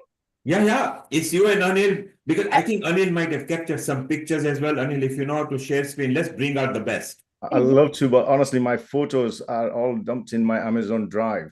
Unfortunately, when I started watching this presentation, I thought, oh my God, I need to do this now. But it's a little bit unfortunate. Don't worry. Next time, we always do spiritual things. Honey will show us. Yeah, there you are. Look, boarding, and her journey starts when she got and checked in, and she said, okay, I'm going to. I just thought maybe I wanted to share a few things quickly with you. Yes, go ahead. I'm just going to go forward, but I have a lovely video made up of all the compilation of photos, just to let you know that even leaving from here, from the Maha Kumbh Mela, when I ended up being at Heathrow Airport, for example, it was amazing because I hadn't actually expected that I will be going. I literally left about 5-6 days before the Kumbh Mela. Oh, I'm trying to start that off here. There you go. And then when I got to the place, I just wanted to share. I traveled. It was very different in terms of weather. I met Sushilji. I met a wonderful gentleman called Sandeep Marwal, who is won more than 1,500, I would say, awards. I then got interviewed straight away about the documentary, about what I'm going to be doing with the documentary. So this was very interesting as well. This is Mr. Marwa, who hosted me when I was in Delhi. Then I was off to Prayagraj. Prayagraj was amazing as well because there were no tickets available. These are two wonderful gentlemen, Radhe Shyamji and Manojji, who welcomed me. As I moved on, this was Mahashivratri night. when I met a wonderful Swamiji Ajit Malia, and he was the first person I met as soon as I arrived at the Kumbh Mela. He's a Shiv bhakt, and I'm also a Shiv bhakt, so that was really interesting. And then we ended up going on to the actual snan for the special royal bath. So you can see all the wonderful people looking after, taking me to the place. It was early in the morning on Mahashivratri. I met lots of friends, made lots of friends while I was there. You can see a special puja here. And this is where the mantras were being said by Swami Ajitji. I was also blessed, I think, for doing this. Some of the people who were there, they are ex-army people, ex-navy people. Even though they're retired, they were there looking after me. So I thought that was really wonderful. And then where I felt very proud that I ended up experiencing the beauty of the culture. So I ended up having this special star on my forehead. I felt really spiritual, and I was wearing this beautiful shawl that Swamiji had given me, and this special necklace that Swamiji had given me. Then I met these wonderful sadhus. I met the yogis as well, as we say, Agori Babas, security. You can see there was a lot of people here. You can see this. And all of these people, security people, completely, I would say, supportive. As we moved on, I met many, many sadhus, got blessings from lots of sadhus, as you can see. And this was so beautiful. You can see the sun that was just rising, actually, in the morning when we finished our snan. This was where the lot was, which Shataji has mentioned. Then I also went into the tents. How people were living in the tents near the actual Mahakumbh. So I ended up meeting some lovely aunties and uncles and doing media interviews. Shamji, he took Triveni Sangha to do the arti. Even at night, there were so many people there. It's unbelievable. So many people. Again, security everywhere. Wherever I went, there was security. Honey, you were disturbing the security. We should have cautioned you over there. They all wanted to take photos with me. They were like, yes, I could see eagerly they were wanting to take pictures. It's so nice that they were so friendly. Yes. And because of friendliness, everybody enjoyed themselves. And look at the number of people in this festival. Look at that. Yes, the arti. I mean, this was amazing. This was Mahashivratri night. And this is when I ended up doing the arti. I missed the arti, actually. So here, I missed the arti at the Triveni Sangam. But I ended up meeting a priest. He came along to me and said, would you like to do the arti? And as soon as I started doing the arti at this place, I ended up having many, many people just joining me this is what I was doing the arti. So this is the priests I met. And this was an army officer, I think a security guard who was looking after me. This culture, I was loving the culture. I was loving meeting the Agori Babas. This Babas gave me a lovely Rudraksh bead as a gift. And that gift is for me very invaluable. The people who welcome me, the local family members. This is, she was here early. Yakshi was there on our episode. And presumably you were with Radheshyam most of the time, Radheshyam Namdev. Yes, Radheshyam Namdev, who is, of course, part of the RSS. He's one of the UP, he works in one of the top organizations there. He helped to organize. So luckily, I had all my VIP cars and the hotels and, everything was organized for me to get access to wherever I needed to go and to do the filming as well. So that was very useful to have, Radheshyamji and Manojji. There are two people who really helped me. Manojji was a journalist there, so he also promoted this documentary as well to his audiences. So, honey, stop this here, freeze it, stop the screen share, freeze it here. So we want to carry on with this again in a moment. Bring back the screen and the speakers. So let us see. Yeah, so Anil, you were there, you went to the festival, you saw part of it. What portion do you relate with what Honey saw, and were you in the similar zone or were you at different place? Well, we arrived on the 16th itself. Yes. And we did the snan first thing in the morning on the 17th in the Triveni Sangam. We took the boat, got to the temporary built stand, and then we went into the water. And as the sun was rising, we walked away from the stand in front of the thing, took the dips. It was just like amazingly peaceful environment. You have to be there to actually feel Are it. you missing it? Oh, 100%. I've already saw like a plan or hope, the God willing, we make it to the next one whenever that happens. Like, in Now, Anil, you seem well settled Britishite. So you're, more Britisher than maybe you spend enough time over here. When you felt and landed and you were part of it, did you feel you let go of everything and you just become just like a yatra guy and spiritual? Yes, you can't Absolutely. help it. You can't help it, isn't it, Anil? Yeah, it's just a natural thing. You just simply, honestly, you forget the good side of life and the comforts and everything like that. We were ready for this thing because, as I was saying before, we did the Chardham Yatra for 12 days, and we were getting up at 2:30, 2 o'clock in the morning every day to get to the right area to do the pujas and stuff like that. Similarly here, we just let it go. We all knew whatever was going to come our way, we had to tackle it.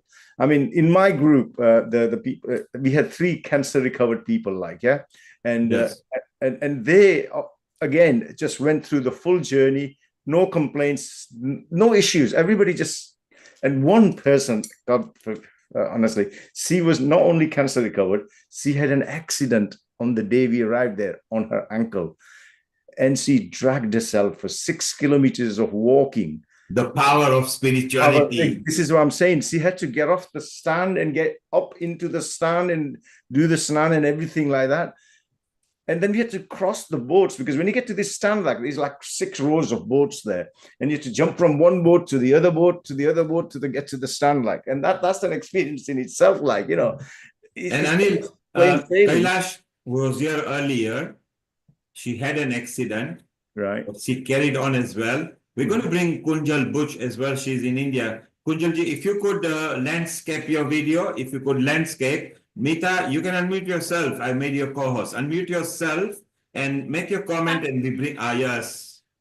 Kunjalji, if you could landscape again, you nearly did it, but then don't touch it. Yeah, Mita, your comment. Yeah, I just wanted to remind that, Anil is being very humble, but he has gone through knee surgery and he tracked 10 kilometers up at Kedarnath the year before, that is last year, last 5 kilometers. Sorry, if I can just interrupt. And he was writing a trialogue every single day, spiritual trialogue. So I was experiencing the whole 4 Chardham Yatra, and also Haridwar, and he went to Ayodhya, he went to other places. So he had, very diligently written every single day what happened, what they were eating, how they were traveling, how they were trapped. They went to also Vrindavan, they went to Gokul, they went to all these different places. So yeah, he's got a book of trialogue which you can share actually. And he's yeah, Anil, you wanted to make a comment. Yeah. Anil, you wanted to comment. Yeah, so Mita and I go back into 1970s when we were in school together back in Ahmedabad, and we met up a few years back, and we obviously kept in touch since. The thing was, I created this broadcast on WhatsApp when we first went to the Chardham Yatra. Over 190 people were in it, and everybody was getting messages every end of each day if it was possible for me to do it, if not over 2 days. And I did the same thing again for this particular trip. So I've got 2 blogs which are just such a memorable things for not ourselves individually, but so many people have thanked us for, not being able to come and do these things and see these things, because some of the stuff was, I was videoing it all and everything like that. So it's wonderful to do all that, but you have to be there. One has to be there to do it. Anil, what we will do, like you said, let's try to be there through Honey's picture, because she will describe. Honey, we go to the next part for a couple of minutes while Kunjal is putting a landscape. Yashi is back here, Honey, because you brought her in a picture, and her father you interviewed. We've still got a couple of interviews to go. Carry on. We will keep on talking till your picture propagates. Okay. So Anil, the memory that you have got, look, Honey is back there. I love it. Look at the structure, marquee structures. So if you could just zoom out, we can see them. This is a very high standard marquee structures what honey is showing. So look at the standard that has improved in India. It's Yes, beautiful. yes, and also this was a beautiful. It was run by Mr. S.K. Singh. He was an eye specialist, and they did 250,000 plus free eye tests and eye, so treatments as well. So what And they what a did, service, because it does say at the back, Netra Kumbh, which is the eye camp, which they are running. So it's so wonderful. and I mean, all these wonderful people that we met, as you can see, this is the gentleman, Mr. Singh, and he was amazing, very humble. And here, by the way, the people, as you can see, the kind of warm welcome that people give you wherever you go, it's so beautiful, it's heartwarming that you cannot forget these kinds of memorable moments. And they make you feel like part of the family. That's the interesting thing. Look, they all brought their neighbors. All the neighbors came. A policewoman came from next door to come and visit. And this is Radhe Shyamji's family, the whole political. This is Radhe Shyamji as well. These are friends who came to visit. They gave me gifts. When I came back, I had these beautiful gifts that people had given me when I came back. So you can see that. Look, the whole family. This is Srivastava family who came along. Food. Here's the lovely prezzies. And this was my ending, to say thank you to everybody from this. Look, as you can see, there's a little thank you. This is when they were dropping me to the actual airport. You could see the roads are so clean. Look, the airport is so clean. A lot of airport leaving for Delhi again. And when I left for Delhi, I ended up meeting a lot of my Western friends, the Western people that were also visiting. So I ended up with some of them. You can see the artwork, which is so beautiful, that Prachi talked about. This is all the research doing my hotel, meeting Swamiji's, as I mentioned to you previously, saying bye-bye. Now this, I have to mention this part. This was very interesting because I ended up doing this documentary with Marva Studios. Marva Studios is run by Sandeep Marva. And while I was there in India, they invited me to do a lecture with all the students. So here I was, whilst I was going to the Maha Kumbh Mela, the universe was giving me these fantastic opportunities to connect with wonderful young people. So this is what ended up happening with the teachers, young people who I ended up meeting. And here was my little flyers that they created, etc. And they ended up doing more interviews. Here they gave me a special award for doing peace because I was using the documentary to promote peace and spiritual peace around the world. So they ended up giving me a special award as well. So as you could see, all the photographers, everybody came along to visit. It was amazing. This is Sushilji and this is Radhe Shyamji.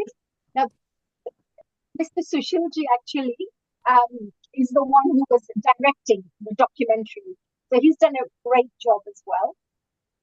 As we finish this whole thing, this is the end of this is where I was staying in a lovely little place and with lots of lovely food. And there you go. That was just a little bit of background to give you an idea of the kind of experience. But my thing I have to say was, it was like the universe was calling me to be there. And I think I heard that with everyone who said that they really had a longing to go. And I had a longing to go for many months.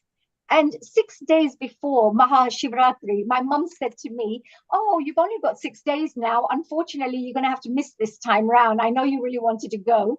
And in my head, I thought, "Oh, I've got 6 days left. I've still got 6 days. I can make it." So I ended up traveling within 6 days, arranging the documentary, doing everything within 6 days, getting the VIP treatment, everything. I think somebody, higher forces were inviting me there. And even when I did the Mahashivratri, everything on the Mahashivratri night, the Aarti, I really wanted to do the Aarti, and they said, "Sorry, the Aarti is finished." And suddenly this priest turned up from somewhere. So what Hitendraji was saying, that sometimes you have these angels, farishtes, devs, they support you, the higher spirits support you because they know you really from the bottom of your heart want the blessings from this. And I think you just get support somehow. And I was very proud. And that documentary that I've created will give you that story about what has happened, what kind of spiritual significance there is, what changes took place in the water, which you can actually measure. So the actual vibrations of the water that we can measure. And it went all the way to the end where people also commented on what they thought about the Maha Kumbh. So, honey, yes. You are proud to be there, and we are proud that you were there.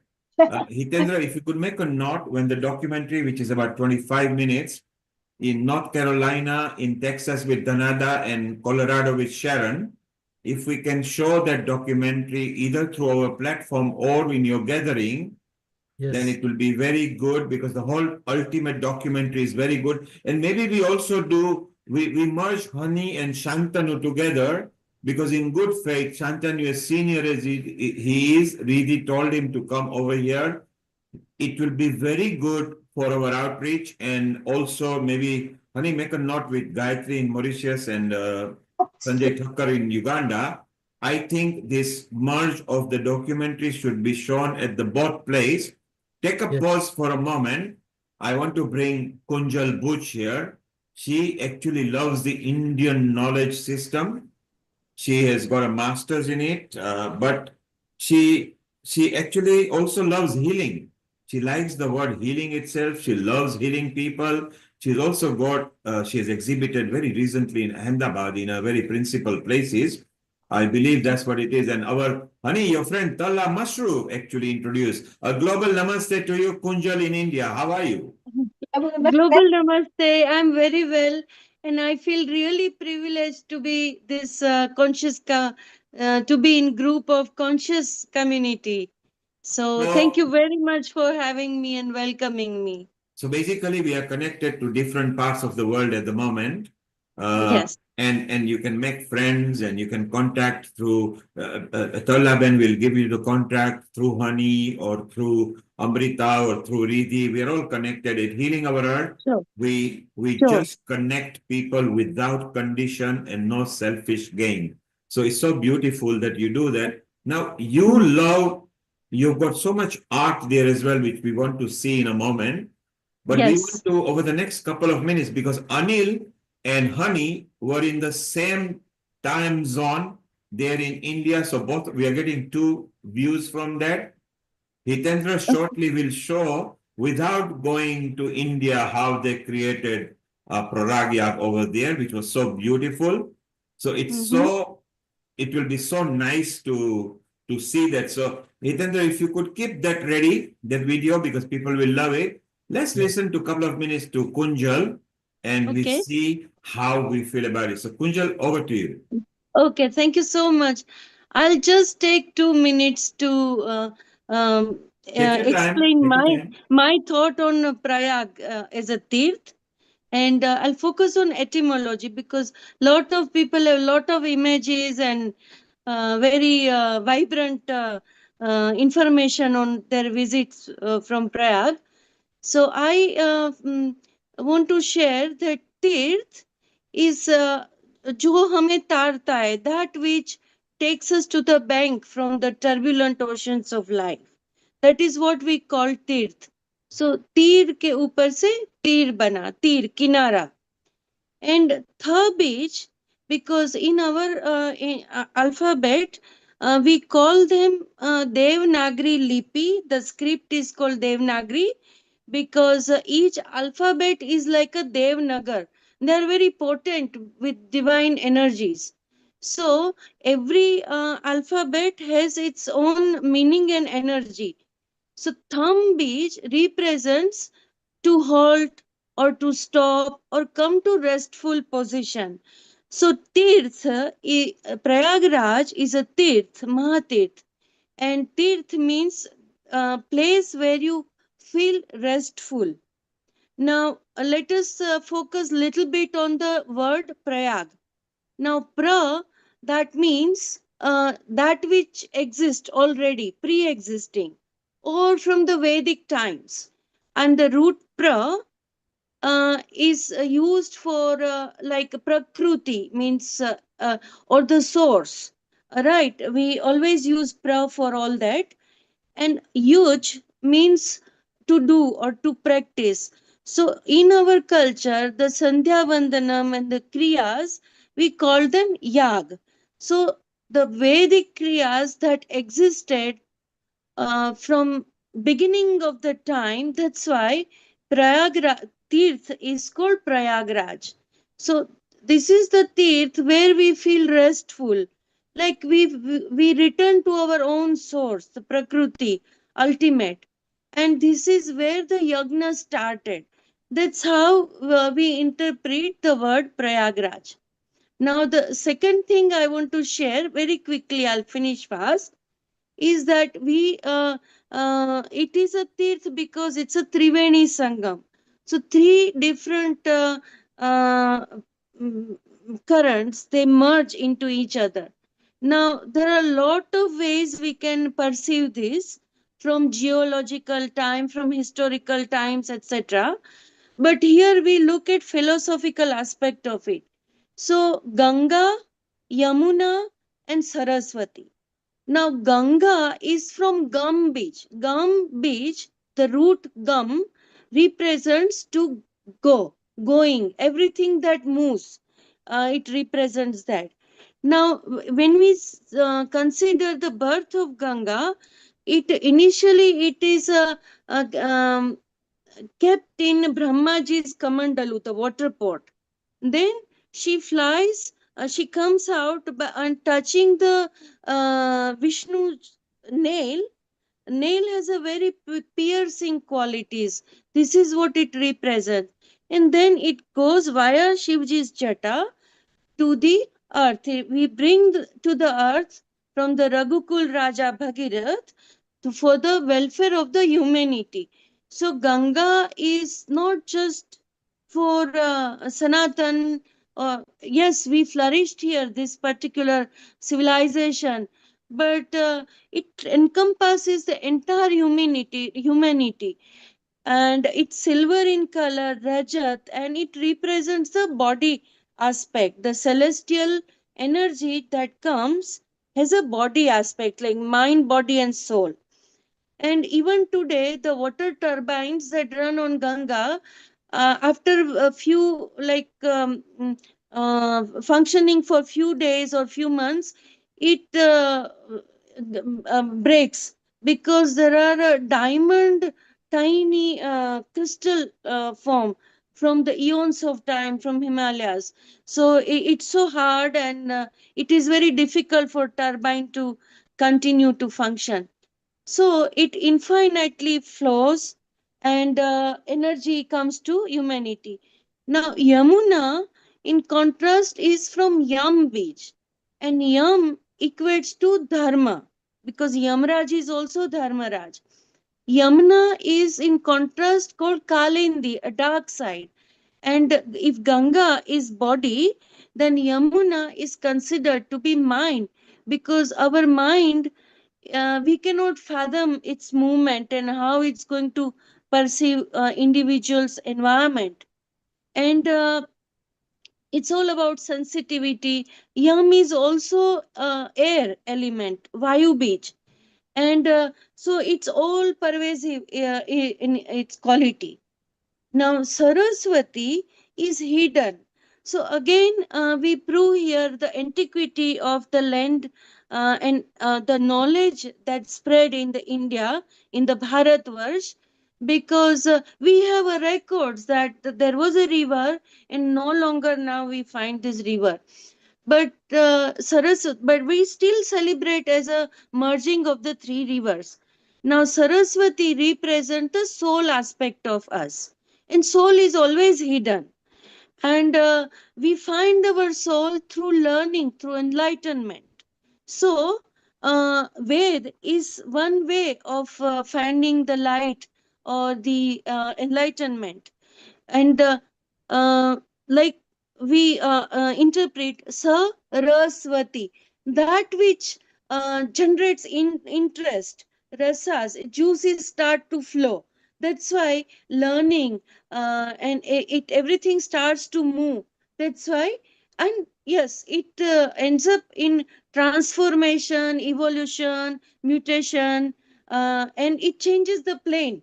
That's why it stops flowing on the surface. So when we reach the higher planes, our dimensions change like that. So this is my interpretation of Triveni Sangam. Thank you. So Thank you, Kunjalji. Now, thank you. okay, We want to know done, more. done. We want Okay, to know more about what you felt in the Kumbh Mela, but wait for a moment. sure. Hitendra, if you can kick in that wonderful video where all of you are taking a dip in the American Ganga Nadi, if you could keep it ready and Okay. we can play it. And we will also go to, so Talaben, please landscape your video, which means it looks like everybody over here. Then we call you in and you can say hello as well. While you are doing that, Hitendra is going to now show this beautiful video. And this is Able to what... see it? Can we see it? Yes, we can see it. If you maximize the screen, play the video, so video will take over. Play the video where you are immersing, the middle video where you are immersing. You need to play it, so go to the play button, share, play button now, and sound. Okay, you are sharing the whole channel. It's just that video. Click the video. So only the video will appear there and then we play. You can stop screen share, keep it ready and come back again. Hitendra, that's fine. We chit chat. Now, Yes. I think Talaben is not able to landscape. Yes. Yeah, Oh, Talaben, always requested, you always come landscape. You've been on healing many times. Keep landscape, not portrait. Don't worry. Just say hello to Kunjal till you find out to do landscape. Talaben, say hello to Kunjal. Global namaste to everyone and Jai Shri Krishna, Jai Ho. Kunjal Ben, Jai Shri Krishna and Jai Hari Om. Kunjal Ben, nice to see you. And Kunjal Ben, Global Namaste. Thank you so much for including me. Global Namaste, Talaji. So, okay, Kunjal Ben, it's nice to see you. You were together in a Kumbh. The one thing I would just want to tell everyone, Kunjal Ben has been my mom. She looked after me. She held my hand. And whenever I fall down, she picked me up. That's the main thing. She has done a lot of things for me, and I will never ever forget that. If Kunjal Ben was not there, I won't be able to go to the Kunj. I was thinking I can't go alone. And then then I went to Ahmedabad.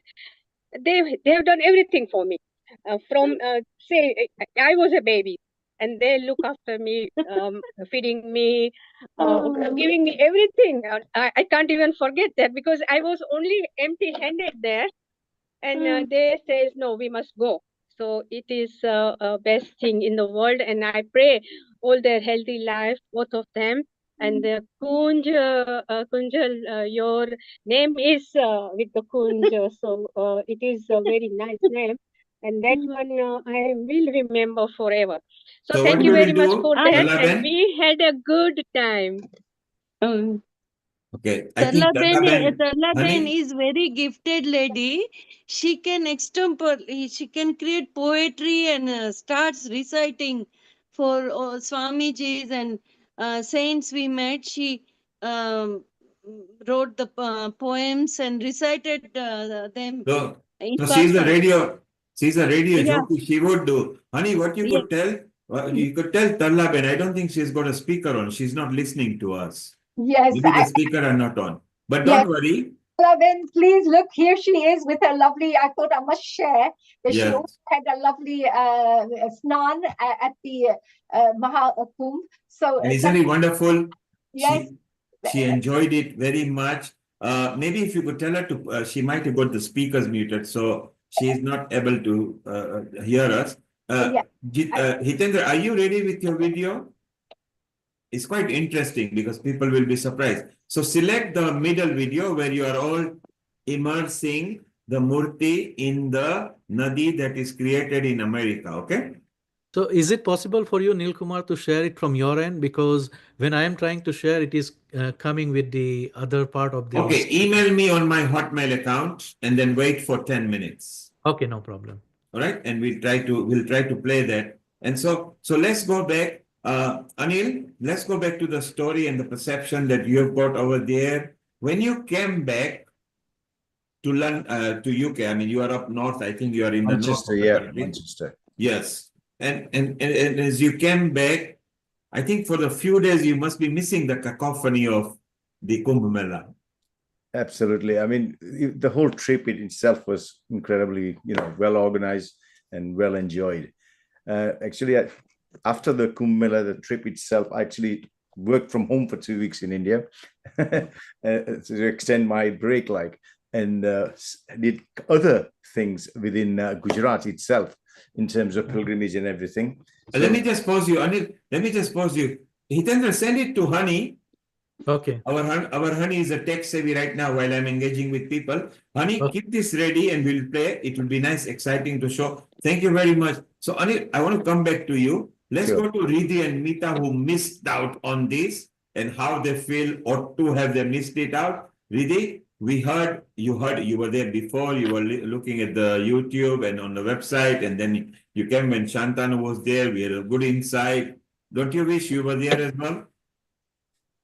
I think it's wonderful to have a surreal experience through the way that Anilji, you describe it, through your experiences.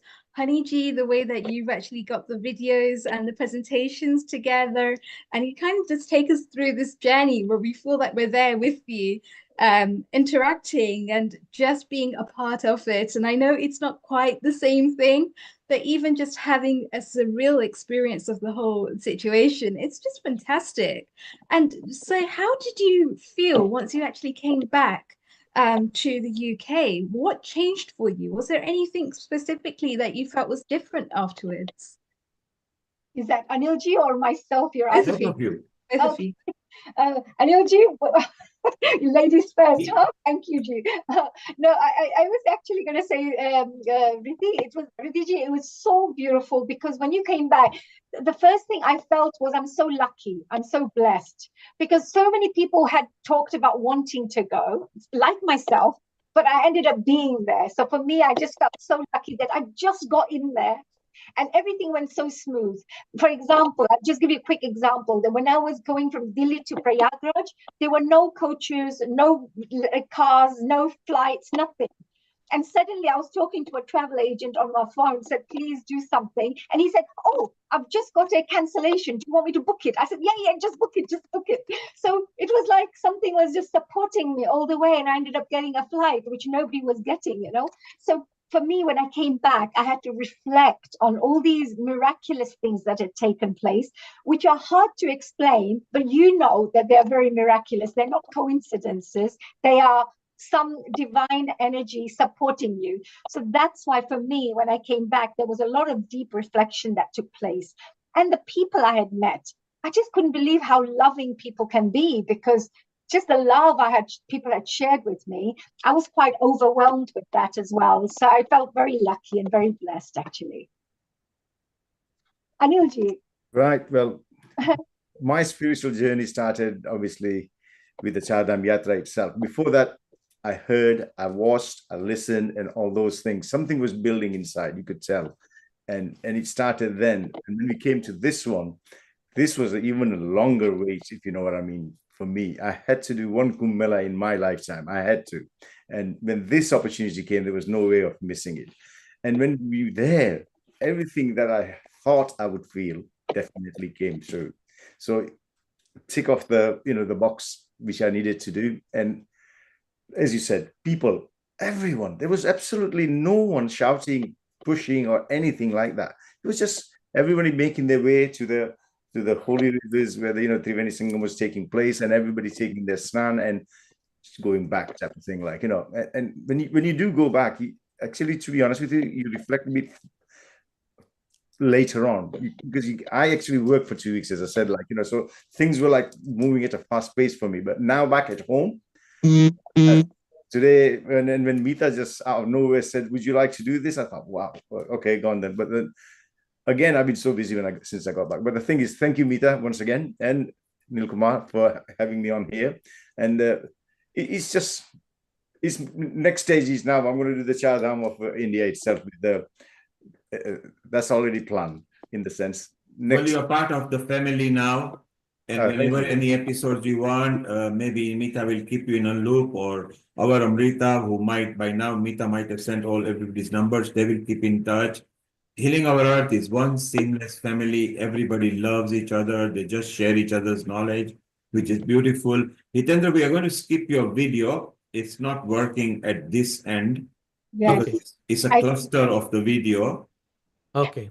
So I'm going to be popping out, Neilji, and I'm popping Yes. back in, and I'll make sure the video is on the screen then. Yes, Okay. it's so beautiful. I want you to see, I want you guys to see, for those who were not able to fly in India, how they did it, which was very good. Let's go to Tallab and Mashru and see, can you hear us now?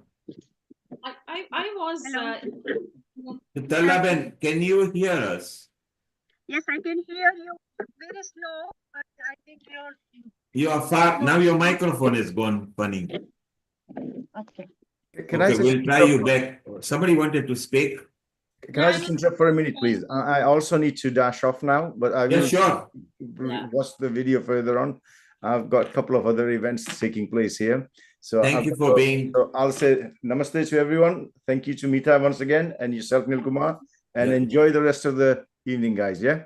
Global namaste, and we wish you all hear the best. about your synchronicities as well, and this way that things have just come together and it's all clicked. And it's wonderful to hear that you are really inspired on these journeys as well, and you are now part of the family here at Healing Our Earth too. Thank you so much, and I look forward to the next things. Thanks. Namaste. Bye-bye. Namaste.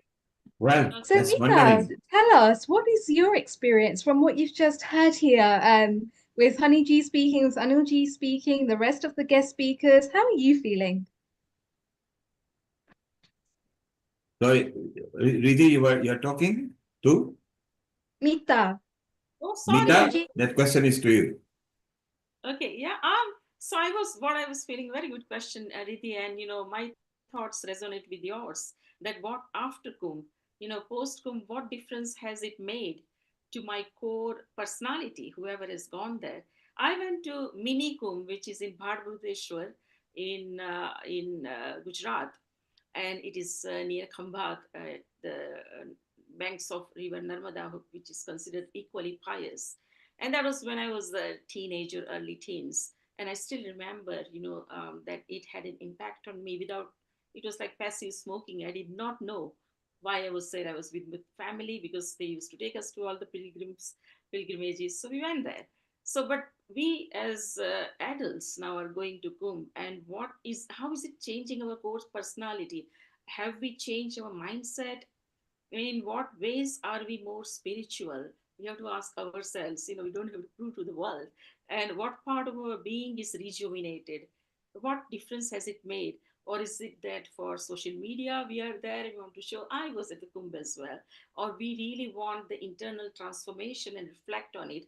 So what sort of rejuvenation is, and what sort of day-to-day life applications we are doing as a result of being to this once in 144 years event, and in Prayagraj, in these three pious rivers, Ganga, Yamuna, Saraswati, and absorbing that within yourself during the constellation, during the right time of the year, and how that has influenced you yourself in transforming, how you become selfless in your seva to the community, or you treat everyone at the same level, or human beings at privileged position, you will look there, you'll respect them more, adorn the privileged ones. How are you going to change this?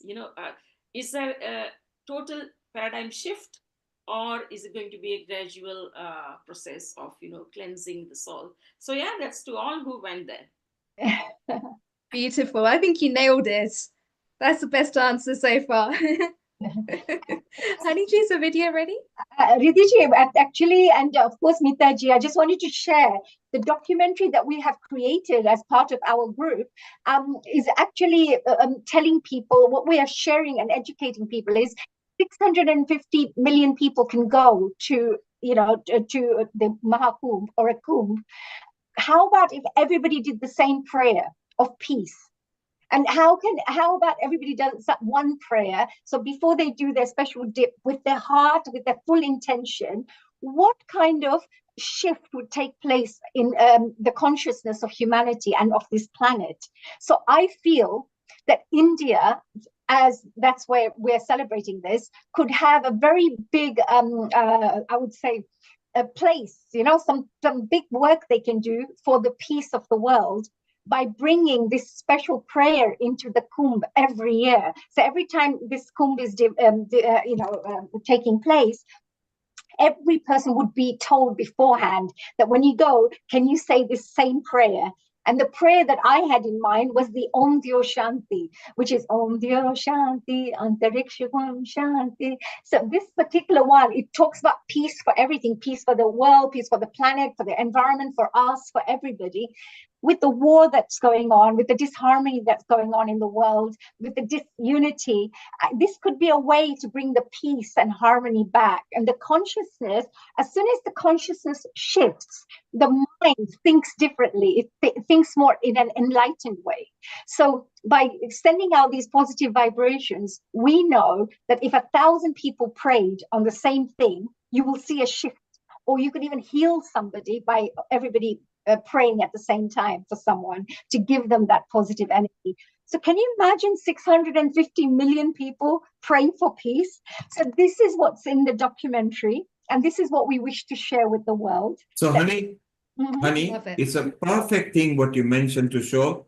Mita, if you want this documentary aired in your university, in your union or a small room or something, bring the students. Honey will come in with the software. Let's share this stuff in the uni as well, because the children will love it.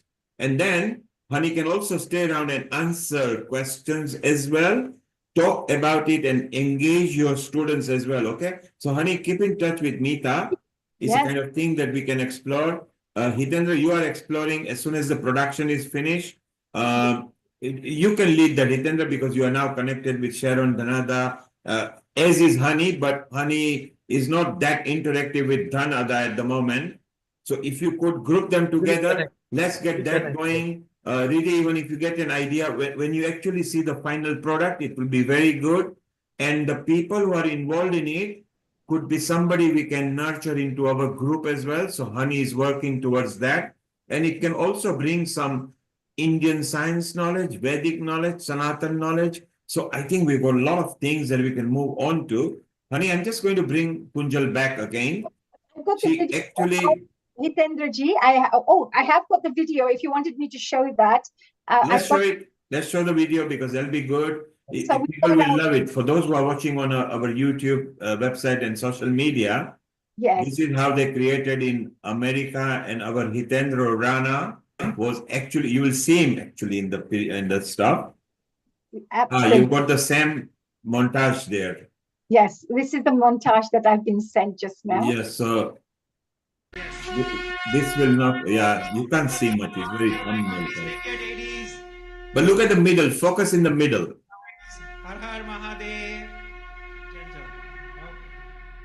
There you are, look.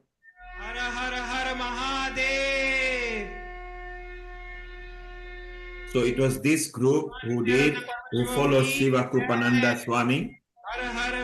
I think Hitendra, our Michael Dunn follows this as well, doesn't he? There you are. That's our Hitendra Rana. This is our Guruji. Yes.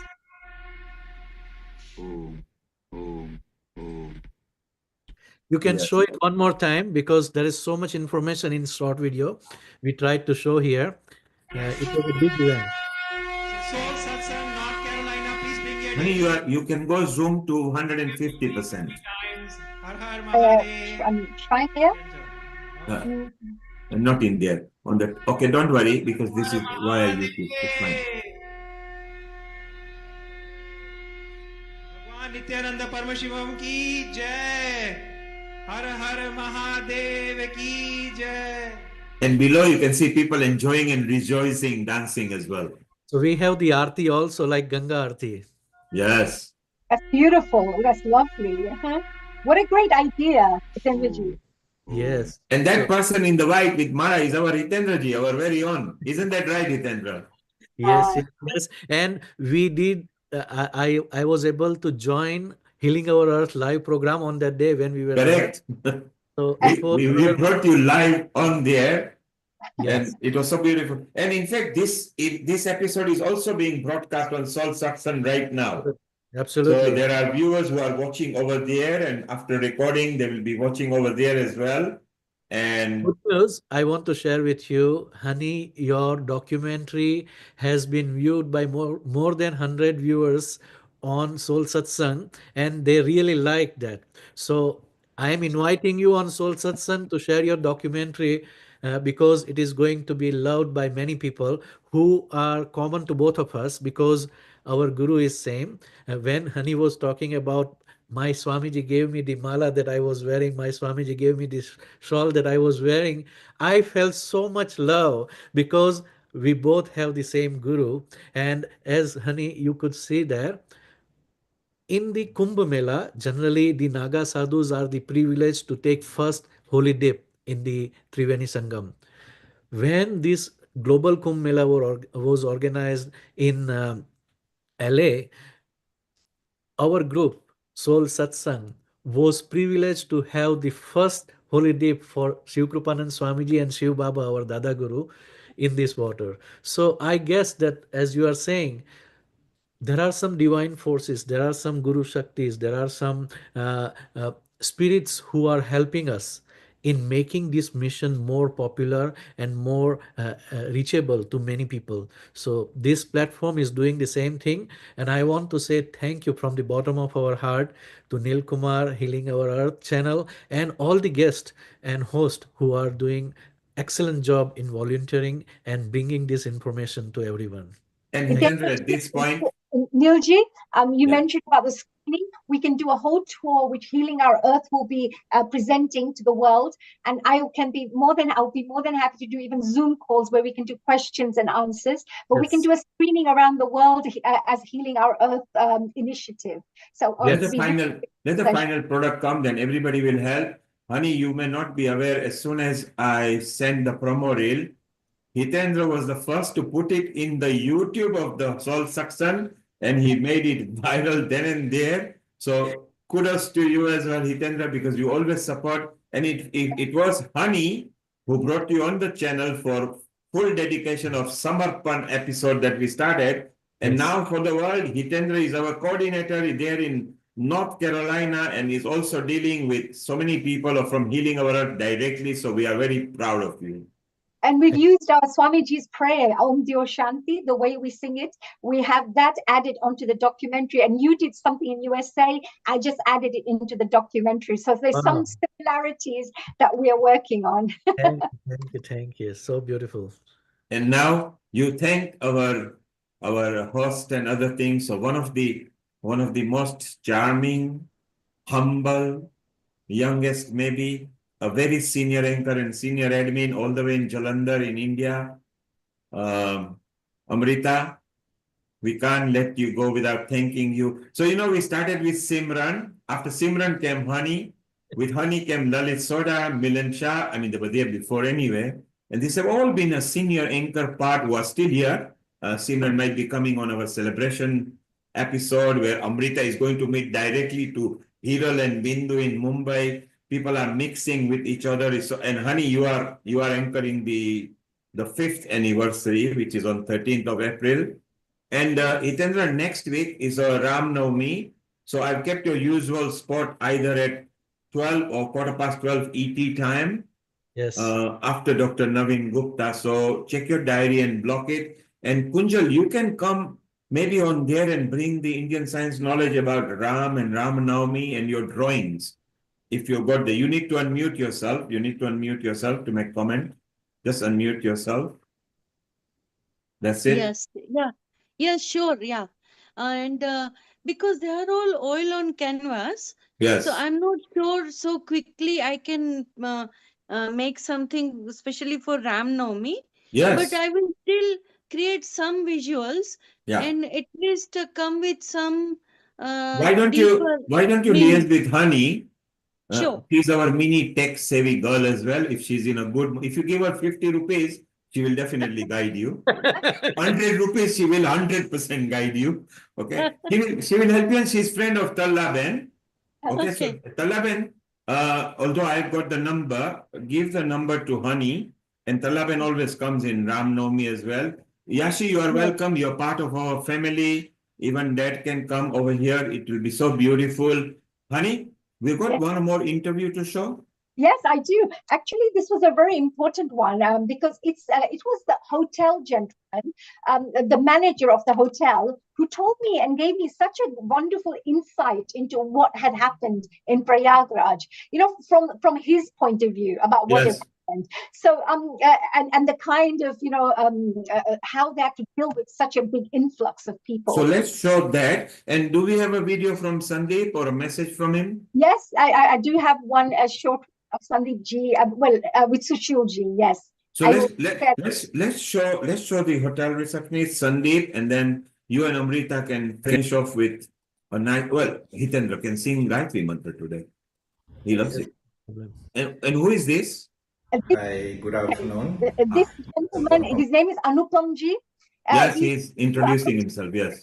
I ended up getting a space because, of course, I had lovely connections.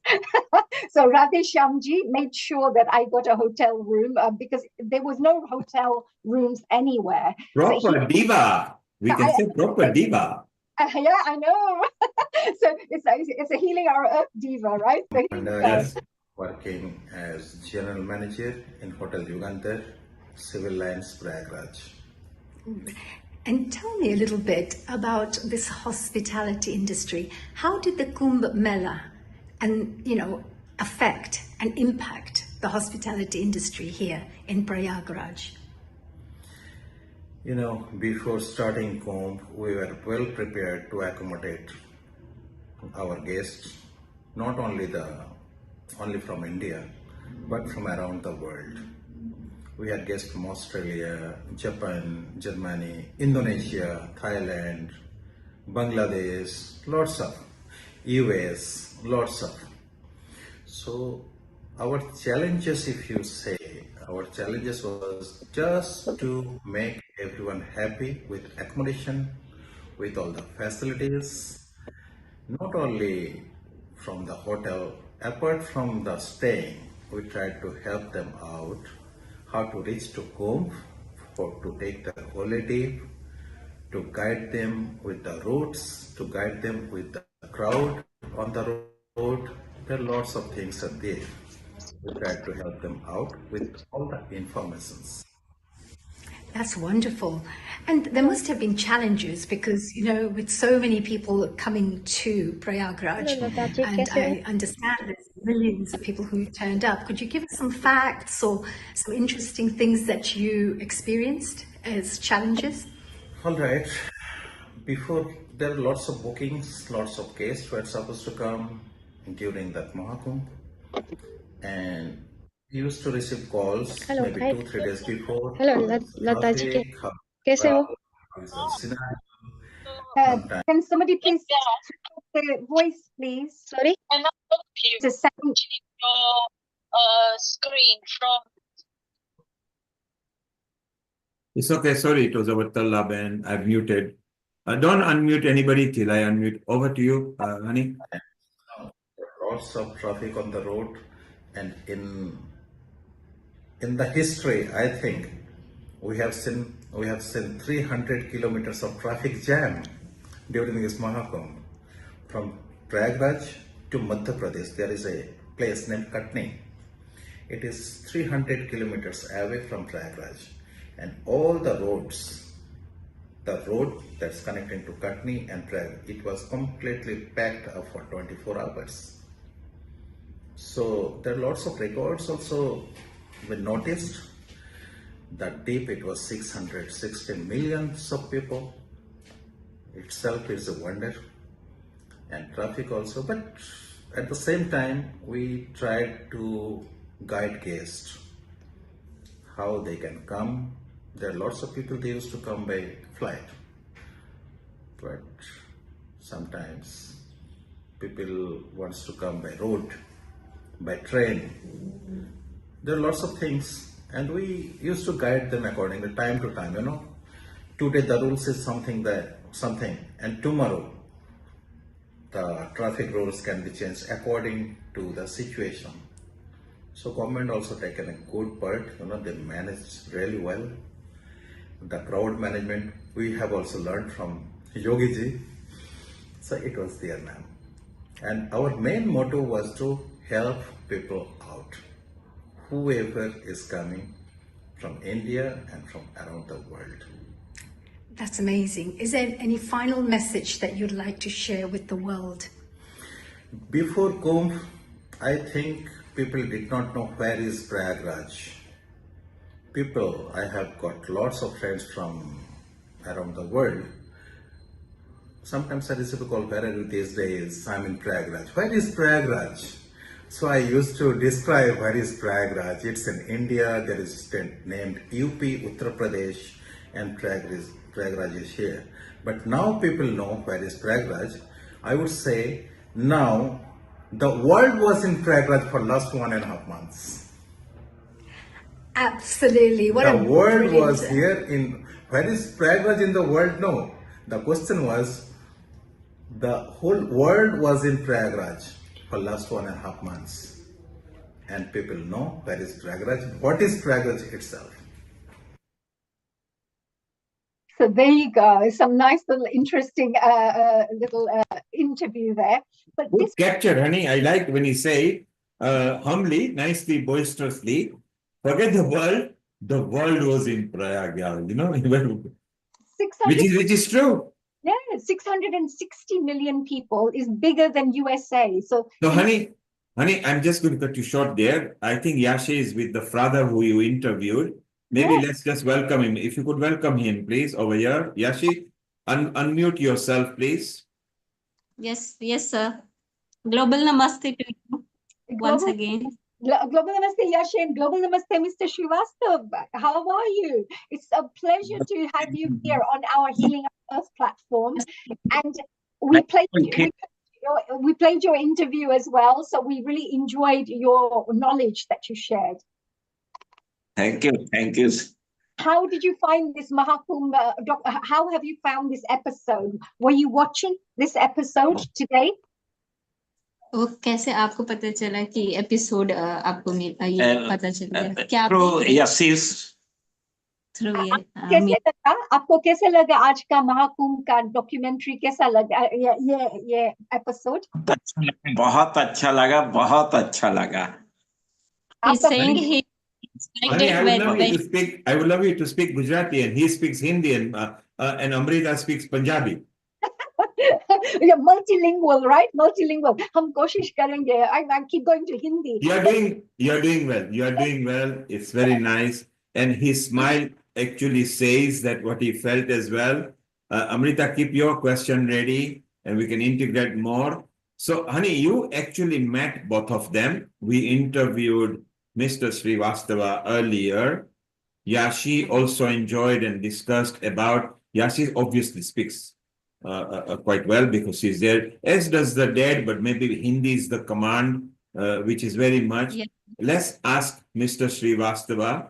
Amrita, you got a question ready for him. So let's talk in Hindi. It's fine. We'll translate it. And your Hindi is good as well. So you, Amrita, and Mr. Srivastava and I will talk in Hindi only, okay? Over to you. Sure. Amrita ji, all yours. Thank you, Hani ji. Well, first of all, thank you, Hani ji. This was really a very good episode because Hindi. Only yeah, Hindi. ये episode is been fully on your contribution. बहुत ही बढ़िया है. And Mr. Srivastava जी, बहुत अच्छा लगा आपसे मिलकर के online भी. And मैं ये भी जानना चाहूंगी कि जिस तरह से भारत प्रगति कर रहा है, हमारा देश प्रगति कर रहा है, हमने एक महाकुंभ का मेला शुरू से जाना जाता है, सदियों से जब से कहानी बनी है कि कुंभ के मेले में खो गए भाई बहन, तो तब से ये आज तक जाना जाता है, पर अब लॉस्ट एंड फाउंड और बहुत सारी टेक्नोलॉजी एडवांसमेंट हो गई है। तो आपको कैसा लगता है कि इतना सारा चेंज भारत ने प्रगति की है, इस पे आप क्या सोचते हैं? धन्यवाद। देखिए, सबसे पहले तो हीलिंग अवर अर्थ की तरफ से सभी लोगों को नमस्कार। और मैं 1978 में पहला कुंभ स्नान किया था, 1978 में, और तब से कई कुंभ में स्नान करता चला आ रहा हूं, और एक एक करके बदलते हुए रूप को मैंने देखा है। लेकिन इस बार का कुंभ बिल्कुल अद्भुत था, और ऐसा लगा कि बिल्कुल पृथ्वी पर स्वर्ग उतर आया। एक मेडवल पोएट का वो है, मतलब पोएट्री है कि अगर फिरदौस बर रुए जमी अस्त, हमी अस्तो हमी अस्तो हमी अस्त, अगर पृथ्वी पर कहीं स्वर्ग है तो यही है, यही है, यही है। तो ऐसा लगा कि ये प्रयागराज के लिए बिल्कुल सच साबित हुआ, और हमारी गवर्नमेंट ने इतना सब अच्छा किया। तो इस बार तो हम लोग वी आर वेरी प्राउड। मैं अंग्रेजी नहीं बोलता हूँ, लेकिन हम बहुत गौरवान्वित हैं कि हमारे इलाहाबाद में इस तरह का भव्य आयोजन हुआ। और वैसे तो प्राचीन काल से ही प्रयागराज बहुत फेमस रहा है। कुछ हिस्टोरिकल पॉइंट मैं बता सकता हूँ। पूरे विश्व में पहली बार प्रयागराज के लोगों ने ही मिट्टी के बर्तनों का निर्माण किया था। पहली बार पूरे वर्ल्ड में प्रयागराज के लोगों ने ही स्कल्प यानी मूर्तियों का निर्माण किया था। पहली बार पूरे अर्थ पृथ्वी पर यज्ञ ब्रह्मा जी पृथ्वी पर प्रयागराज में ही किए हैं। और कुछ 2-3 हिस्ट्री बातें मैं बताता हूँ।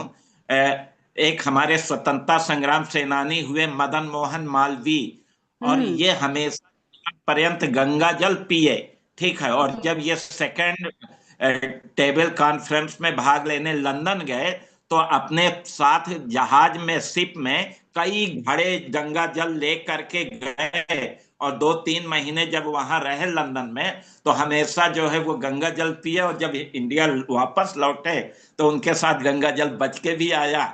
और जो मुगल एम्पायर, अकबर, और आप देखेंगे कि तुगलक एम्पायर, मोहम्मद तुगलक भी जल पीते थे, वो इसके महत्व को समझते थे। तो ये सब चीज सोच करके आज हम बहुत गौरवान्वित हैं कि कितने करोड़ लोग यहाँ आकर के गंगा जल में स्नान किए। और इलाहाबाद तो इतना सुंदर। अच्छा, एक चीज और मैं बताना चाहता हूं कि ये रिसर्च का विषय है कि यहाँ जो है सोशियो इकोनॉमी कल्चरल दृष्टि से रिसर्च किया जाए तो निश्चित रूप से इंडिया में जो डेवलपमेंट निकल हुए हैं वो बहुत व्यापक, इस पे जबरदस्त हिस्ट्री लिखी जा सकती है प्रयागराज के महाकुंभ पर। मैं तो हिंदी में कुछ प्रयास करूंगा, क्योंकि ये हुआ है, तो मैं हिंदी में इस पे कुछ रिसर्च करके कि इसका इकोनॉमिक लाभ क्या हुआ और इसका जो है सोशल प्रॉफिट क्या हुआ या कल्चरल क्या हुआ, ये सब एस्पेक्ट मैं देखूंगा। लेकिन निश्चित रूप से ये महाकुंभ से, अच्छा यहाँ क्या है कि पूरा का पूरा इंडिया और उत्तर प्रदेश तो बिल्कुल बदला ही। आज भी आपको बताएं कि प्रयागराज पहले की तुलना में इतना चेंज हो गया कि हम लोग जब निकलते हैं प्रयागराज में तो लगता है कि बिल्कुल, क्योंकि मैं तो पूरा बचपन से यहीं इलाहाबाद यूनिवर्सिटी में पढ़ाई की सब देखता चला आ रहा हूँ, तो बहुत बदल गया है। और इसमें हम कह सकते हैं कि यूपी गवर्नमेंट की बड़ी भूमिका रही है, और भाई वो तो बहुत बधाई के पात्र भी हैं। और कोई क्वेश्चन मैम हो तो मैं तो बदलते हुए रूप पर और तो इस पे एक बात की मैंने कि इस पे रिसर्च करना चाहिए। भाई साहब, सबसे पहले तो लंदन से नमस्कार। मैं नील कुमार बोल रहा हूँ। आपकी स्पष्ट और शुद्ध हिंदी सुनने में मजा आई है हमें। आपकी बातों से मैं बिल्कुल वाकिफ हूँ। तो मजा तो ये आया, और हमें जानना है आप यूपीआई थे या एमपीआई थे? आप मैं कहाँ? यूपीआई। मैं यूपी से हूँ। No wonder his Hindi is so spast and sooth. It is so good. So Amrita, do carry on. I just wanted to know because इनकी जो भाषा तौर तरीका था ना वो बिल्कुल स्पष्ट और शुद्ध थी। अरे इलाहाबादी और लखनवी भाषा तो प्रसिद्ध भाषा है, हिंदी की सबसे शुद्ध भाषाओं में से माना जाता है, इसीलिए ये इतनी शुद्ध भाषा का प्रयोग कर रहे हैं। Professor Amrita ji, he teaches Hindi. Wow. You can feel that. Also the dialect of like the people from UP, especially the Allahabad and the Prayagraj. Amrita, the energy he was dissipating the language in had at that, and when he said कि स्वर्ग यहीं है, बात खत्म, आगे कुछ बोलने की जरूरत नहीं है. So we actually felt that because for a moment I being in London, Hani being in London, Hitendra being in North Carolina, Talaben being in London, I think we all felt that चलो स्वर्ग की share करने चलते हैं फिर. Yeah, carry on, Amrita, carry on. There had been a lot of transformation ever since Yogi government has come, and that transformation is like amazing change that nobody expected. Amrita, can you introduce yourself to Mr. Srivastava that you are also a professor and a teacher, and in IIT as well? So maybe you two can chit chat. We are enjoying, aren't we, Hani? Yes, absolutely. Very interesting. And later on, I can also show a little bit of Sandeep Marvaz, the one who's helping us with our documentary. Actually, let's do that. Srivastava ji, आप रास्ता कायम रखिए, यहाँ पे रहिए. Hani, let's show Sandeep's because Sandeep is a good energy who brought us into this production. Then you did it because later we want him live as well. Let's show that, and then we get both the professors talking with each other and bring out some nice taglines or salient points. Yashi, we are going to be back with you in a moment. Please, नहीं यशी, आप एक कोई हिंदी की कविता तैयार रखिए, तब तक हम हिंदी में कविता सुनेंगे सभी. आप पापा को बोलिए कविता तैयार रखें, हम कविता सुनना चाहेंगे हिंदी की सभी. I have no idea why my video is coming upside down. So please carry on with the story and I'll just get it straightened out. I'm sorry. Yeah, so Yashi ji, my lovely, let's see if Amrita ji has just asked you to share a story. If you'd like to do that, that would be wonderful. कोई poem, अगर कोई कविता या poem आपके पापा के पास है, क्योंकि वो हिंदी साहित्य पढ़ाते हैं. हाँ. Unmute yourself. Unmute yourself. You have to unmute yourself.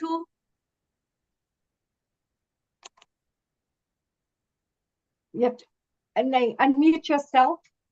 हो नहीं पा रहा है. Cannot. Maybe share a little bit about her experience while Yashi. Yes. Yeah. Yes. Oh, she's gone back again. Oh, no problem, Stalaji.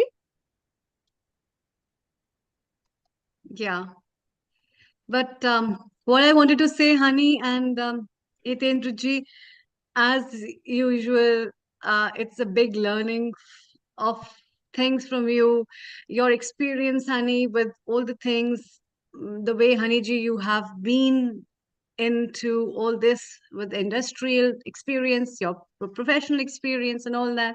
Putting together the spirituality of life is really a great thing for all of us. And same to Hitendra ji, you brought India over there, and I think that is also equally very important because people miss the country, people miss the culture, people miss these things which is unique about India, which cannot be shared, and which I find so many people around the globe who are not even Indians, who don't have even the idea about anything. And when they come, they just come with an idea of spirituality. That's a great spiritual land. It's just a great spiritual land. And so giving the color of that spirituality and making people feel beyond the land or overseas so much is really a creditable job from both sides. So Thank you, Amrita thank ji. you so much to both of you. Thank मुझे एक you. बात जोड़नी है, मुझे एक बात जी जोड़नी, just to ji add humor to everything that is happening. जी तो ऊपर वाले ने अभी प्रार्थना के जवाब में ये कहा, अरे यार इतने सारे पापी लोग अभी पुण्यात्मा बन गए कि अभी स्वर्ग में भी ओवरक्राउड हो रहा है. जगह नहीं है. तो बर्गर हम चाहते हैं आप जैसे लोग, नील कुमार जैसे लोग, सोल सत्संग के लोग ऐसे ही मिलके कुछ अच्छे अच्छे कार्यक्रम करते रहे, लोगों को हील करते रहे, लोगों को आत्मज्ञान प्रदान करते रहे, ताकि स्वर्ग में ज्यादा से ज्यादा लोग पहुंच सके, ज्यादा से ज्यादा आत्मा पहुंच सके और परमात्मा की आवाज उस धरती पे गूंजती रहे. वाह वाह, बढ़िया बढ़िया, बहुत ही बढ़िया. पर वो आपके सहयोग के बिना तो बिल्कुल मुमकिन ही नहीं है ना, इसीलिए परिवार आपका है, सहयोग हम हमको परिवार. हमेशा ही, हम लोग अपेक्षा करते रहेंगे कि ये सहयोग हमें हमेशा मिलता रहे और हम इसी I तरह से can't लोगों find को it. हीलिंग आवर अर्थ के माध्यम के I can't find through it. सब बताते रहें. 14. So, Honey, are we ready, Honey ji? It looks like I keep getting an upside down. I have no idea why I keep coming upside down. Upside down video. I can show you the upside down video. Okay, let's have our future online episodes that we. Amrita, you can mention all the future events. Yes. So we look forward to see each one of you again and all our lovely viewers at Ram Navami special, where we'll have celebration of bhajans, kirtans, and much more on 6th of April 2025 from 2 p.m. British Summer Time onwards, as the clocks have shifted in many of the countries after this. So remember that. And then we celebrate our 5th anniversary. I'd like to thank everyone for that we are being blessed to celebrate this every year. And with the 5th anniversary, that will be on 13th of April 2025. So don't miss out. Please join us. If you have been a part of it ever or have been a viewer, please sing, chant, deliver your message, and be with us to share this happiness that we want to share with all of you. And this is, as you said, the 5th anniversary. So we want all our, as many people who are involved with us present over there, because we want to reminiscence what we enjoyed. It was so wonderful that we were the first platform that went global all over, and we've got so many people who are connected to us. Honey, that's fine. Send me on my Hotmail account, so we'll try to play the video with Marwa. Yes, thank you, honey. And Amrita, yoga, meditation, body, mind, and soul coming the week after that. 20th of April 2025. Yes. And then this one. Tai Chi and Qigong, the World Tai Chi and Qigong episode that will be broadcasted on 27th of April 2025. So we'll tell people more about it. We obviously want more people coming in the Ram Navami, where we enjoy. Hitendra, you can just plan your session. Presently, 12:15 ET time we have kept for you, which is the one that suits you. Honey, you are running the main 5th anniversary because you were there prior to Amrita. Amrita will be actually traveling. So she'll try to connect if she can on the way. She's going to Mumbai to meet Bindu, Hiral, Himanshu, and the whole gang. So, and a holiday.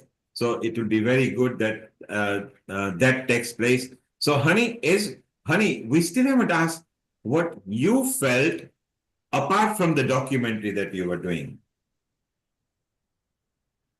So, so what was your actually experience? You need to unmute, Honey. So what was your experience? Well, actually, because there's different ways, because what you have to look at, there could be mental, experiences like, thoughts, ideas, creativity that comes out from this kind of work. For example, screening of the documentary, some ideas would start coming. Or other ways, it's emotionally, where you start connecting to people, so you feel the most beautiful experiences there. Meeting even the Aghori Babas and various Babas. I ended up getting a special gift, from one of the Aghori Babas. He didn't give it to anybody, but he gave it to me.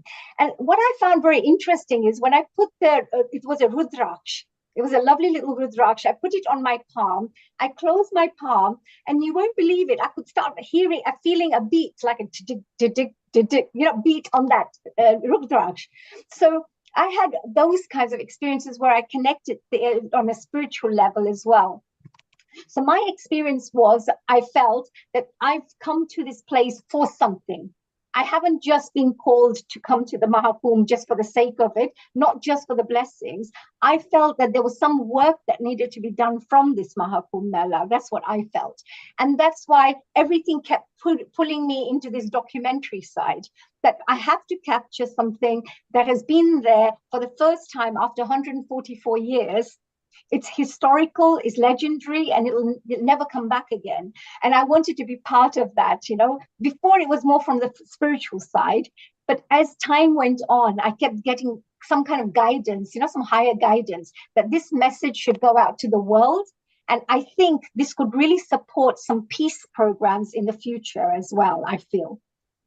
The very surprising thing was, you were in a culture which is not your natural culture. You are Hindu, but that's not your natural land and natural culture. Language, communicating with the people. But like a little girl, you were traveling along and confident and happy. Yes, I have to tell you one very, very interesting from everything, one very, very important thing that came out of this.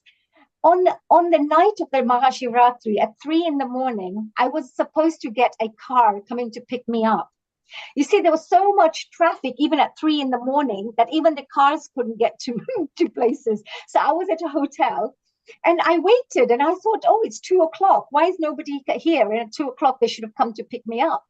At 2:15, I went to the hotel reception, and I said, you know what, do you have a taxi? Because I need to get to this place, and I have to go for a special snan. And they said, oh, you're never going to get inside there. It'll take you 3-4 hours just to get to that place. So I went, no. I said, I have to get to the snan at 3 o'clock. So the only thing he suggested to me, because I'm a, somebody like, would like to find solutions. So I said, I don't care how I get there, but you have to find a way how I get there. So he goes, have you ever been on a motorbike? He goes, I can wake someone up and they can give you a lift. So the poor hotel reception guy phoned up somebody, this red-eyed guy, came, and he looked like Nandi, like Lord Shiva's Nandi. He was like big, and it really reminded me that when he came in, he was Lord Shiva Bhakt himself.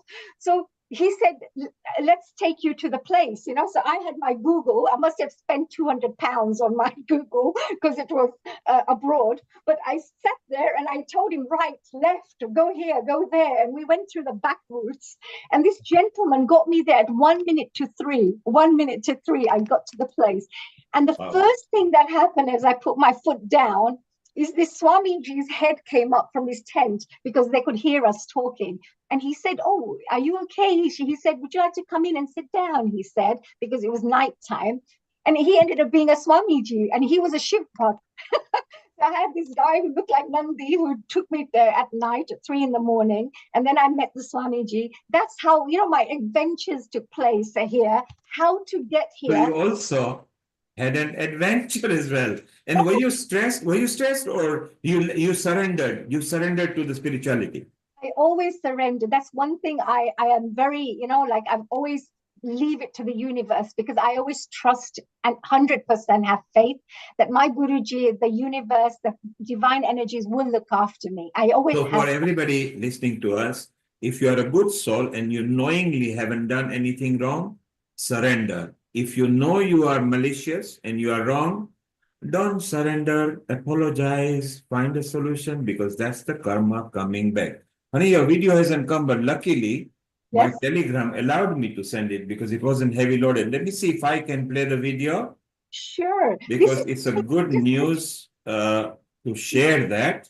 Yes. Sandeep, he's the one I want to say a very big thank you to while we're here on Healing Our Earth. He's the one who ended up agreeing to do this documentary with me. And that also, only 6 days before the Maha Shivratri, I was having a Zoom meeting with him regarding a different project. And I just said, wouldn't it be good if we did a Maha Kumbh, I said documentary? And he went, why not? He goes, I run a TV and film institute. I had no idea that he runs a TV. And oh, there he is. There he is. And he didn't say yes. He actually enjoyed when he said yes to you and said, come on, let's do it. And when you see this video, you will understand why he consented. And Honey did very well in the short time. And did she not do well? If you missed out, go to the recording. You will see a snippets of it.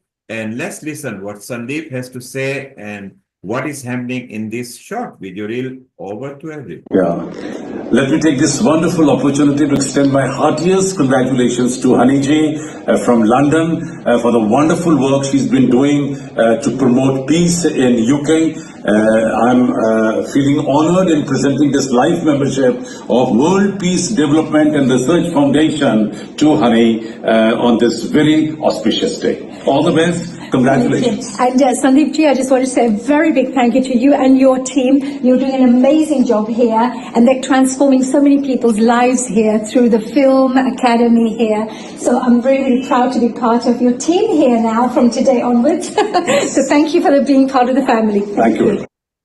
And for those people who don't know who Sandeep Marwa is, he's a very big production house, the CEO of the production house, and have got a good friendship with Honey. So Healing Our Earth, Honey, and other projects of Honey where Healing are part of anyway, would like to join collaborations and projects together. So again, it's beautiful that Honey not only went for something else and got something else out, and you did very well. Honey, we are proud of you. Thank you so much, Neoji. I just wanted to say, they're connected to 17 universities, all media students, etc. They run their own institution. Sandeep Marwaji, he had set up Noida Film City. So many years ago in Delhi, he's the one who set up all the Bollywood studios and things. And now he runs his Marwa Studios, which is the institution to train young people. So we are going to be doing many more projects together. And he's also invited us to create our own television program with them, So I'm working on that right now, and I'll come back with some more details. And Amrita, what Honey is talking, when the Hindi versions, because India will want that as well, someone like you would be a superb anchor in both the languages. So we will provide them multi-service, maybe translation into African languages, others. So Honey, that's your project. You're going to lead. I've already told you that at Healing Assets, they can start creating other assets they can create. And it'll be so wonderful to exchange ideas and get the students making real life, real project assets. And Honey, by the way, is from media. One of the subjects she loved was media as well. So it's so good. Our multi-talented little toddler of Honey rushed up into Maha Kumbh Mela and did such a good documentary that we all really enjoyed. Maybe it's time to say good night to everybody and good morning, good afternoon, wherever you are from. Just to tell our audience, they saw Sharon coming in the middle. Sharon and Danada are in Houston, where Sharon got accredited for his movie for coming. It was Dan Ada who made it with the Wellness Center. So those two have, and they are good friends of Hitendra as well, because they are all part of one group now. And it's so wonderful that our Healing Our Earth gang is gaining momentum. It takes time, but I think now nobody can stop us. And what an accolade that Sharon is going to get in that big conference with it, which is to do with the Chinese integrated knowledge and Tai Chi and Qigong.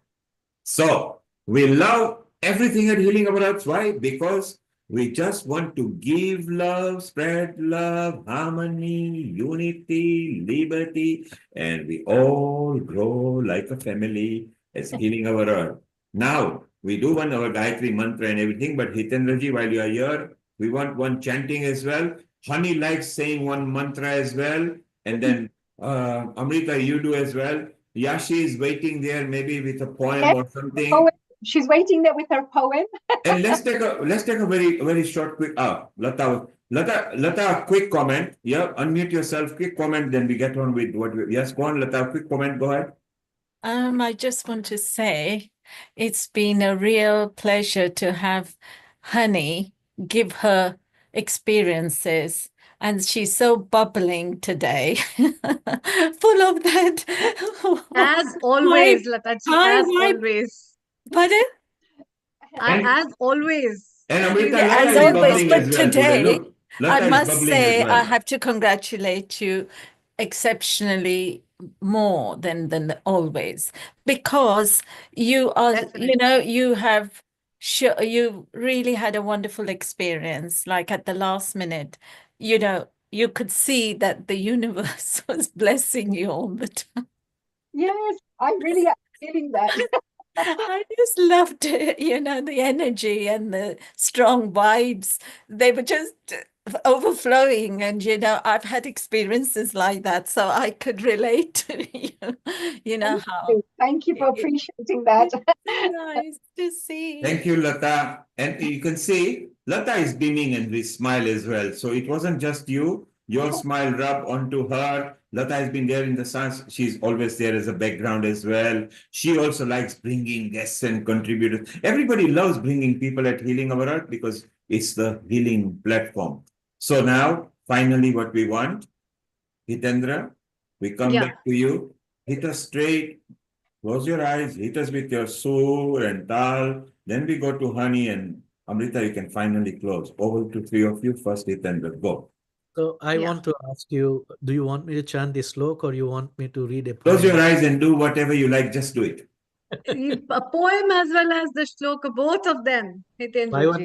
Just start. Just start. We'll talk later. Start. So this poem is by one of the famous writer, Harivansh. You can tell us at the end. Just start, please. लहरों से डरकर नौका पार नहीं होती, लहरों से डरकर नौका पार नहीं होती, कोशिश करने वालों की कभी हार नहीं होती। नन्ही चींटी जब दाना लेकर चलती है, चढ़ती दीवारों पर 100 बार फिसलती है, मन का विश्वास रगों में साहस भरता है, गिरकर चढ़ना न अखरता है, आखिर उसकी मेहनत बेकार नहीं होती, कोशिश करने वालों की कभी हार नहीं होती। वाह वाह। डुबकियां सिंधु में गोताखोर लगाता है, जाकर खाली हाथ लौटकर आता है, मिलते नहीं सहज ही मोती गहरे पानी में, बढ़ता दुगना उत्साह इसी हैरानी में। मुट्ठी उसकी खाली हर बार नहीं होती, कोशिश करने वालों की कभी हार नहीं होती। असफलता एक चुनौती है, इसे स्वीकार करो। क्या कमी रह गई देखो और सुधार करो। जब तक न सफल हो नींद चैन को त्यागो तुम, संघर्ष का मैदान छोड़कर मत भागो तुम, कुछ किए बिना ही जय जयकार नहीं होती, कोशिश करने वालों की कभी हार नहीं होती। So second part is the mantra chanting. I will chant the Gayatri mantra. Om Bhurbhuvah Swaha Tatsaviturvarenyam Bhargo Devasya Dhimahi Dhiyo Yonah Prachodayat Dhiyo Yonah Prachodayat Dhiyo Yonah Prachodayat. May Ma Gayatri and Lord Sun enlighten our soul. And healing our platforms, keep healing every human being, whoever watch our program, whoever join us, and whoever is volunteering on this platform. Thank you. Thank you. Thank you so much, Hitendra ji. I'd like to thank everyone, and today's episode's special thanks goes to Hani ji, as well as Riddhi, as well as Hitendra ji for making this episode go very well, and also to Meeta ji, who joined us, and the contribution that Sharon and Deepthi ji also gave. It was a very different episode. And last but not the least, Kailash ji, I cannot forget her and her daughter and her family. The episode, and along with the little Yashi, that was not possible, in fact. Yashi, before we wind up, आप कोई poem बोलना चाहते हैं? Yes, ma'am. I want to. हाँ जी. Please go ahead, dear Yashi. We're looking forward to it. It's an English poem, right? Yes, it is by me only. I have written this poem. Very good. It is about feminism, the power of, or you can say the power of regarding. So here I go. She can transmute fear into heroism, for she is a phoenix, cognizant enough how to resurrect her valor from the ashes of invigorated spirit. No witch's rampart is robust enough to block her alley, because she is not just a melting ice, but a scorching fire. She is not just an alluring lassie, but an insurmountable warrior. That's it. Very beautiful. Wow. Yeah, that's like very nice. Jamna Saraswati, you have the feminine power there. So every time we think about going for the Mahakumbh, there is a feminine energies, that are connected to it. So this is such an appropriate poem that's been connected there with the power that's there as well within the female energy and the feminine energy. And now that Yashi has done, Professor Srivastav decided, hey, my Betty, मुझे भी कुछ कहना है. तो आइए, आपको क्या कहना है? Excited to recite the poem. चलिए, प्रस्तुत कीजिए. जी सुनाइए. धन्यवाद. आपसे मिल करके ग्लोबल नमस्ते पर एक संस्कृत श्लोक है. I love this. This is customized for global namaste. हाँ, सर्वे भवन्तु सुखिनः, सर्वे सन्तु निरामया, सर्वे भद्राणि पश्यन्तु या मा कश्चित् दुख भाग भवेत. ये ग्लोबल नमस्ते पर ही ये संस्कृत का श्लोक है. यानी सभी सुखी हो, विघ्न रहित हो, कल्याण का दर्शन करें तथा किसी को कोई प्राप्त ना हो. ये ग्लोबल नमस्ते का सबसे बड़ा संदेश है. अभी अभी जब आपने कहा कि एक कविता हिंदी में सुनाएंगे, तो मैं टूटी फूटी एक कविता अभी बिल्कुल लिखा हूं. अभी ये देखिए, ये मैं अभी कविता लिखा हूं और वो मैं आपको समर्पित करता हूं. ये आपकी टूटी फूटी कविता बिल्कुल जुड़ी हुई थी, बिल्कुल कंप्लीट मुकम्मल थी. सो हमें बहुत मजा आया. कविता जो मैंने अभी लिखी है, ये मैं सुनाना चाहता हूं. पूरे वर्ल्ड के लिए ये बिल्कुल महत्वपूर्ण है. कविता है, हम है प्रयाग के वासी, हिंदुस्तान हमारा, पाक वतन है कौम का, जन्नत से भी प्यारा. तो यहाँ पाक वतन का मतलब होता है कि पवित्र देश, और जन्नत का मतलब होता है स्वर्ग. स्वर्ग से भी प्यारा है हमारा प्रयागराज. ये है हमारी मिल्कियत, हिंदुस्तान हमारा, इनकी रूहानियत से रोशन है जग सारा. जो प्रयागराज की आत्मा है, ये पूरे संसार को जो है मतलब रोशन कर रहा है. कितना सुंदर, कितना प्यारा, सब दुनिया से न्यारा. ये है प्रयागराज हमारा. करती है स्पर्श जिसे गंगा जमुना सरस्वती की धारा, ये प्रयागराज है हमारा. ये है महाकुंभ का पर्व, इसे नमन हमारा. हम हैं प्रयाग के वासी, हिंदुस्तान हमारा. आए श्रद्धालु दूर से व्यापक पुण्य कमाने, हम गौरवान्वित हुए दुनिया के लोगों का स्वागत करने से. ये हम हैं प्रयाग के वासी, हिंदुस्तान हमारा. पाक वतन है कौम कौम का जन्नत से भी प्यारा।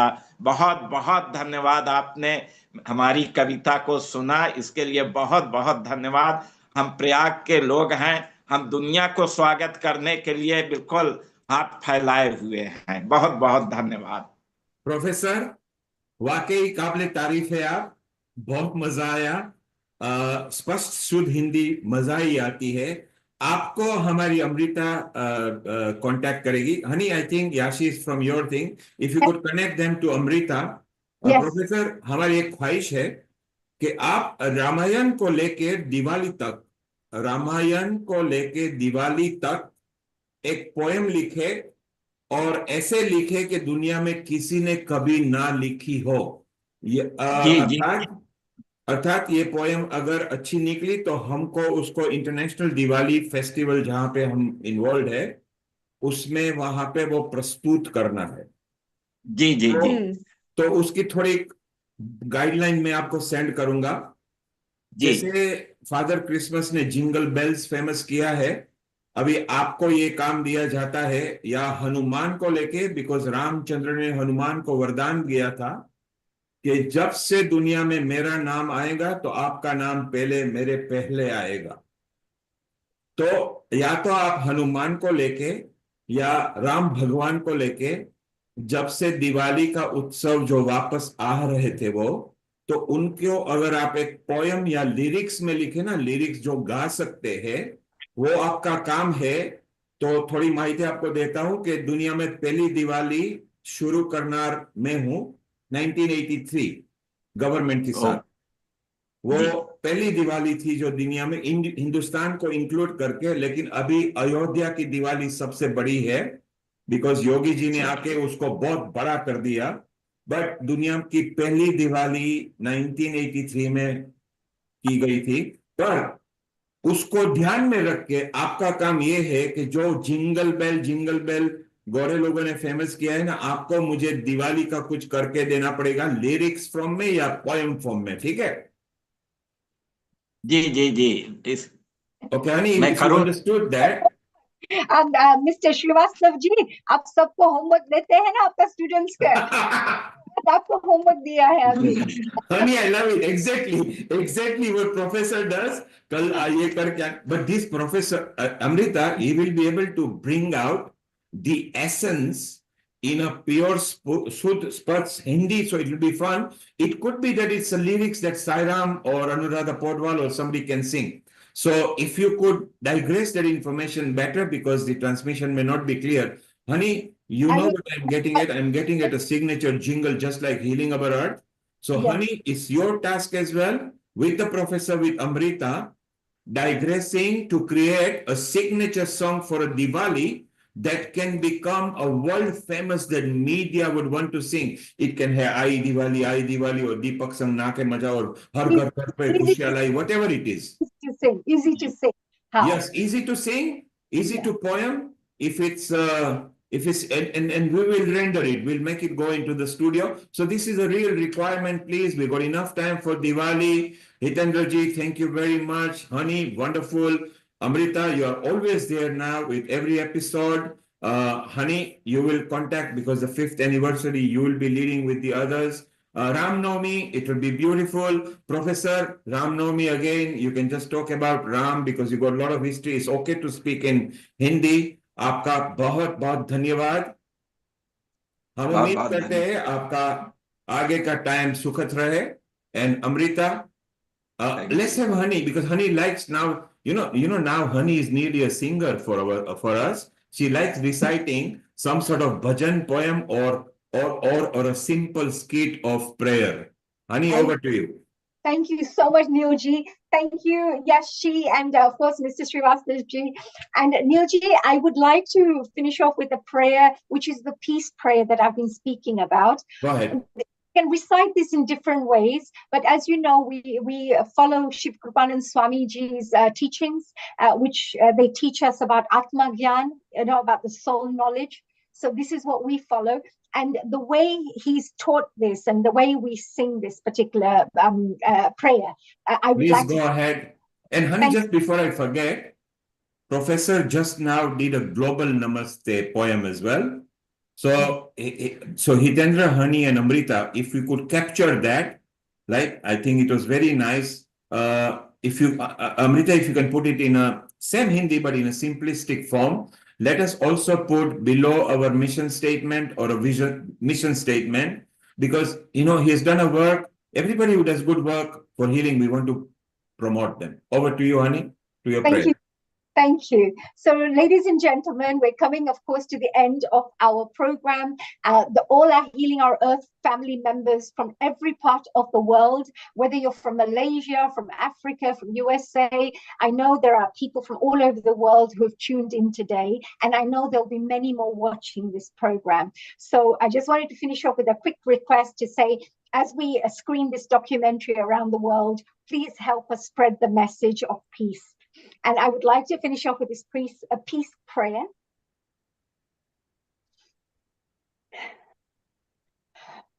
Om Dyo Shanti Antarikshagvam Shanti Prithvi Shanti Rapah Shanti Osadaya Shanti Vanaspataya Shanti Vishwe Deva Shanti Brahma Shanti Sarvagvam Shanti Shanti Reva Shanti Sama Shanti Revi Om Shanti Shanti Shanti.